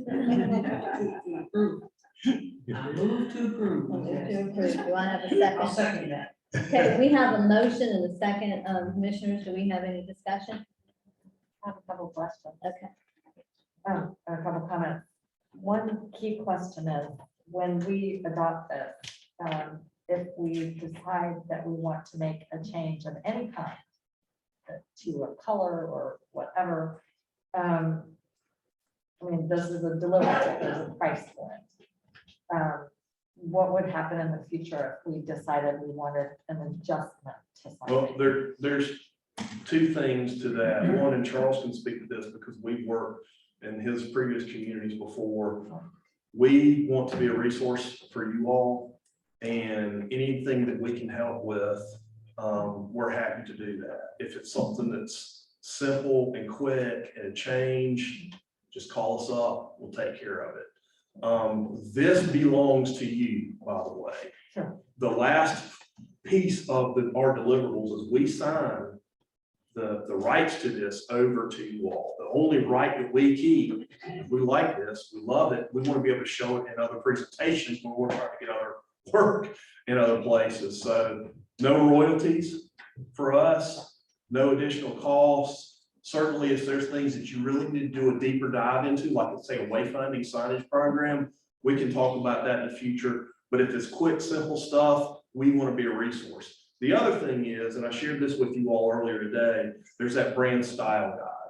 So there will be new events that you'll have in the future that we hadn't even thought about right now. And that style guide will give you all the details and the technical aspects of this brand so that you can work with, to create that. Now, what we love is if a community has some creative talent that exists in their town, to where y'all don't have to pick up the phone and call us. Y'all can tap into people that are here locally to do that. But if that's not available here, that style guide would help that happen. But if it's not available here, just pick up the phone and call us. And I can attest to that. Long after the deliverables, I've reached out to them and said, can you make a little change to this street party logo, or and make those tweaks. And then banner companies have in-house graphics, so we send them the brand system.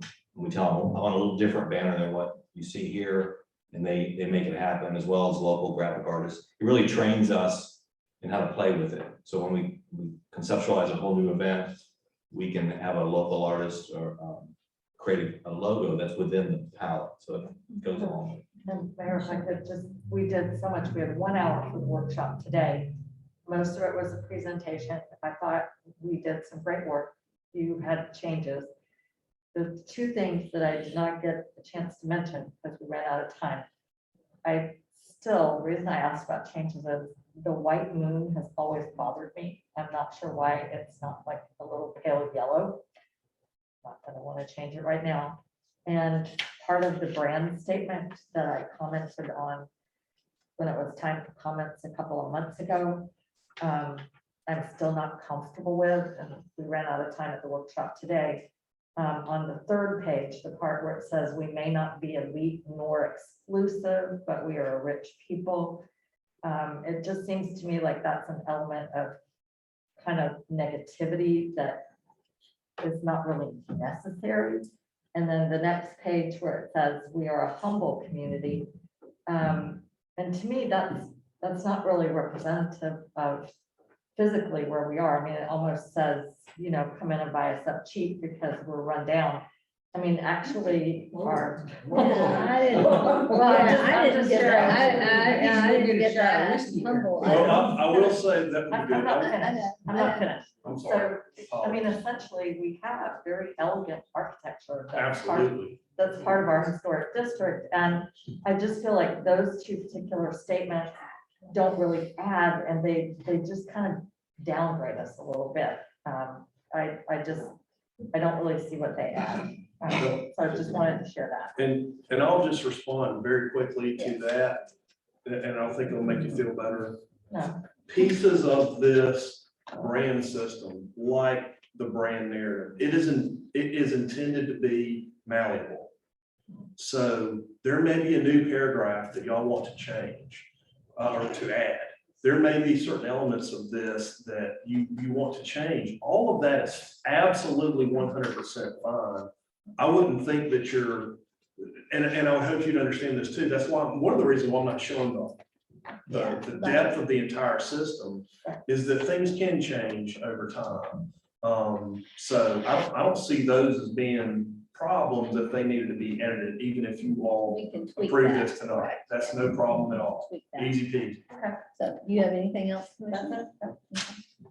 Casimira asked me today when we were driving around on the golf cart, and it was hard because she said, what's your one thing, knowing we were going into this brand, what is the one thing that you want to represent, with the brand? What do you see that and I said, of course, Lake Stella, the lakes. I love the lakes and the fact that, and you hit it. I mean, you hit it right, right there on Central Avenue. You can see both of our gyms. Also the people, and you hit that too. And that's the people in this community and that make up this community. And I feel that I think we are a very humble community. And people in this town will talk to you, they'll wave to you, even if they don't like you. But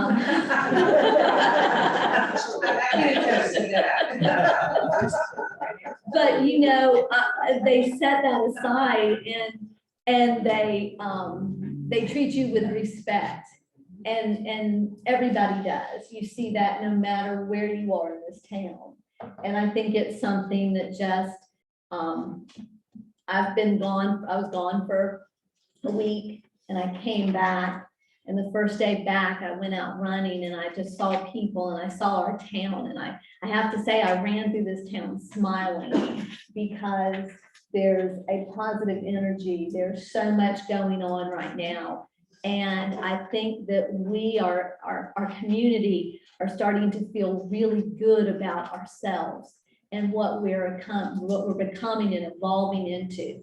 And this brand, we thank you because sometimes you've put into words what we feel. And you've done an exceptional job in doing that. And I also appreciate the fact that you listened. You know, I don't think Charles listened to me.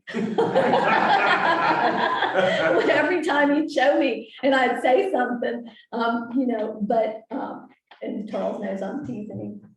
But you listen to us and you listen to the residents and you listen to them today. And in my opinion, y'all hit the nail on the head.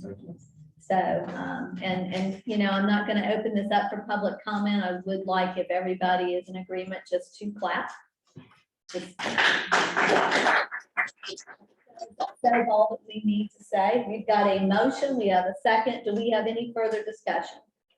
The only other thing that I will add, and I am concerned about this, is that Commissioner West is not here, and we put this off, trying to be collegiate, but I feel like she will be very pleased. I feel like you hit the things, you kept the burgundy in there, you kept the sun in there, and that I feel comfortable going forward without her, knowing that she had her input today. Is everybody in agreement? Yeah.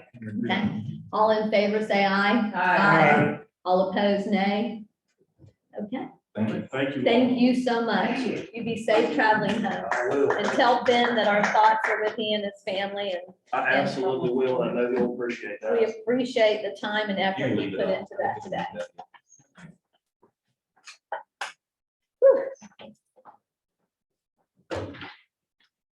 Okay, I think from there, we're gonna move into our business items. And so Charles, we're gonna start with, you want to start this off? Mayor, this is consideration of response to RFP 2021-03 for the redevelopment of the former New Move Masonic Lodge. We did get one response to the RFP, and they're here tonight to make a presentation.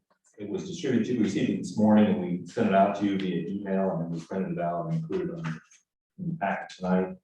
So the folks from Concerned Citizens of South Putnam want to come forward.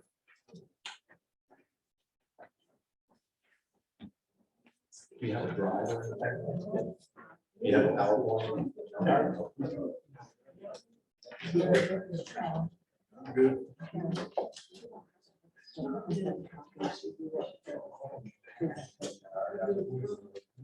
Good evening.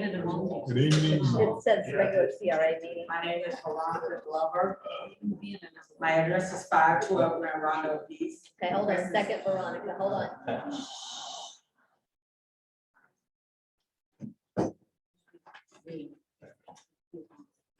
Okay, here we go. Welcome, everybody. Yeah, my name is Veronica Glover, and I live at 512 Grand Rondo East, Crescent City, Florida. I am the president of the Concerned Citizens of South Putnam, and with me are board members and members of the organization. So tonight we will do a presentation about the New Moon Masonic Lodge. I'm going to turn it over right now to Mrs. Patricia Lavelle, because she has been the one that has been able to do the most work on it. And she's the chairperson of the board.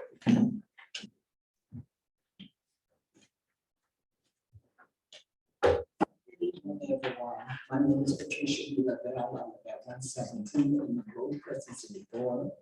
I know that you all have been given the packet.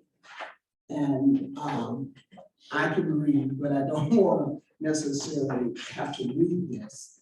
So my thing is to you, have you had the chance to look over it? And if so, we can go into questions. And that might kind of facilitate us when we're taking a big decision. Okay, why don't you, we really probably haven't had time. Why don't you just give us an overview? And then we'll talk about it. So why don't you just, if you want to just give us an overview, can you, will that? I first start off with the history of New Moon Lodge. Let me say this. Dear citizens of Crescent City, the Concerned Citizens of South Putnam is very pleased to submit the enclosed concept and financial proposal for the redevelopment of the African American Masonic Hall, New Moon Lodge number 32, located at 107 North Main Street, Crescent City, Florida. This building has a rich history stemming back from the 1800s. Our plans would be to transform this building into what will be known as the Concerned Citizens of South Putnam Empowerment Center, or the CCSPEC. This project will serve as a reminder of the rich history of our city and will also pay homage to the pioneers who made great contributions in the city at large. You are aware our interest goes beyond this project and extend to developing a long-time partnership to help achieve the goals of the city and improve the deteriorating conditions in our community. Secondly, collectively, the board and staff of CCSP have over 60 years of experience in entrepreneurship projects, community and economical development, real estate, housing development, weatherization, rehabilitation, and new construction and project management. CCSP aims to become a stakeholder in Crescent City and continue to contribute to its renaissance. We look forward to answering any questions you may have during our session.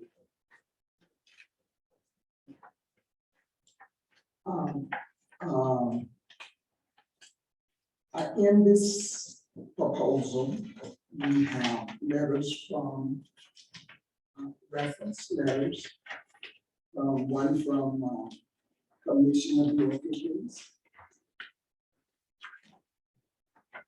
one from the former city manager, law office of Patrick J. Kennedy, the Women's City Club Association, and superintendent of schools. In the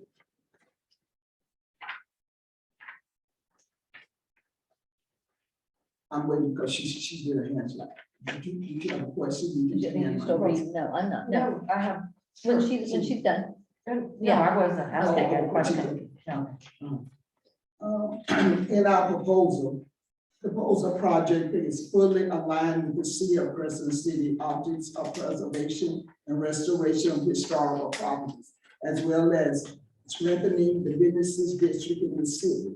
We also believe it is imperative that we focus on developing visible community by expanding economical opportunities, principally for persons of low and moderate income. The general objective is achieved by concentrating on activities which benefit low and moderate income families and low micro businesses by the development of these parcels, redevelopment, beautification within the community, redevelopment areas. This project will be the catalyst to stimulating additional development activities and providing opportunities to build. The creation of jobs and substantially add to the improvement of the city. Our goal is to preserve and restore this historical property into a multi-purpose facility that will meet the needs of the community. The CCSPEC will be used as a catalyst for economical development and a hub for resources in South Putnam. Services will include, but not limited to, startup assistance and business development services, home ownership workshop, senior citizen resources, community and cultural art centers, after-school programs, financial literacy, physical and mental health, event space for local gatherings. We are asking that 107 North Main Street, Crescent City, Florida, property be deeded over to the Concerned Citizens of South Putnam Incorporated within 3 within 23 to 24 months, sorry about that. Our plan is to have this building fully operational. In addition to the donations of the building, we also are requesting a capital improvement subsidy to offset the cost of restoring the property and maintaining the historical character and details of the structure. See the resources and uses by detail. And you see on that next page, this is actually an estimate. We know that once we get the property, we have to get bids on everything. You understand that the figures that you see right now are just estimate from projects that from sources that we use to figure out the budget for this project. Based upon preliminary inspections, we all know that building hadn't had any work done years. So there's a lot of work that has to be done on the building. We also realize that we are in the process by the middle part of August, we should have our 501(c). There is a lot of work that has to be done. And the ways that we are planning on funding is also outlined within the plan. So you're currently not, you're not operating as a 501(c)(3) currently? We're currently not operating as 501(c). We do have our consultant with us in that, that is Blueprint Ventures. Blueprint Ventures. That is with he's stationed out of Tampa, Florida. Okay. We have also talking to Mr. Shuttleworth, who is a historian out of the land. We met with him and we've been over and know what it takes in order to do restoration of a building. We had the opportunity of also meeting with the historian in the land, and she was able to give us pointers, all of them. We had an opportunity to go to the JW building in the land that he is now restoring. And we understand that he does have a warehouse that we've been in that have various materials for the age of the building that here at New Moon Lodge that's being restored. And he has consented to work with us and help and assist us in any way necessary to accomplish the goal that we're trying to accomplish. And we also have our big Mr. Jim Stady, who's an architect, and he's your resident and a historian. He's your resident architect. Yes. Okay.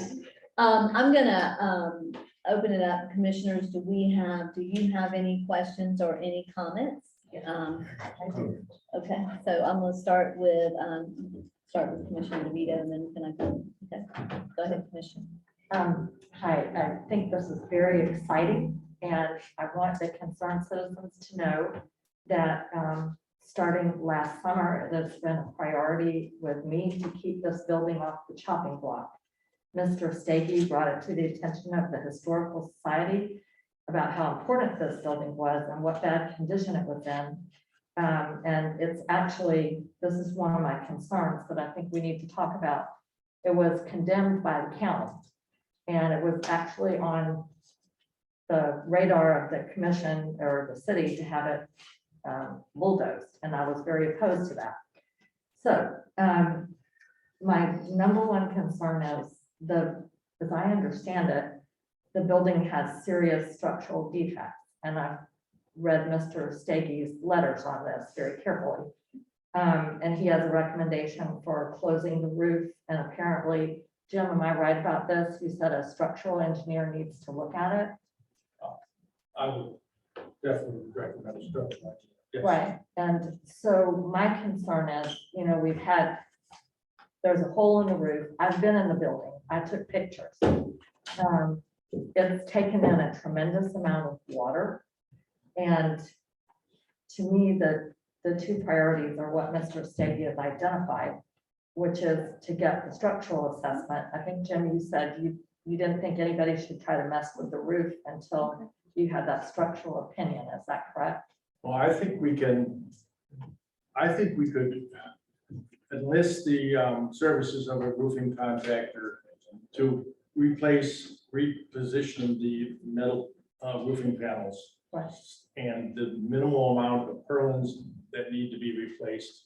The so that minimal we amount can- what? Purlins, Okay. structural members to hold the roofing down so that we get that done. I mean, that should be done before this rainy season and hurricane season. I don't want to see any more. Luckily, it's built out of our pine. It's hard, and it's hard, And it's we hardy. get some benefits from that.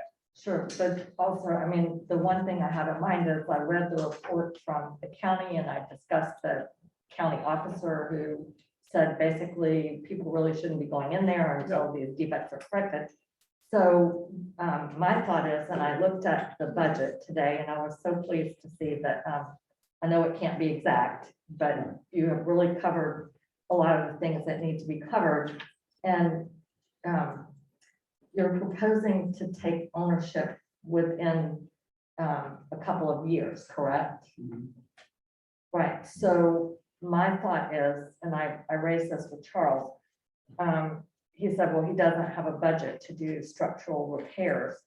But my thought was that perhaps that should be something that, because you're asking for city contributions, that some of the city contributions should be upfront and should, in this process, and should be directed to the items that Mr. Stady has identified. How do you folks feel about that? We've done some things. We've cleaned that place up. Right? Yeah. Hasn't that done some wonderful things to that area? Because I don't see any more No. drinking on it. I don't see people going in there with malintent. And quite honestly, I was out there mowing today. I wish our neighbor would clean up that lot on the corner. But it's, I have to digress 1 minute. Go back onto Google Earth and look at that building 3 years ago and tell ourselves, we're not going to let that happen again. That building went down quickly. Yes. Sure did. Very quickly. Yes. Okay, all that said, roof and a structural engineer would make a huge difference. The roof is a no-brainer, just get that done. Structural engineer, sometimes we have, after doing 40 years in the business, we get favors after you've done some major projects with them. You know, I'll work any way I can to get a good structural engineer in here to do some assessments. Right, so I It's guess- not a foundation thing, it's gonna be roof members, that rear porch is shot. I mean, we just, Yeah. I'm afraid we just get rid of that and start from scratch back there. But I didn't see significant tagging in the center or anything else, so. Right, so what I'm saying is we've come so far.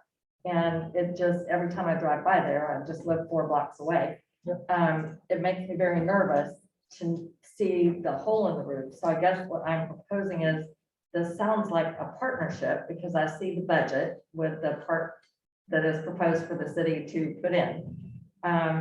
So I'm thinking to start this off, it might be a good idea for the city to begin with the roofing and the structural part. Because I mean, this is May. Hurricane season is June 1st. Well, that was one of the things that we did discuss. We know that we're in the process now of raising money, and that is our first part. If you look in phase 1 of it, it tells you the first thing is the roof that we're working on. And we're working on that right now, to raise money to get that roof. And we knew that was gonna be. But I'm saying, if you want money from the city, my suggestion would be, because we have, this building is in the CRA, isn't it? Yeah, I'm gonna, Sure. before we get too far down in this, That road, I'm sure. gonna let Commissioner Banks, say a couple of comments, and then we're gonna come back to it with maybe a recommendation about how we move forward from this point. Okay. Okay, Commissioner Banks? Yeah, I want to thank the organization, but really Jim and Albert Mitchell. Albert? Yeah, y'all know him. He come to me when it first came to the city attention that it needed to be torn down. It was so high. And Mr. Mitchell, he told me, he said, I ain't got the $30,000, but I'm ready to help do what it can do. So to me, that was a commitment in an array of seriousness. And they jumped right on, him and Jim jumped right on, because Mr. Mitchell, every time he see me out to save a lot, he would ask me the progress, and I tell him when it's gonna happen next week. So I'm so happy to see the citizens of Crescent City.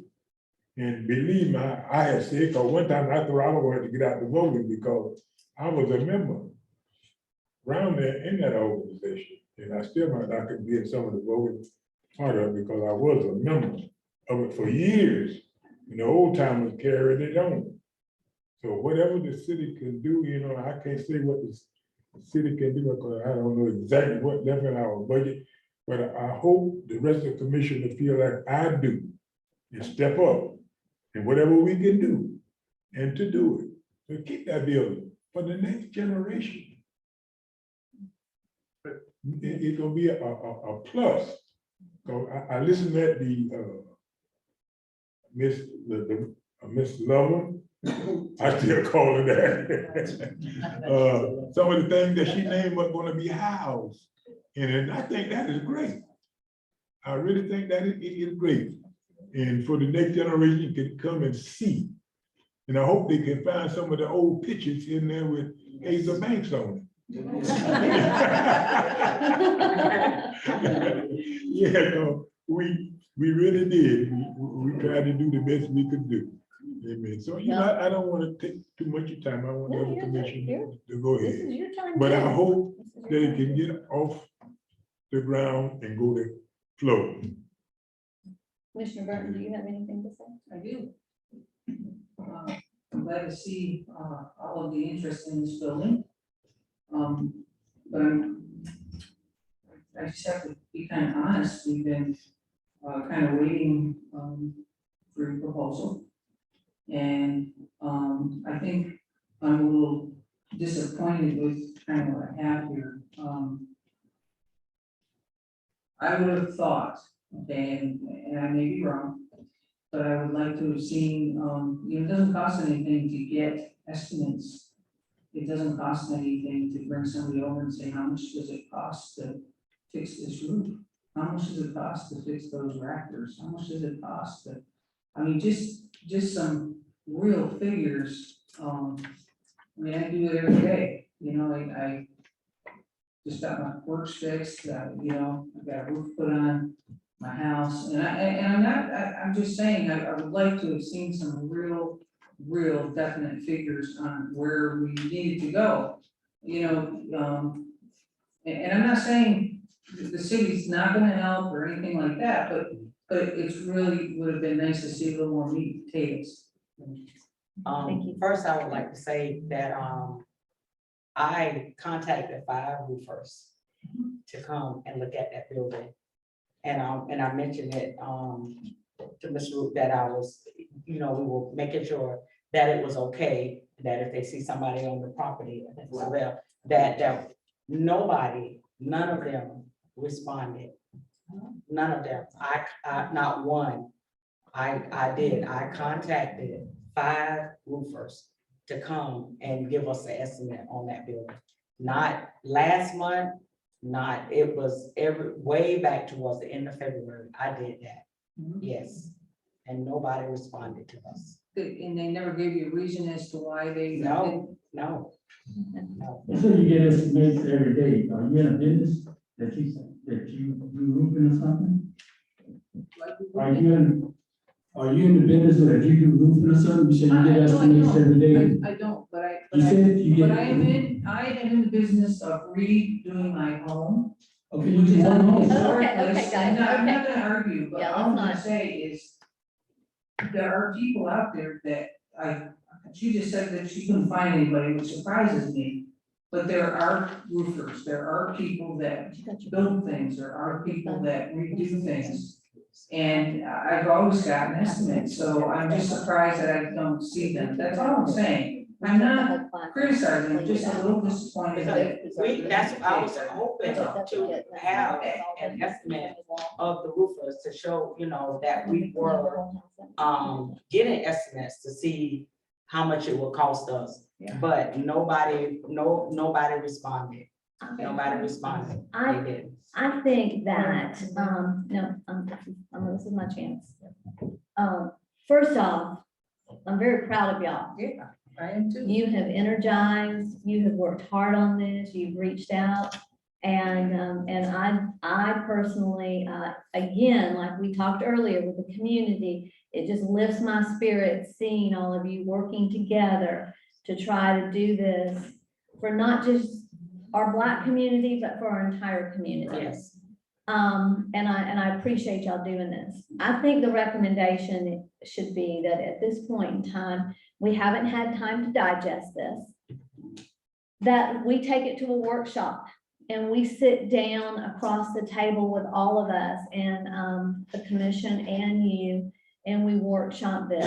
And maybe in preparation for that, we have some estimates. I would think that possibly, Jim, you've done this enough, that maybe you need, you don't piecemeal it, maybe you have to hire a contractor who has those contacts that can reach out and somebody is gonna respond to them. Right now, roofing companies, all of those people, they're busy. Yes. And then if they do take the job, they don't have the supplies right now. So there's a lot of limitations that you're gonna be dealing with on an individual basis if you try to bid this out on your own.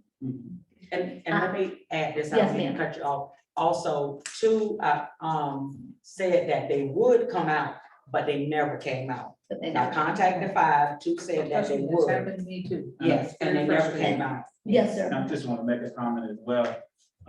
And first of all, thank you all for even, considering it and reviewing the information. And Jim probably can help me out as well. But also keep in mind when you're dealing with historical buildings, all roofers just don't jump on that. There's certain guidelines that you have to follow when you're dealing with the historical buildings.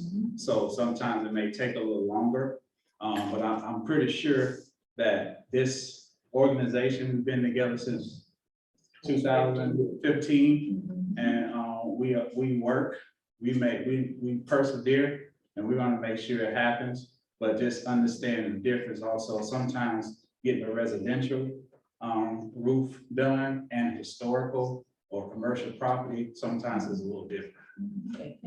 I agree. And I that's why I think I go back to us coming together in a workshop and sitting down. Maybe by then we can have some we can figure out some renderings.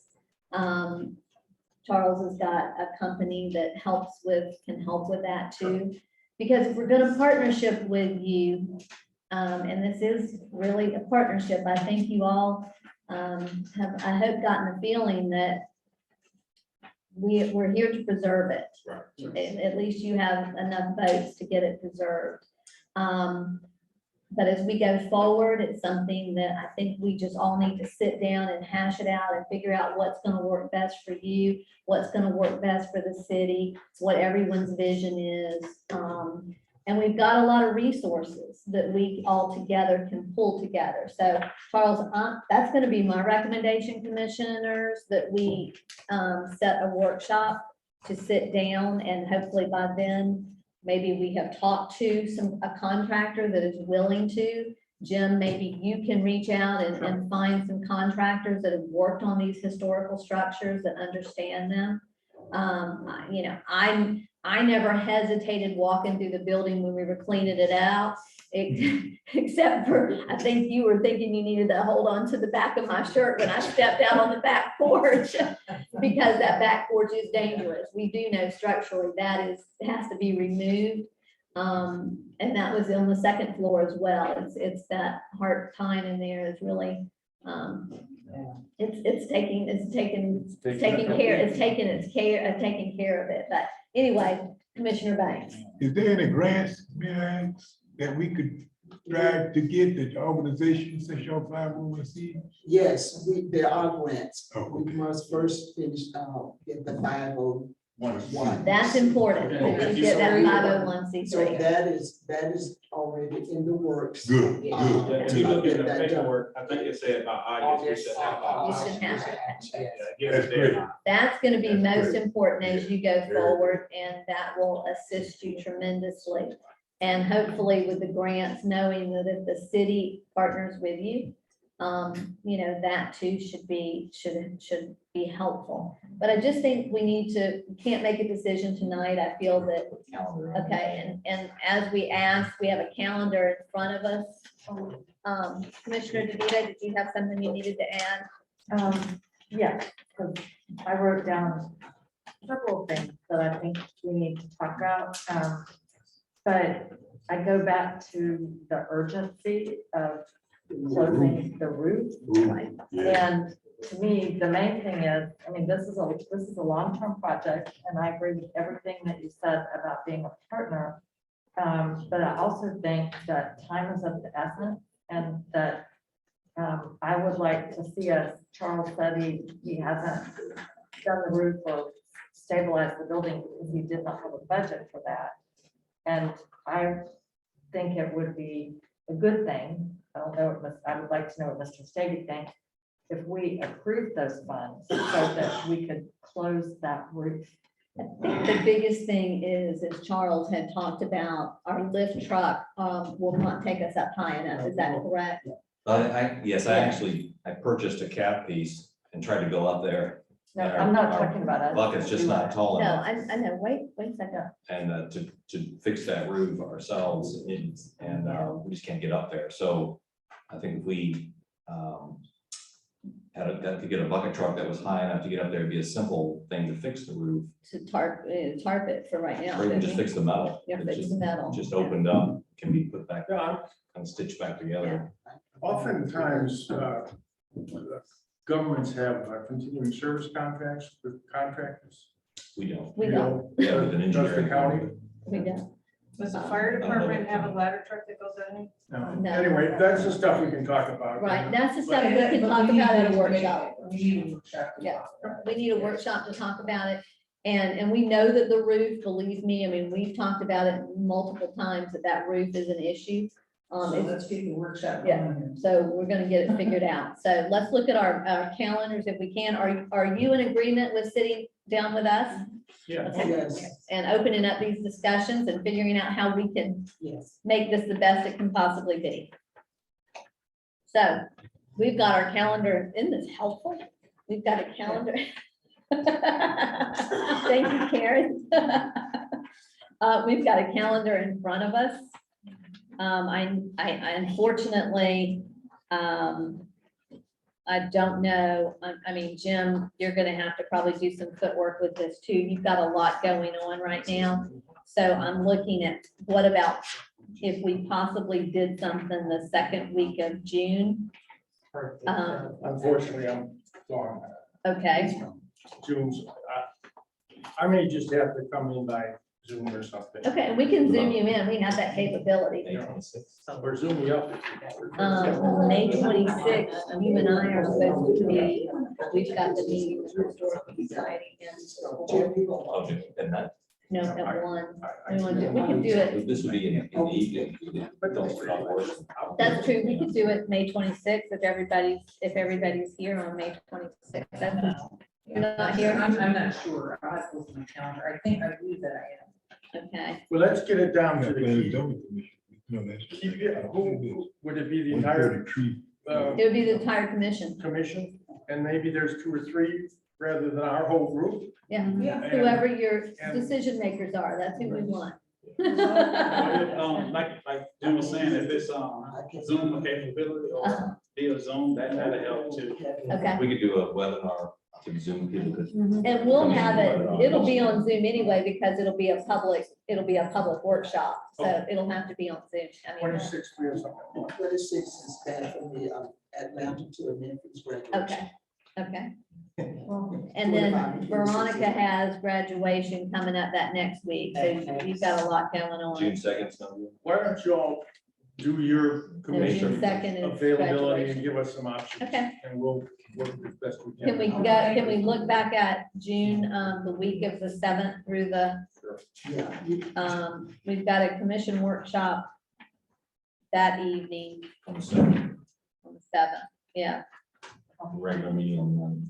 and a regular meeting on the 9th. We want to do this in the evening, is that what you're saying? Probably would be Yeah, better for you people in work. the evening. Would it be better for you in the evening or during the day? It's probably better for me in the evening. Right. But Okay. like I said, we got Zoom, I can possibly make it. Could we start it at 5 o'clock? Is that, would that be okay to start it at Yeah, I'll 5? be off. Okay. Yeah. Yeah, sounds good to me. So June what? Charles? That first full week, we've already got 2 meetings that week. You really want to put a third one, or do you want to go to like 14? Okay, I'll be in knee surgery. Yeah, Okay, what about Thursday, June 2nd? Yeah, what about June 1st? that's graduation. June 2nd, what about June June 1st? 1st? Could do it Wednesday night, Yes. June 1st. That's church night, is everybody? Yeah, that's my trip tonight. Oh, that's it, okay. The 31st, May 31st. No, I cannot do May 31st. May, that's on a Tuesday, that's what, May 31st? Yeah, that's on Tuesday. Okay, let me ask you this. We're meeting on the 7th anyway, Right. and that's a comp plan 101. We've already done comp plan 101. How long is this going to take, do we estimate? As long as people- Bobby? If y'all need me here, that's gonna be a more important meeting. Okay, we do need Bobby here. So what about May 31st? At 5 o'clock? At 5 o'clock on May 31st? I mean, I'm available. Are you available? I'm available. I'm traveling that day, I might have to zoom in, Okay. but We can zoom you in. We can zoom you in. I mean, I'm not sure, I have to look at my travel Okay. schedule, but I think I can do the 31st. What time? At 5 o'clock 5 o'clock? on Tuesday, June 3rd, I mean, May 31st? Sure. May the 31st, 5 o'clock. 5 o'clock. Here, me here? Okay, So May 31st? May 31st at 5 PM. And Jim, Yes, May 31st at 5 PM, have you left yet? no, I have not. Okay, so you can be here? I believe I Okay, and anybody else, it will be on Zoom, we'll put it on Zoom like we always do with our meetings. And if you need to be zoomed in for speaking purposes, just let Karen know. If you'll just let Karen know. Okay, is that good, commissioners? Do we want to vote on this? I move that we schedule a workshop with the concerned citizens on partnership for renovation of the Masonic Lodge for, what is it? May 31st. Tuesday, May 31st. 5 PM. At 5 PM. Okay, I'll second. we have a motion, we have a second, all in favor, say aye. Aye. Okay, all opposed, nay. Okay, Yeah. look forward to it. Thank you. Thank you. Thank you. Thank you.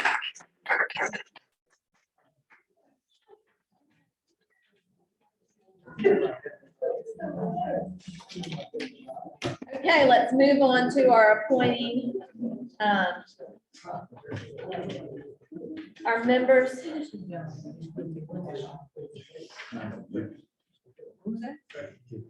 Yeah, he will too.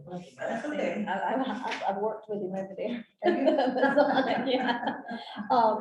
That's why I was like, ooh. Okay, for our Citizens Advisory Task Force. This is our members, appointing our members. So we have one application from Lawrence Coleman. From Lawrence Coleman. I've got the one that agreed to do that, but I guess sent her the application. Who? Donna. I sent you, okay. I sent you her email. If not, I'll get you to send her the application. Okay. So we have two, that would be two right now. We need, yes, While we still have Ms. Lavelle here, maybe we could ask her to help us. I was thinking about that today. Pat, can you come up for just a moment, please? Because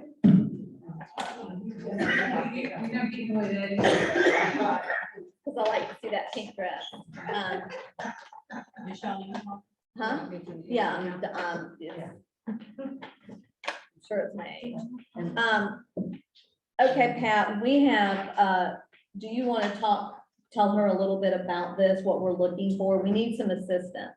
So we need to create a citizen advisory task force, at least 5 people, and 51% need to be low to moderate income, willing to fill out a form testing to that. So it's, we check the box, we're a 2-person household and our income is within this range, just to confirm that. Basically, they just need to meet once to look over, the project we're looking at is a water main on Main Street from Central to 308, and a generator for the lift station if they like. So doesn't have to be people affected by that project, but they would definitely have a vested interest. So they review it and give us their recommendation. Okay, so basically you need someone with a low income that's. Low to moderate. Low to moderate income. They I can don't get have you to a copy of the disclose, they don't have to disclose their taxes, they don't have to do any of that, they just have to check the box as to where their range is in income. And so we're having a hard time finding, Two.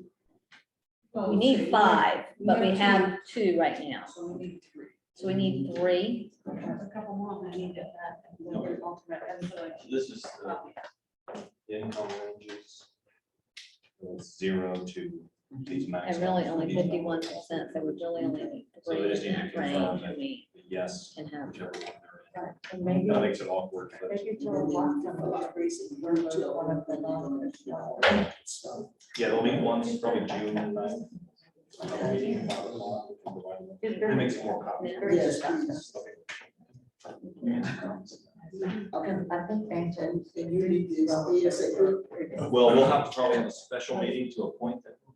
Yes. Just But I'm to saying get you need this. as soon as possible, yes. Yeah.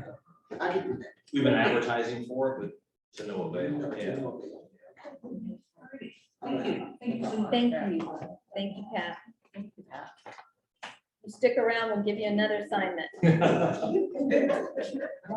Okay, now we're gonna move on to the Little Blue House lease renewal.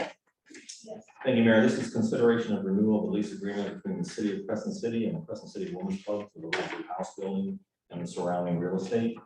I included in your packet the original lease set up as a 5-year renewable lease. And then the most recent lease, 2017, is in there as well. That's not a signed copy in there, but it's the lease agreement. They're identical. Basically, it sets out that as part of the agreement, the city agreed to keep premises insured against casualties, fire, windstorm, et cetera, and keep appropriate liability insurance in effect on the building and the premises. The Women's Club agreed to maintain the entire exterior and interior of the building and surrounding grounds and premises, as well as pay for all utilities associated with the use of the facility. However, we do mow the grounds. The agreement was to be renewed every 5 years, with the most recent renewal occurring in April of 2017. The terms of the agreement have remained the same. I recommend, staff recommends renewal of 5-year lease agreement.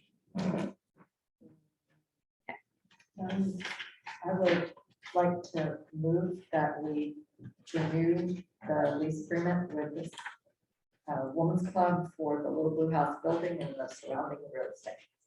Second. Okay, we have a motion and a second. Commissioners, do we have discussion? Any Yes. comments? Commissioner Burton?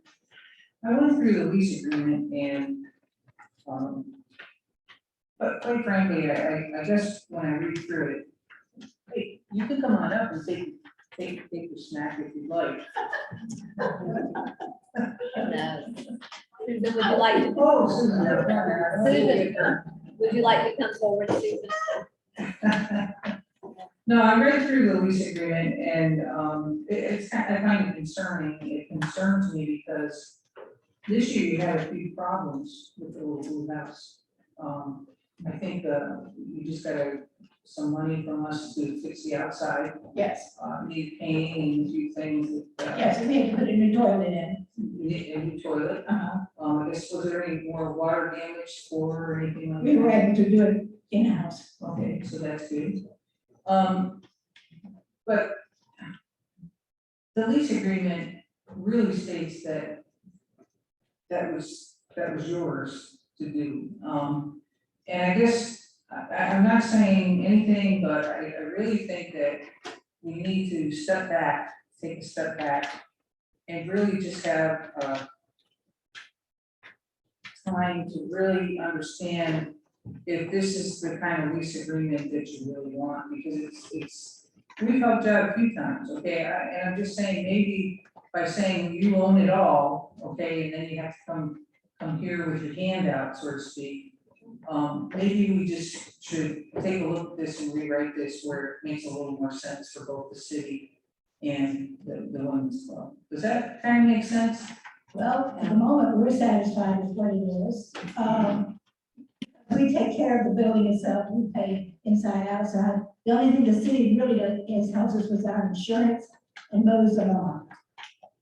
Well, right, we pay for the insurance and mow the lawn. Correct. But like I'm saying, this year, we also included You gave us a grant to do the outside. fix the building. To do Correct. a facade, yeah. Yes. Yeah. And, That was a no, that CRA. was actually to fix, you know, It's to repair the outside, the CRA gave us a grant.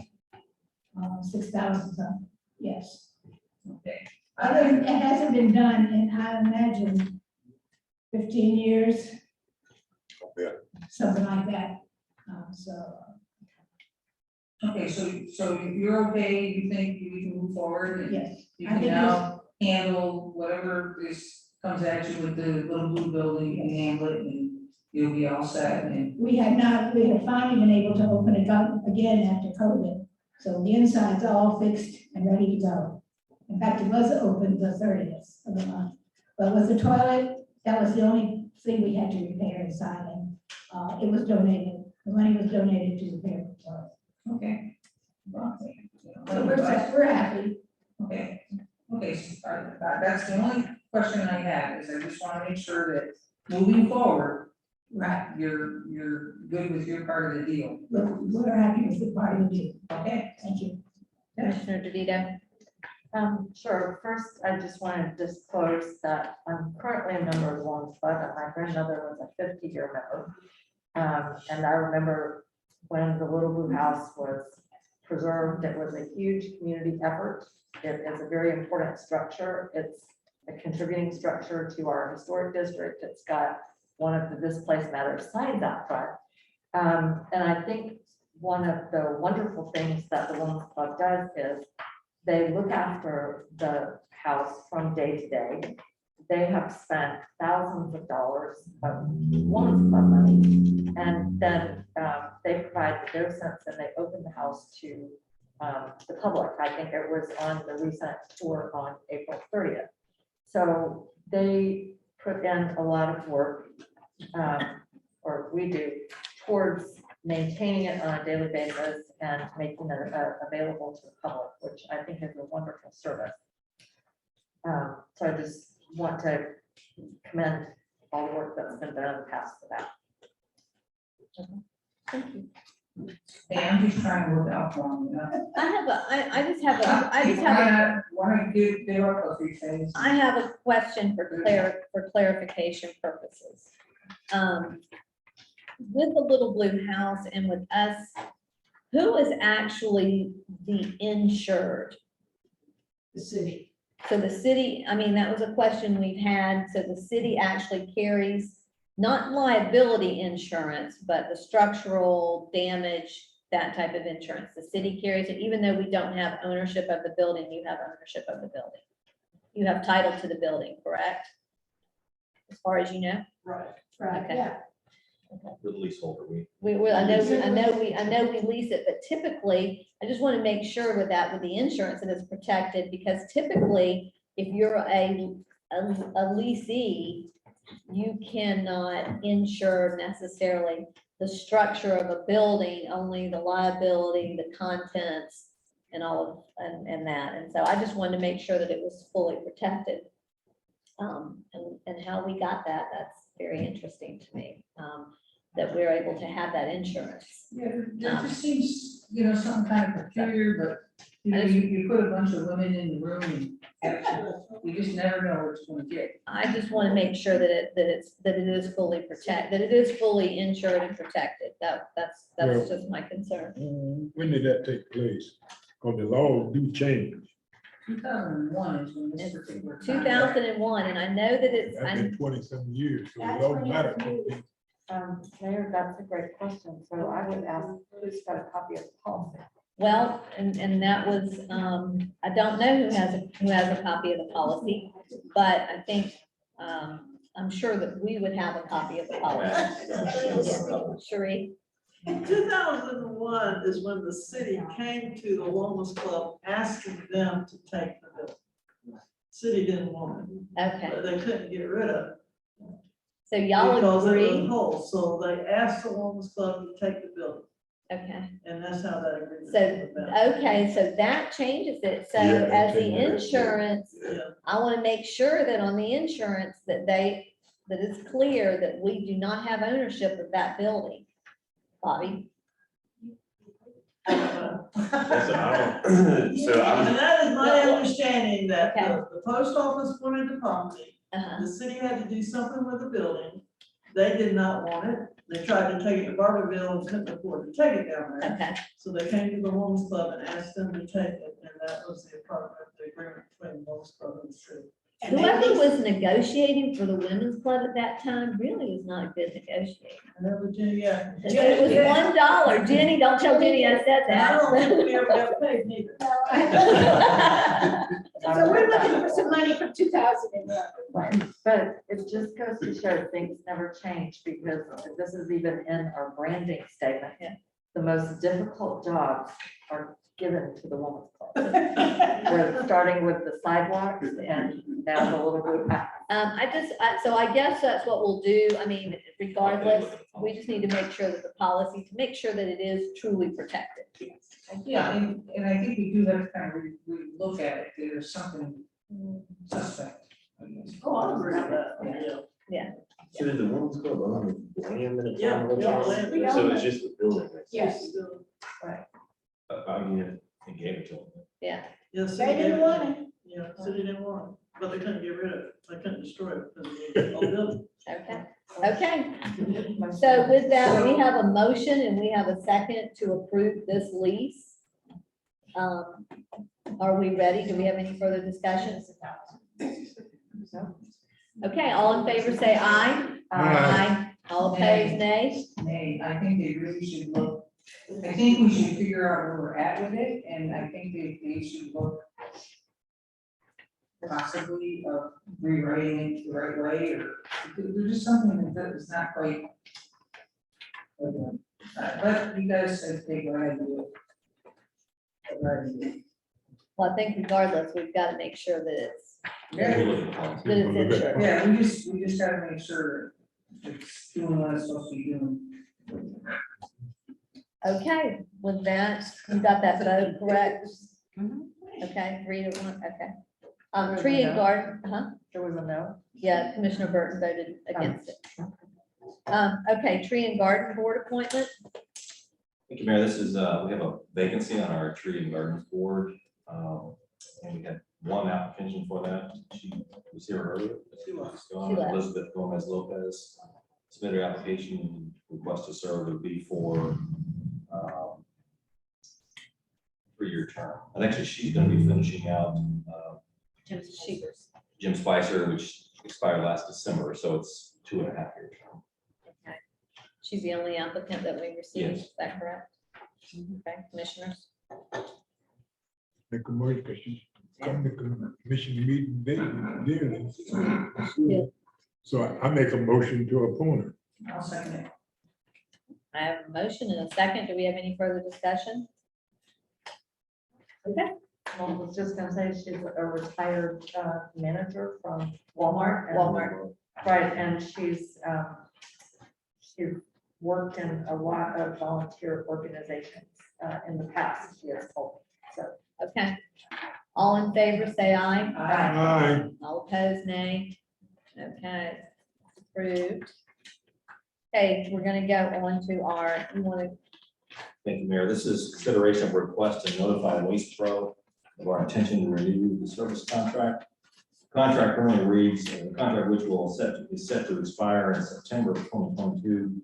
It stipulates that the initial term of this contract may be extended on mutual consent under the same terms and conditions than existing or subsequent negotiated terms and conditions for an additional 5-year term if the city notifies the contractor in writing not less than 120 days prior to the expiration of the initial term of the city's intention to renew this contract. So my request tonight, not to negotiate the contract, I did provide a copy for you, just for knowledge for future. They are working up a new proposal, which we'll bring to you as soon as we have it.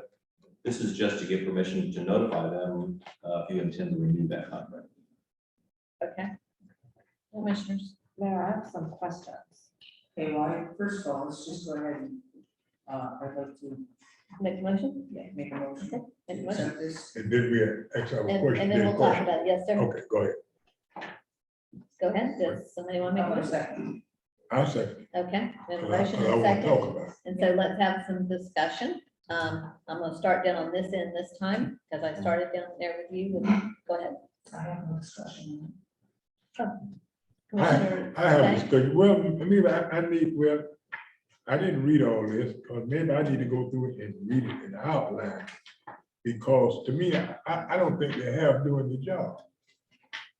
Now, I ain't for sure, I want to be for sure when I speak, because I think each citizen in this town pays them 50 cents a month, or $1 a month, added on to the garbage bill to pick up the trash. I'm not sure the exact figure. Well, anyhow, it's some money, I know that, and they neglect to do it. Now, cause I read for 6 weeks down Prospect Street.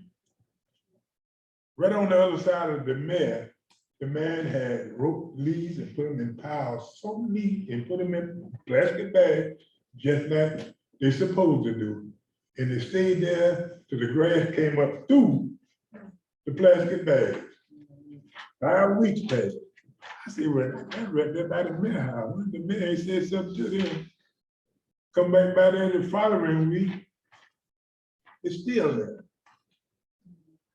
May I say? No, let me finish. Let me Let finish. us finish.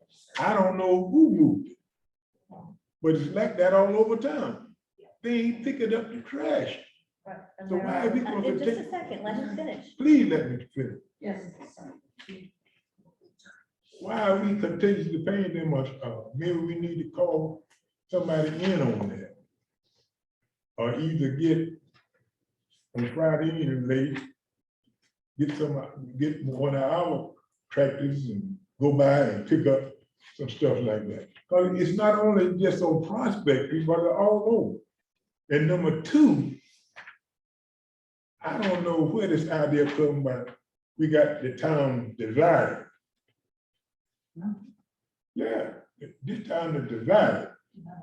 If something happened over on Summit Street, on that side, on Prospect and on down, is attended to immediately. But something happened over out there in the area where I live at, Randolph and different areas like that, it takes months. That's not fair. The whole town pay tax. And it's time for Crescent City to recognize that. Don't be skipped for certain people. We go do something for one side of town, do it for the whole town. I might not pay much taxes as Joe Blow, but when something happened over my area, well, I call your attention to one issue. Yes, sir.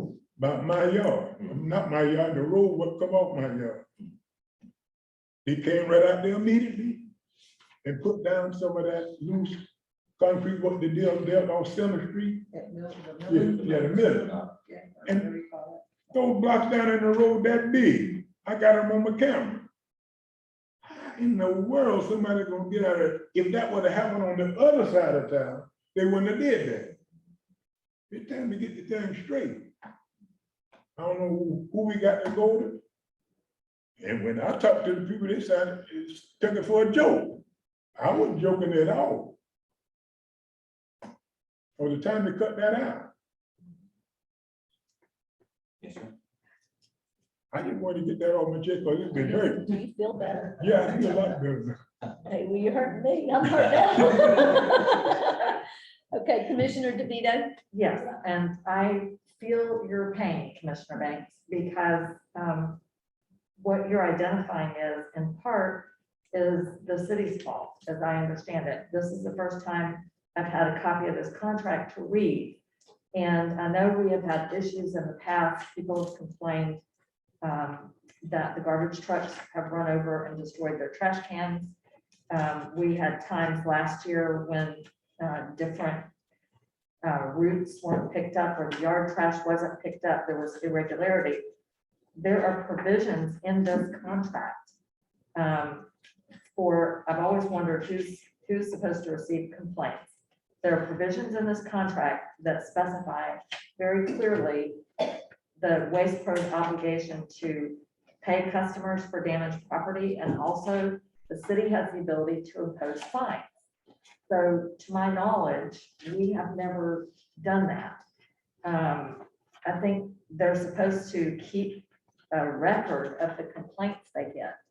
And it's long been my concern. I was going to ask you, Charles, does our utilities department have a record of complaints? There's a provision in this contract for keeping track of all that. So to answer Commissioner Banks' question, we have within our ability to hold them to good service. And I don't think we've done that. My questions about renewing this contract are following. The 4 months, I think, means if we're gonna renew with them, we have to tell them by June 1st. Is that not right? 120 days. Yeah, Right, okay. Tell them that we're looking to renew, that we Right. want to possibly renew. It doesn't mean we have to renew. Okay, so the way this happened 5 years ago, I wasn't on the commission then, but I was at the meetings where this was discussed, and Mr. Kennedy, city manager, did a memo. What Waste Pro did was they said, if you'll agree to continue with us, we won't raise the price. But boy, do we not have any options? If we, You know, I'm gonna do a point of order, because what we're looking to do here, all he's asking us to do is to authorize them to notify Waste Pro our intention to renew, not to actually sit here and go And I- through the old contract. And I understand, and we, it's and not a point of order, you have to have a specific point. He is authorizing. The motion is wait, to approve. okay, Yes. ladies, okay. What we're gonna do here, and she is correct, and Charles, I knew this was gonna, I knew this was we gonna. talked about this, and we met with Waste Pro, and spoke to him, Charles and I, we asked to speak to him about it. And we have, we're gonna have to probably workshop when this comes up, don't you agree? We're gonna have to do, We're gonna have to at least see the new we're contract. gonna have to workshop it, see the new contract. There's a good possibility that it's going to be increased. We've got a lot of decisions we're gonna have to make. Tonight is not the night for us to really go through this. Okay, I'm not going through the contract. I have some specific questions about what we're authorizing Charles to do. Okay, Because then the first one is, I just simply want to know, do we have other options to issue an RFP? Are there other providers that we? I don't know if there are other providers in this region. I've only ever heard of Waste Pro. Yeah. Okay, because. You guys would know better than I'm new, so I don't Right. ever heard of another caller. 5 years ago, there were, so the way Charles's memo reads, it sounds to me, that we're authorizing him to, negotiate a contract that includes reducing the pickup days to 1 a week and converting to the uniform. No, service no, contract. no. He said those are some suggestions, those are, Those may come up. those may come up. If you're a no tonight, like, no, we don't want to negotiate with them, we're done with Waste Pro, then I can notify them, we do not intend to renew this contract. We're gonna bid this out, or whatever you decide.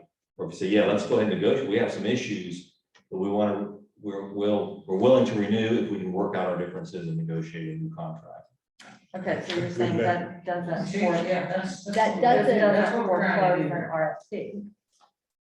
RFP. No, Well, I mean, I'm not sure how I'm actually supposed to do that. and I guess, And Well, Charles, I guess as you go forward, if you would look, I know that the Public Works, I believe he's resigned from the county, but if you want to talk to, find out if we have any other There are other options. haulers in the region. Yes, it was my understanding this might be our only opportunity. I think we did that years back, and it was hard. That's a- So, We won't know till we try. we won't know again So till we we try won't, it. so we don't know until we try. We do know, I will almost guarantee that when we get this contract, we're gonna have to make some hard decisions. Do we go to 2 days a week? To 1 day a week? It is gonna be an increase in services. I can guarantee you that because of their gas increase that they're incurring right now. So we're gonna have, based on what they give us, our proposal. I did ask that, my biggest thing was that we all have, and they would issue it, the containers. So that we all have, so we all have uniform containers around town, and we don't have all these different ugly containers and run over containers. And if they run over that container, I can guarantee you they're not gonna run over their own container. Because it Well, costs them, it doesn't cost us. yeah, So there's a lot of issues to talk Yeah, about in the yeah. workshop. Okay, but good, in the workshop, say Okay, workshop, because Okay, that issue came up too. so at this time, we have a motion and a second for Charles to go forward with figuring out our garbage service. Well, actually, To Just to notify, notify them, that's all we're trying to do. to notify them that we're ready to talk. Okay, all in favor? Aye. Aye. All opposed, nay? Okay. Okay. Hey, Charles. Next item is consideration of proposal to design stormwater improvements to the north end of Lake Avenue. As you're aware, we received citizen complaints months ago about stormwater washing away property. The resident has notified state agencies, State Representative Payne's office, county agencies,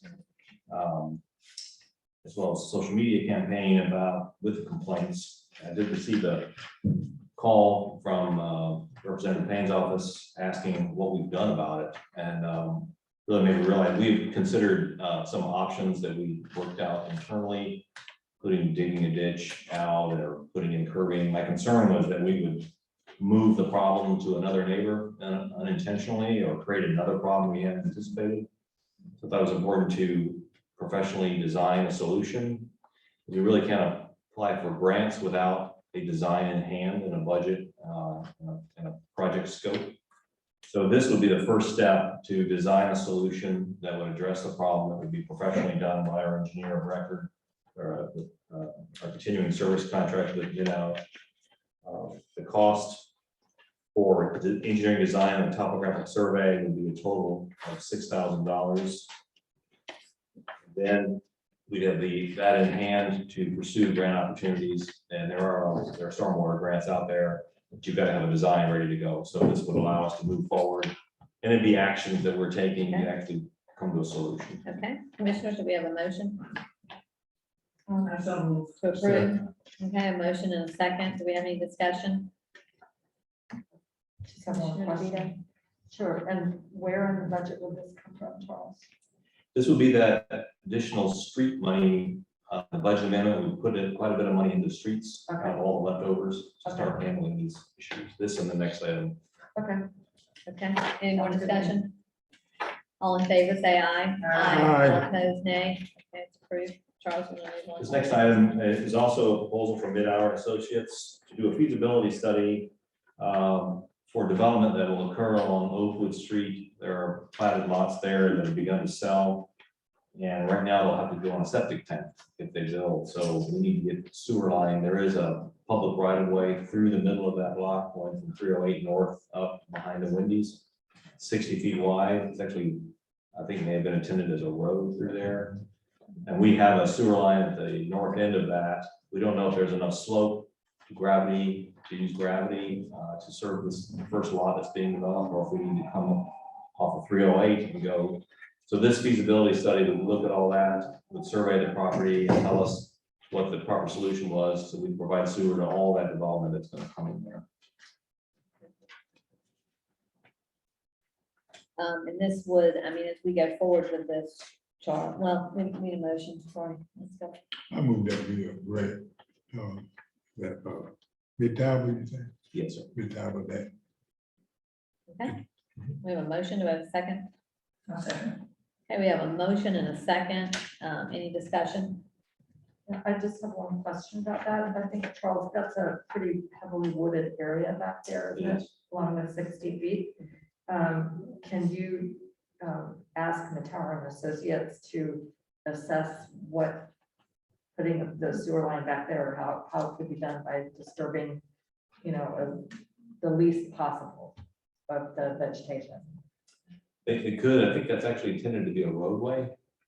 But it's not. It's not currently, but they can- Right, so we're hoping it's gonna be a sewer line. a sewer line underneath, Right, at least an alley. But sure. So I'm just Yeah. saying, can they put some attention to how to do it, with the least disruption to vegetation? Because that's not public, that's not, It's a public is a public easement. easement, yeah. Okay, public easement.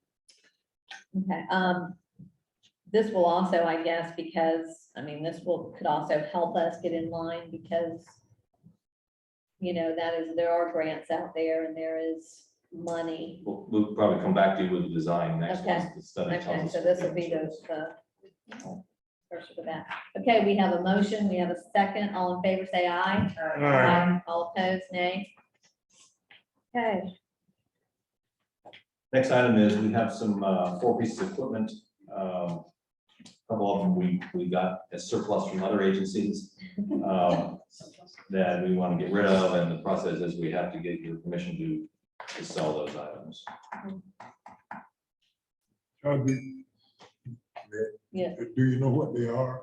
Yes, sir. One of them is an old Polaris Ranger, which is we've replaced with a new Kubota. it's in here. We have a 0-turn mower that we replaced with new mowers. We have a John Deere backhoe that we got from St. John's Water Management that just begun to break so much that it's, we have to put quite a bit of money into it. And when Keep you it running. surplus this, you advertise it, correct? Yes. It's advertised, so We people advertise can it, bid on and it. then the Chevy truck we actually got from St. John's, and it wasn't worth getting. Phil Leary got that, and I guess when they were surplusing things, and we haven't been able to use it, so we're just gonna go ahead and get rid of it. Okay. Commissioners, do we have a motion? I move that we Okay. We have a motion to Surplus. authorize this surplus. And we have a second. All in favor, say aye. Aye. All opposed, nay. At this time, I'm going to close our regular meeting and I'm going to open up our CRA meeting. And the first item is consideration of a special events grant award of $2,000 to the Crescent City Yacht Club for the Red, White, and Boom fireworks event. This is an annual event that the CRA has granted this request to in the past. They're asking for it this year. I move that we grant the application for the special event grant from the Crescent City Yacht Club for Red White. second. Okay, we have a motion and a second. Do we have any discussion? No discussion. All in favor, say aye. Aye. All opposed, nay. Okay, it's approved. The next item is authorization to apply for a T-Mobile hometown grant. This grant was brought to my attention by our CRA manager. It's a quarterly grant. The deadline, I believe, is July 1st. But again, we need to have a project scope and budget to apply for this grant. So I put together what I'm calling a streetscape improvement in Central Avenue, where we will do the hanging baskets and banner brackets and brick pavers, the things that are in our streetscape plan and our redevelopment plan. We'll put those in a budget and submit and see if we can, this maximum of $50,000. And see if perhaps we can get some money to help us with our streetscape improvements. Sounds good. So you need approval to go forward with the grant. So do we I have do, a it's motion? 100% Commissioner? grant, but I need your approval to apply. Okay, do we have Yes. a motion, Commissioner? Can somebody offer a motion, please? Offer that motion, then go for it. We have a motion. Do we have a second? Second. Okay, we have a motion and a second. Any discussion? Yes, I'm really not in favor of what we're applying for. It says installing brick pavers to replace grass in front of buildings on Central Avenue. This Central Avenue slopes down to the lakes in either direction. I don't really see it as very healthy to replace the grass with impervious pavers. The grass seems to work well.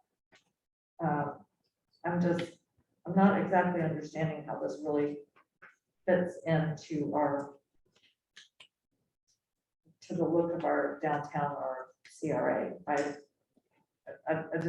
don't think it really fits. The bricks aren't even, the brick pavers aren't even easy to walk on.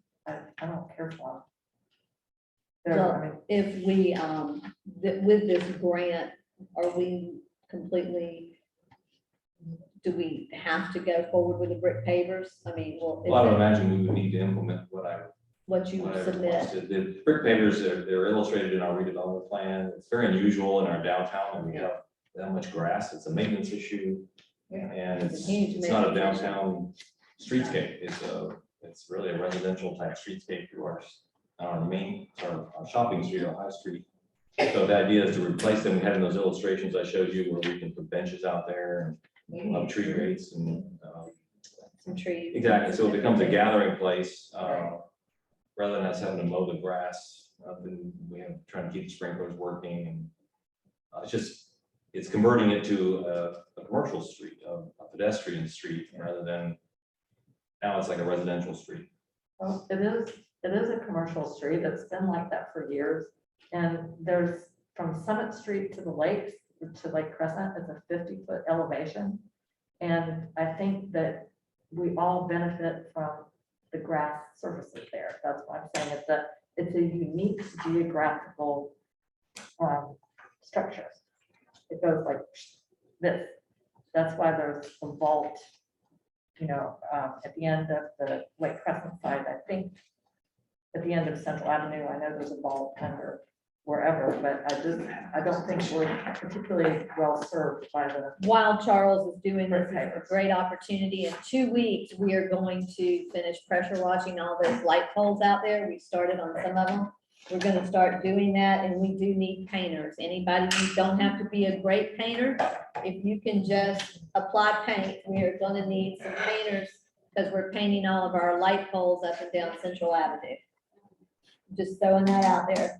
Light bulb. The light poles, those green ones, they're all faded and they need to be painted. And so we started washing them, pressure washing them, and it made a big difference. And so now we got to get out there and paint them. The light pole, that's actually. The green ones, yes, Yeah, sir. green ones, yeah. The green ones. Making them pretty, we're just gonna brighten them up a little bit. We're just Some gonna new paint. clean them up. We're cleaning them up. And the shades, like, glass shades. Yeah, the glass Oh, you talking shades. about the meeting? Yeah, well, Oh, yeah. Up and down Central, Oh, right, sorry. okay, look. Right. Yeah, there's How none in that many others? picture. There's like, There's a lot. And the gas lights, right? can you see the trees in Oh. between there? Yeah. You know, this is really a very nice looking, I like it. I see that all over the place now. It looks great. So this is a downtown Yeah. streetscape, not this. Right. Yeah, see, it And if just you look it at cleans this, right up. this is It's downtown streetscape. just really nice. So we can include potted flower collections to, this is the intention, those buildings we provided grants for, we're gonna paver, get rid of the grass out front, put pavers so we can put benches. public art. People can gather out there, maybe put seating out there, if a use comes in that needs outdoor seating. This is creating public space. Yes, I know, but we also don't need the impervious surfaces. And it is a public space and you can plant trees without putting in the pavers. It's not necessary to have the pavers, and I just don't think this is the area to put them in. Okay. Well, I know what they look like, they're in the lane. we have a motion, we have a second. Do we have any other discussion? Is there any further discussion? We'll give them the approval to go forward with the grant. Okay. If none, all in favor, say aye. Aye. All opposed, nay. No, Okay. So moved, it's approved. Okay, at this time, I'm going to close CRA and open up our regular meeting. And it's on you, Charles. Well, we have my report. All I want to highlight is, actually, I forgot to include in the report, I'll be attending the National Main Street Conference Sunday through Wednesday of next week. Yeah, my wife and I are going to stick around a couple days in Virginia, so we'll be out all next week. You know, are going up to the national conference to get ideas, to network, and to bring back some good energy for our downtown efforts. Okay. One other thing in the future, I don't know what I've provided you or kind of department reports in this thing. If it's helpful, if it's not, this is something we can convert more into that informational newsletter type format. I've seen other city managers that do. Yeah. Their city manager report is essentially a newsletter. Yeah. This is very detail oriented, what the staff's been working on and what's happening. But it's kind of boring to read. I mean, we can all read that. Yeah. Unless we there's can something read that. that you need to highlight. Commissioner DeVito? for a question. Yeah, did you have a question? For Charles. I had asked you, about Danny Miller's comment in public comment at the last regular commission meeting about the lot being cleared at 308 in Vernon. Yes. And you said that they weren't really supposed to do that, they just did it. Is that a residential lot? Actually, Yeah. it is a single family residential. And I've been in communication, trying to find the email here with our planner. He was looking through our code to see what we could do. Actually, he said he went through the code one more time. There's really nothing in our code. Single family residential is exempted from the site requirements that we have. So in other words, you don't have to get a site plan to develop a lot, like where you put your driveway. all that kind of We have thing. nothing in our code that prohibits clear cutting or requires replacement for single family homes. I was asking, can we make him put some trees back in? But he mentions that's something we need to look at in our code revisions. We don't have anything that prevents that. Right, because, here, we just had a whole branding presentation and the symbol is a tree. And so you're saying the lots are selling on Oakwood and there's nothing that we can do to keep people from stripping them down to the ground like that corner. Correct, currently. That's not good. Yeah. So I would like to, I guess, have some proposals on what we can do about that. That'll be part of our land development code update. You have a joint workshop coming up with the planning board at the end of June. I think it's the 23rd. It's on your calendar. Right. And that's an issue we can bring up, that we need something in there that is preemptive. So when someone buys a wooded lot, they'll somehow know they've got to submit something to us. But do If they? that's your desire. I mean, That's going to be up to you if that's what with you the want. trees though, I mean, what we have to also look at legally, what our limitations are. What our limitations are and it's on their property, what they can and cannot do. So that's something, Bobby, you're gonna have to. There's a lot of legislation out there with, the trees, and I know we've got our heritage trees, but we just need to, I think we just need a clear understanding of what we can and cannot do on a private piece of property. as it currently sits. And a single family residential is very different than a PUD, where we're actually Right. negotiating everything. Right. So then we say, well, we want a tree survey and we want to get in there and see what you got. This is on just a private lot, and so Oh, we just need to make sure that with whatever we do, that we're doing correctly. Do you have any other comments, Commissioner DeVito? I do, and then, the Waste Pro issue, I mean, looking at the contract. I think somehow we need to make sure that we're communicating with them about complaints they've received. Because we have the right to do that under the contract. And, I mean, to me, I think as a draw to live in the city, it would be great, instead of having people complain about Waste Pro on Facebook, if we really, made that connection for them and got Waste Pro to provide excellent customer service. So I would like to see us look at those options that we have under the contract. And I will say, and not in their defense, because believe me, I have my issues too. But I know that they, like everybody else, have had a lot of trouble with personnel, and Daniel's out there driving a truck most days. He's their supervisor. Yeah, he's the head of it. Yeah, he's the supervisor. And I will here. say, I think I actually received my first call and complaint since I've been here directly to me from a resident about a pile of tree debris. And Daniel immediately responded and actually went out there and checked it out. Found out it was problem was the debris was too large, didn't meet the requirements. So he did respond very quickly, but I know he's having to personally drive trucks and make up for the missing drivers. But very receptive if you reach out. I mean, I've reached out to Daniel on several issues in the past, and he's just real receptive if you do reach out to him within his scope of being able to, but complaining on Facebook and not actually doesn't necessarily take care of it, so. Right, but it's very interesting when I looked at this contract, because I've complained to them several times, the contract actually specifies they're supposed to empty your garbage cans and leave them turned up over to the side. And they have a habit of leaving them in our driveway where you can't turn in the driveway unless you get out. So there's a lot of very specific things that they're supposed to do. And when you call, they don't necessarily do them. And, they ran over that lady's trash can, and I think they just basically, said whatever, there was no satisfaction. And also, I think we need to understand too, that's a tough job. yeah. Right. it is. I mean, I know that but, okay, do you have any other comments on his? No. Okay. Nothing more for Charles. Okay, Charles, Commissioner Banks, do you have something? I got one. Well, I'm more than concerned about our tree ordinance.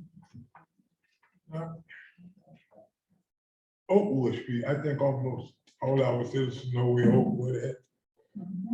Now, if I go by a lot on Oakwood, whether it's on the corner or in the middle of it, I see I paid $10,000 for that lot. The credit killer gonna come out there and tell me I can't cut a tree down on it.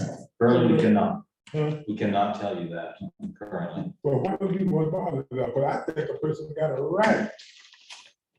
Now, you're gonna be technical about trees on Park out there. I'll show you tomorrow. Might be living, right out there, and you see the limb hanging over.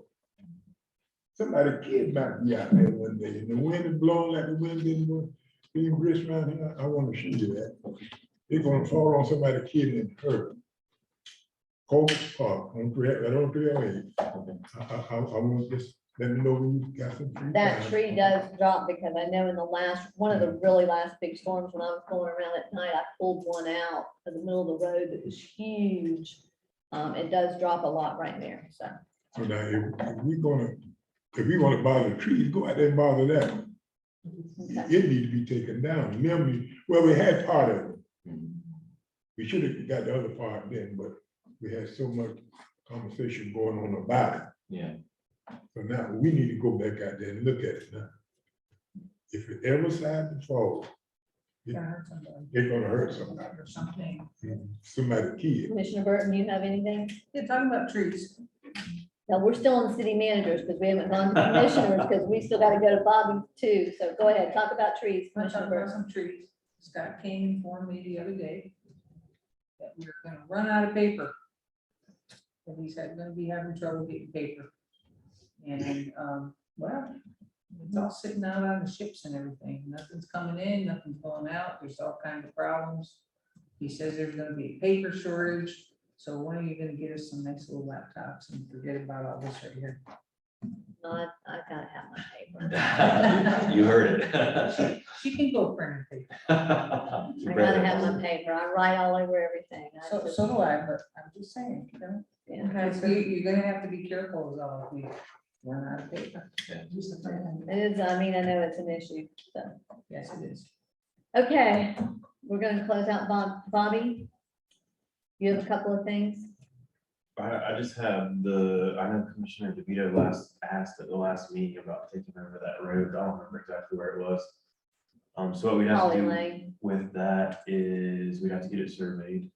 And then take the center line, and each person on that road would have to give 15 feet of their property to the city. Okay. And then we would take it in and then we'd be responsible to maintain it. I would recommend at that point, we would probably want to get it engineered too, since we're gonna be responsible for any damage from water runoff and anything like that.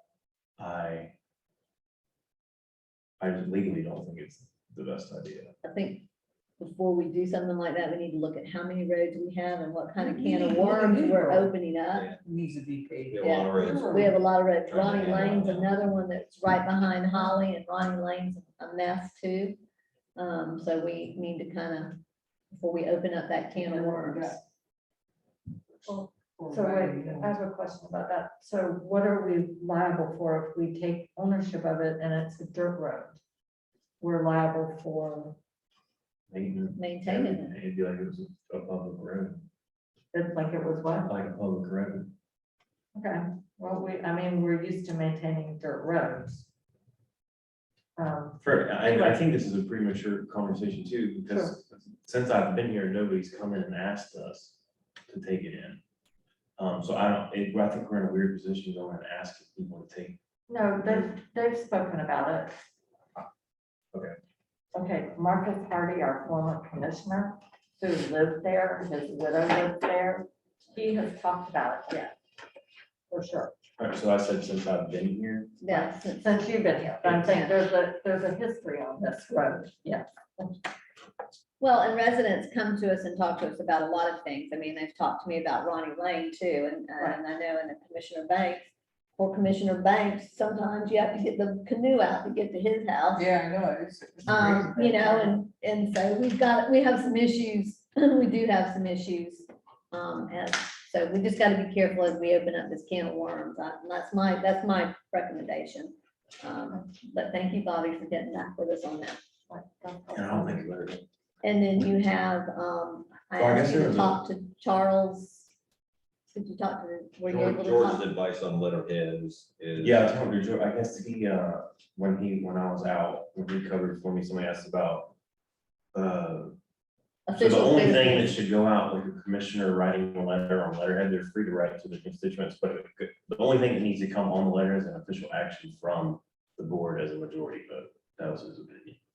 Official Business. official business. It doesn't have to, I mean, I have people that write, you know, I mean, But on letterhead, you're representing the body. Yeah. Yes. Mhm. The whole commission. What if I make up my own one? You can do it on personal letterhead, but not official city letterhead. Okay. That's kind of what I do. I don't even know the instance that it came. I just called him and asked him, I said, do you remember this? And he said vaguely. So that's what I have. It was about a letter that I think I put this stamp on it. I didn't think anything about it, quite frankly. I still think we need some clarity because in my official business as mayor, oftentimes, you know, I have to send letters, I have to do things that in my official capacity as mayor, not anything personal or not Yeah. my personal, would that not apply? Yeah, no, that's fine. You know, you're. And it's a public record too. I mean, so if we did something like that, it would be a public record. And if you sign your name at all as a commissioner, I think In that the concern capacity. is if somebody were to write a letter as an individual, then the person's gonna view it as official business from, or an official action from the city, or think Okay. that's a belief of the city. If it's written in Okay. official city business, I don't think there's any problem with that at all. Like when I wrote the demand letters, for all the code liens, I did it on our letterhead. okay. Does that answer your question, Commissioner DeVito? Sure. So, I can't, if it's something I'm sending out from me personally, if it's congratulations or whatever, I do that on my own personal letter. Right. So, yeah, that's fine. And, yeah, that's exactly what I want. Perfect. Charles Overturf, did you by chance have a chance to talk to Charles about the issue? Okay, commissioners, can I talk about it? Yes. We need to talk about it anyway. Commissioners, we have been brought to my attention, Charles Overturf, in taking over our election, is we've limited, and we did this, I believe he said back in 2014 is when this happened. There was an ordinance. It wasn't the ordinance we just passed. It was an ordinance in 2014, and we limited when a candidate could actually start their campaign to 1 week, from 12 noon on Monday, that first week of August, to Friday at 12 noon. And that includes getting your signatures. Up until that time, the only thing you can do is you can talk to people and tell them you're going to run, but you can't gather any campaign funds. You can't get signatures. We've just limited ourselves. Now, how do we do that? I don't know. I don't know how you did that, but somehow or another you did, I think it's the way the language, Yeah, specific the language, Specific language. she interpreted that you can't do anything until Monday at noon of that week. Yeah. Okay, so what changed between our adopting the ordinance to let him do the qualifying? And We didn't do, our ordinance did not address any of that. And in the past, what they have, I guess what has happened is they've kind of said, yeah, you can go ahead and do it. But if somebody challenged us on that, then we could possibly be in a candidate, you could preclude a candidate. If somebody like, say, Charles unexpectedly thought he would be back at work on Tuesday, he ended up in the hospital for the whole week. And that's the week that he was going to have to file his papers, it would preclude him from being a candidate. Charles says we can change that language. We'd have to do it by ordinance. Yeah, And- as it reads now, it says, and it was passed in 2014. Such qualification statement and required information shall be filed with the city commission and the supervisor of elections of Putnam County only during the time period extending from noon on the first Monday in August and ending at noon on the following Friday. I don't know why that was ever put in there, but Don't know either, but it was put in there. And so I'm thinking it might have been because before we passed the ordinance where he gave them everything, didn't they come down here for a week or something and help people that was? they did, he did come That's down and probably help. what it was. He did come down and help. but what I'm having trouble understanding, can we get like a written opinion on this? Because every race has qualifying. Qualifying is different from opening. It's different from city to city. No, this is, and that's based on my understanding. You can't submit Well, it. because in the last, it was actually the last commission meeting, he asked me for a written opinion whether he could give out packets to run, and I said that based on that I thought he could, he just can't accept them back except for that week. I don't know anything about the And you campaign can't, finance. and It's just that you can't turn stuff in but that 1 week. And that one form, the 9, I don't have it sitting in front of me, the 9B9, whatever, has to be filed before you can gather signatures, you can raise money. And that's the one that says you're going to run, you've got a bank account, who your treasurer is, it identifies all of that. And it's, what that says is that cannot be filed until that Monday at noon, That form can't be filed. that form, but you can't do anything until that form has been filed legally. Yes, I'm well aware. So you're saying our ordinance says that basically it's impossible to run a campaign because you're not allowed to turn in your form or get No. any signatures until 5 days, 4.5 days before qualifying. No, I'm not saying you can't run a campaign. I'm saying that if you're gonna run a campaign, you can only start it at that time during that week. And Right, that's but- not run your whole campaign. That's just Yeah. get your signatures. So in other words, You got a week to That's- get your signature. You have a week to get your signatures, to get everything in order, to file everything, and then you run your campaign. So we'll bring you an ordinance in June. Yeah. To change that. So my question to you commissioners is, do we want to have them, there's language out there that other communities have. I know Charles said that there is some language, and so we could change that to where we open it up and allow them to be able to Get the signatures, turn them in. Well, I think we need to do it the right way.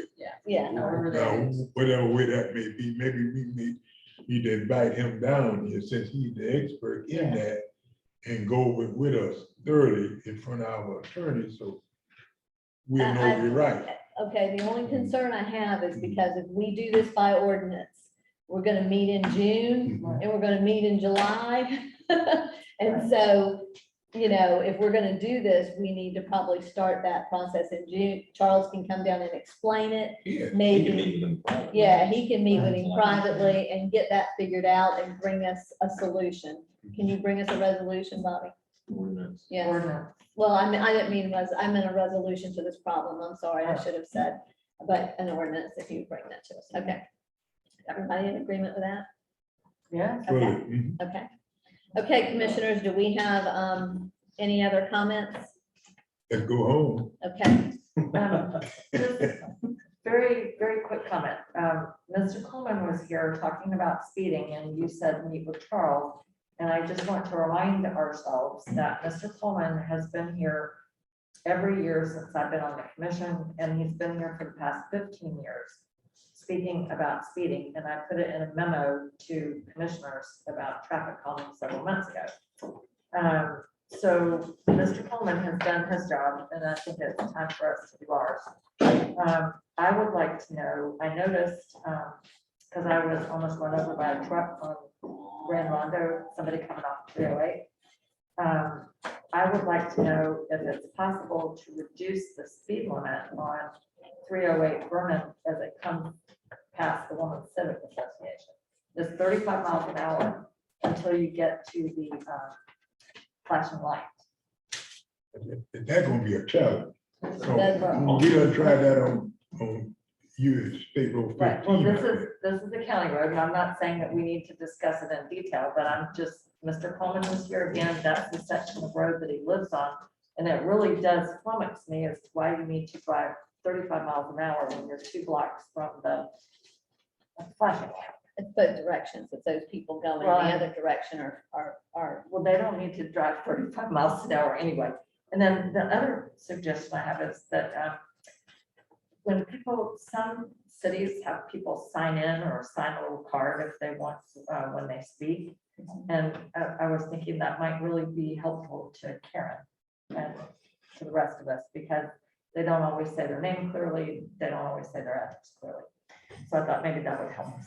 Okay, is that it? That's all I have. Yeah. Okay, I will report, Bobby, I think I can report just to give them an update. That the city has been released, from the Vance case. The officers, and the sheriff has also, we were dismissed yesterday. The, officers are still in trial right now. They have not been dismissed at this point, but the city has been dismissed from that. You can thank Susan for getting us through that. And so that was good. And, I think that is it. And if that's it, do I have a motion to adjourn? A second. So moved. Okay, I have a motion and a second. All in favor? Aye. Aye. Adjourn. Thank you all very much. Oh. Oh, Diane?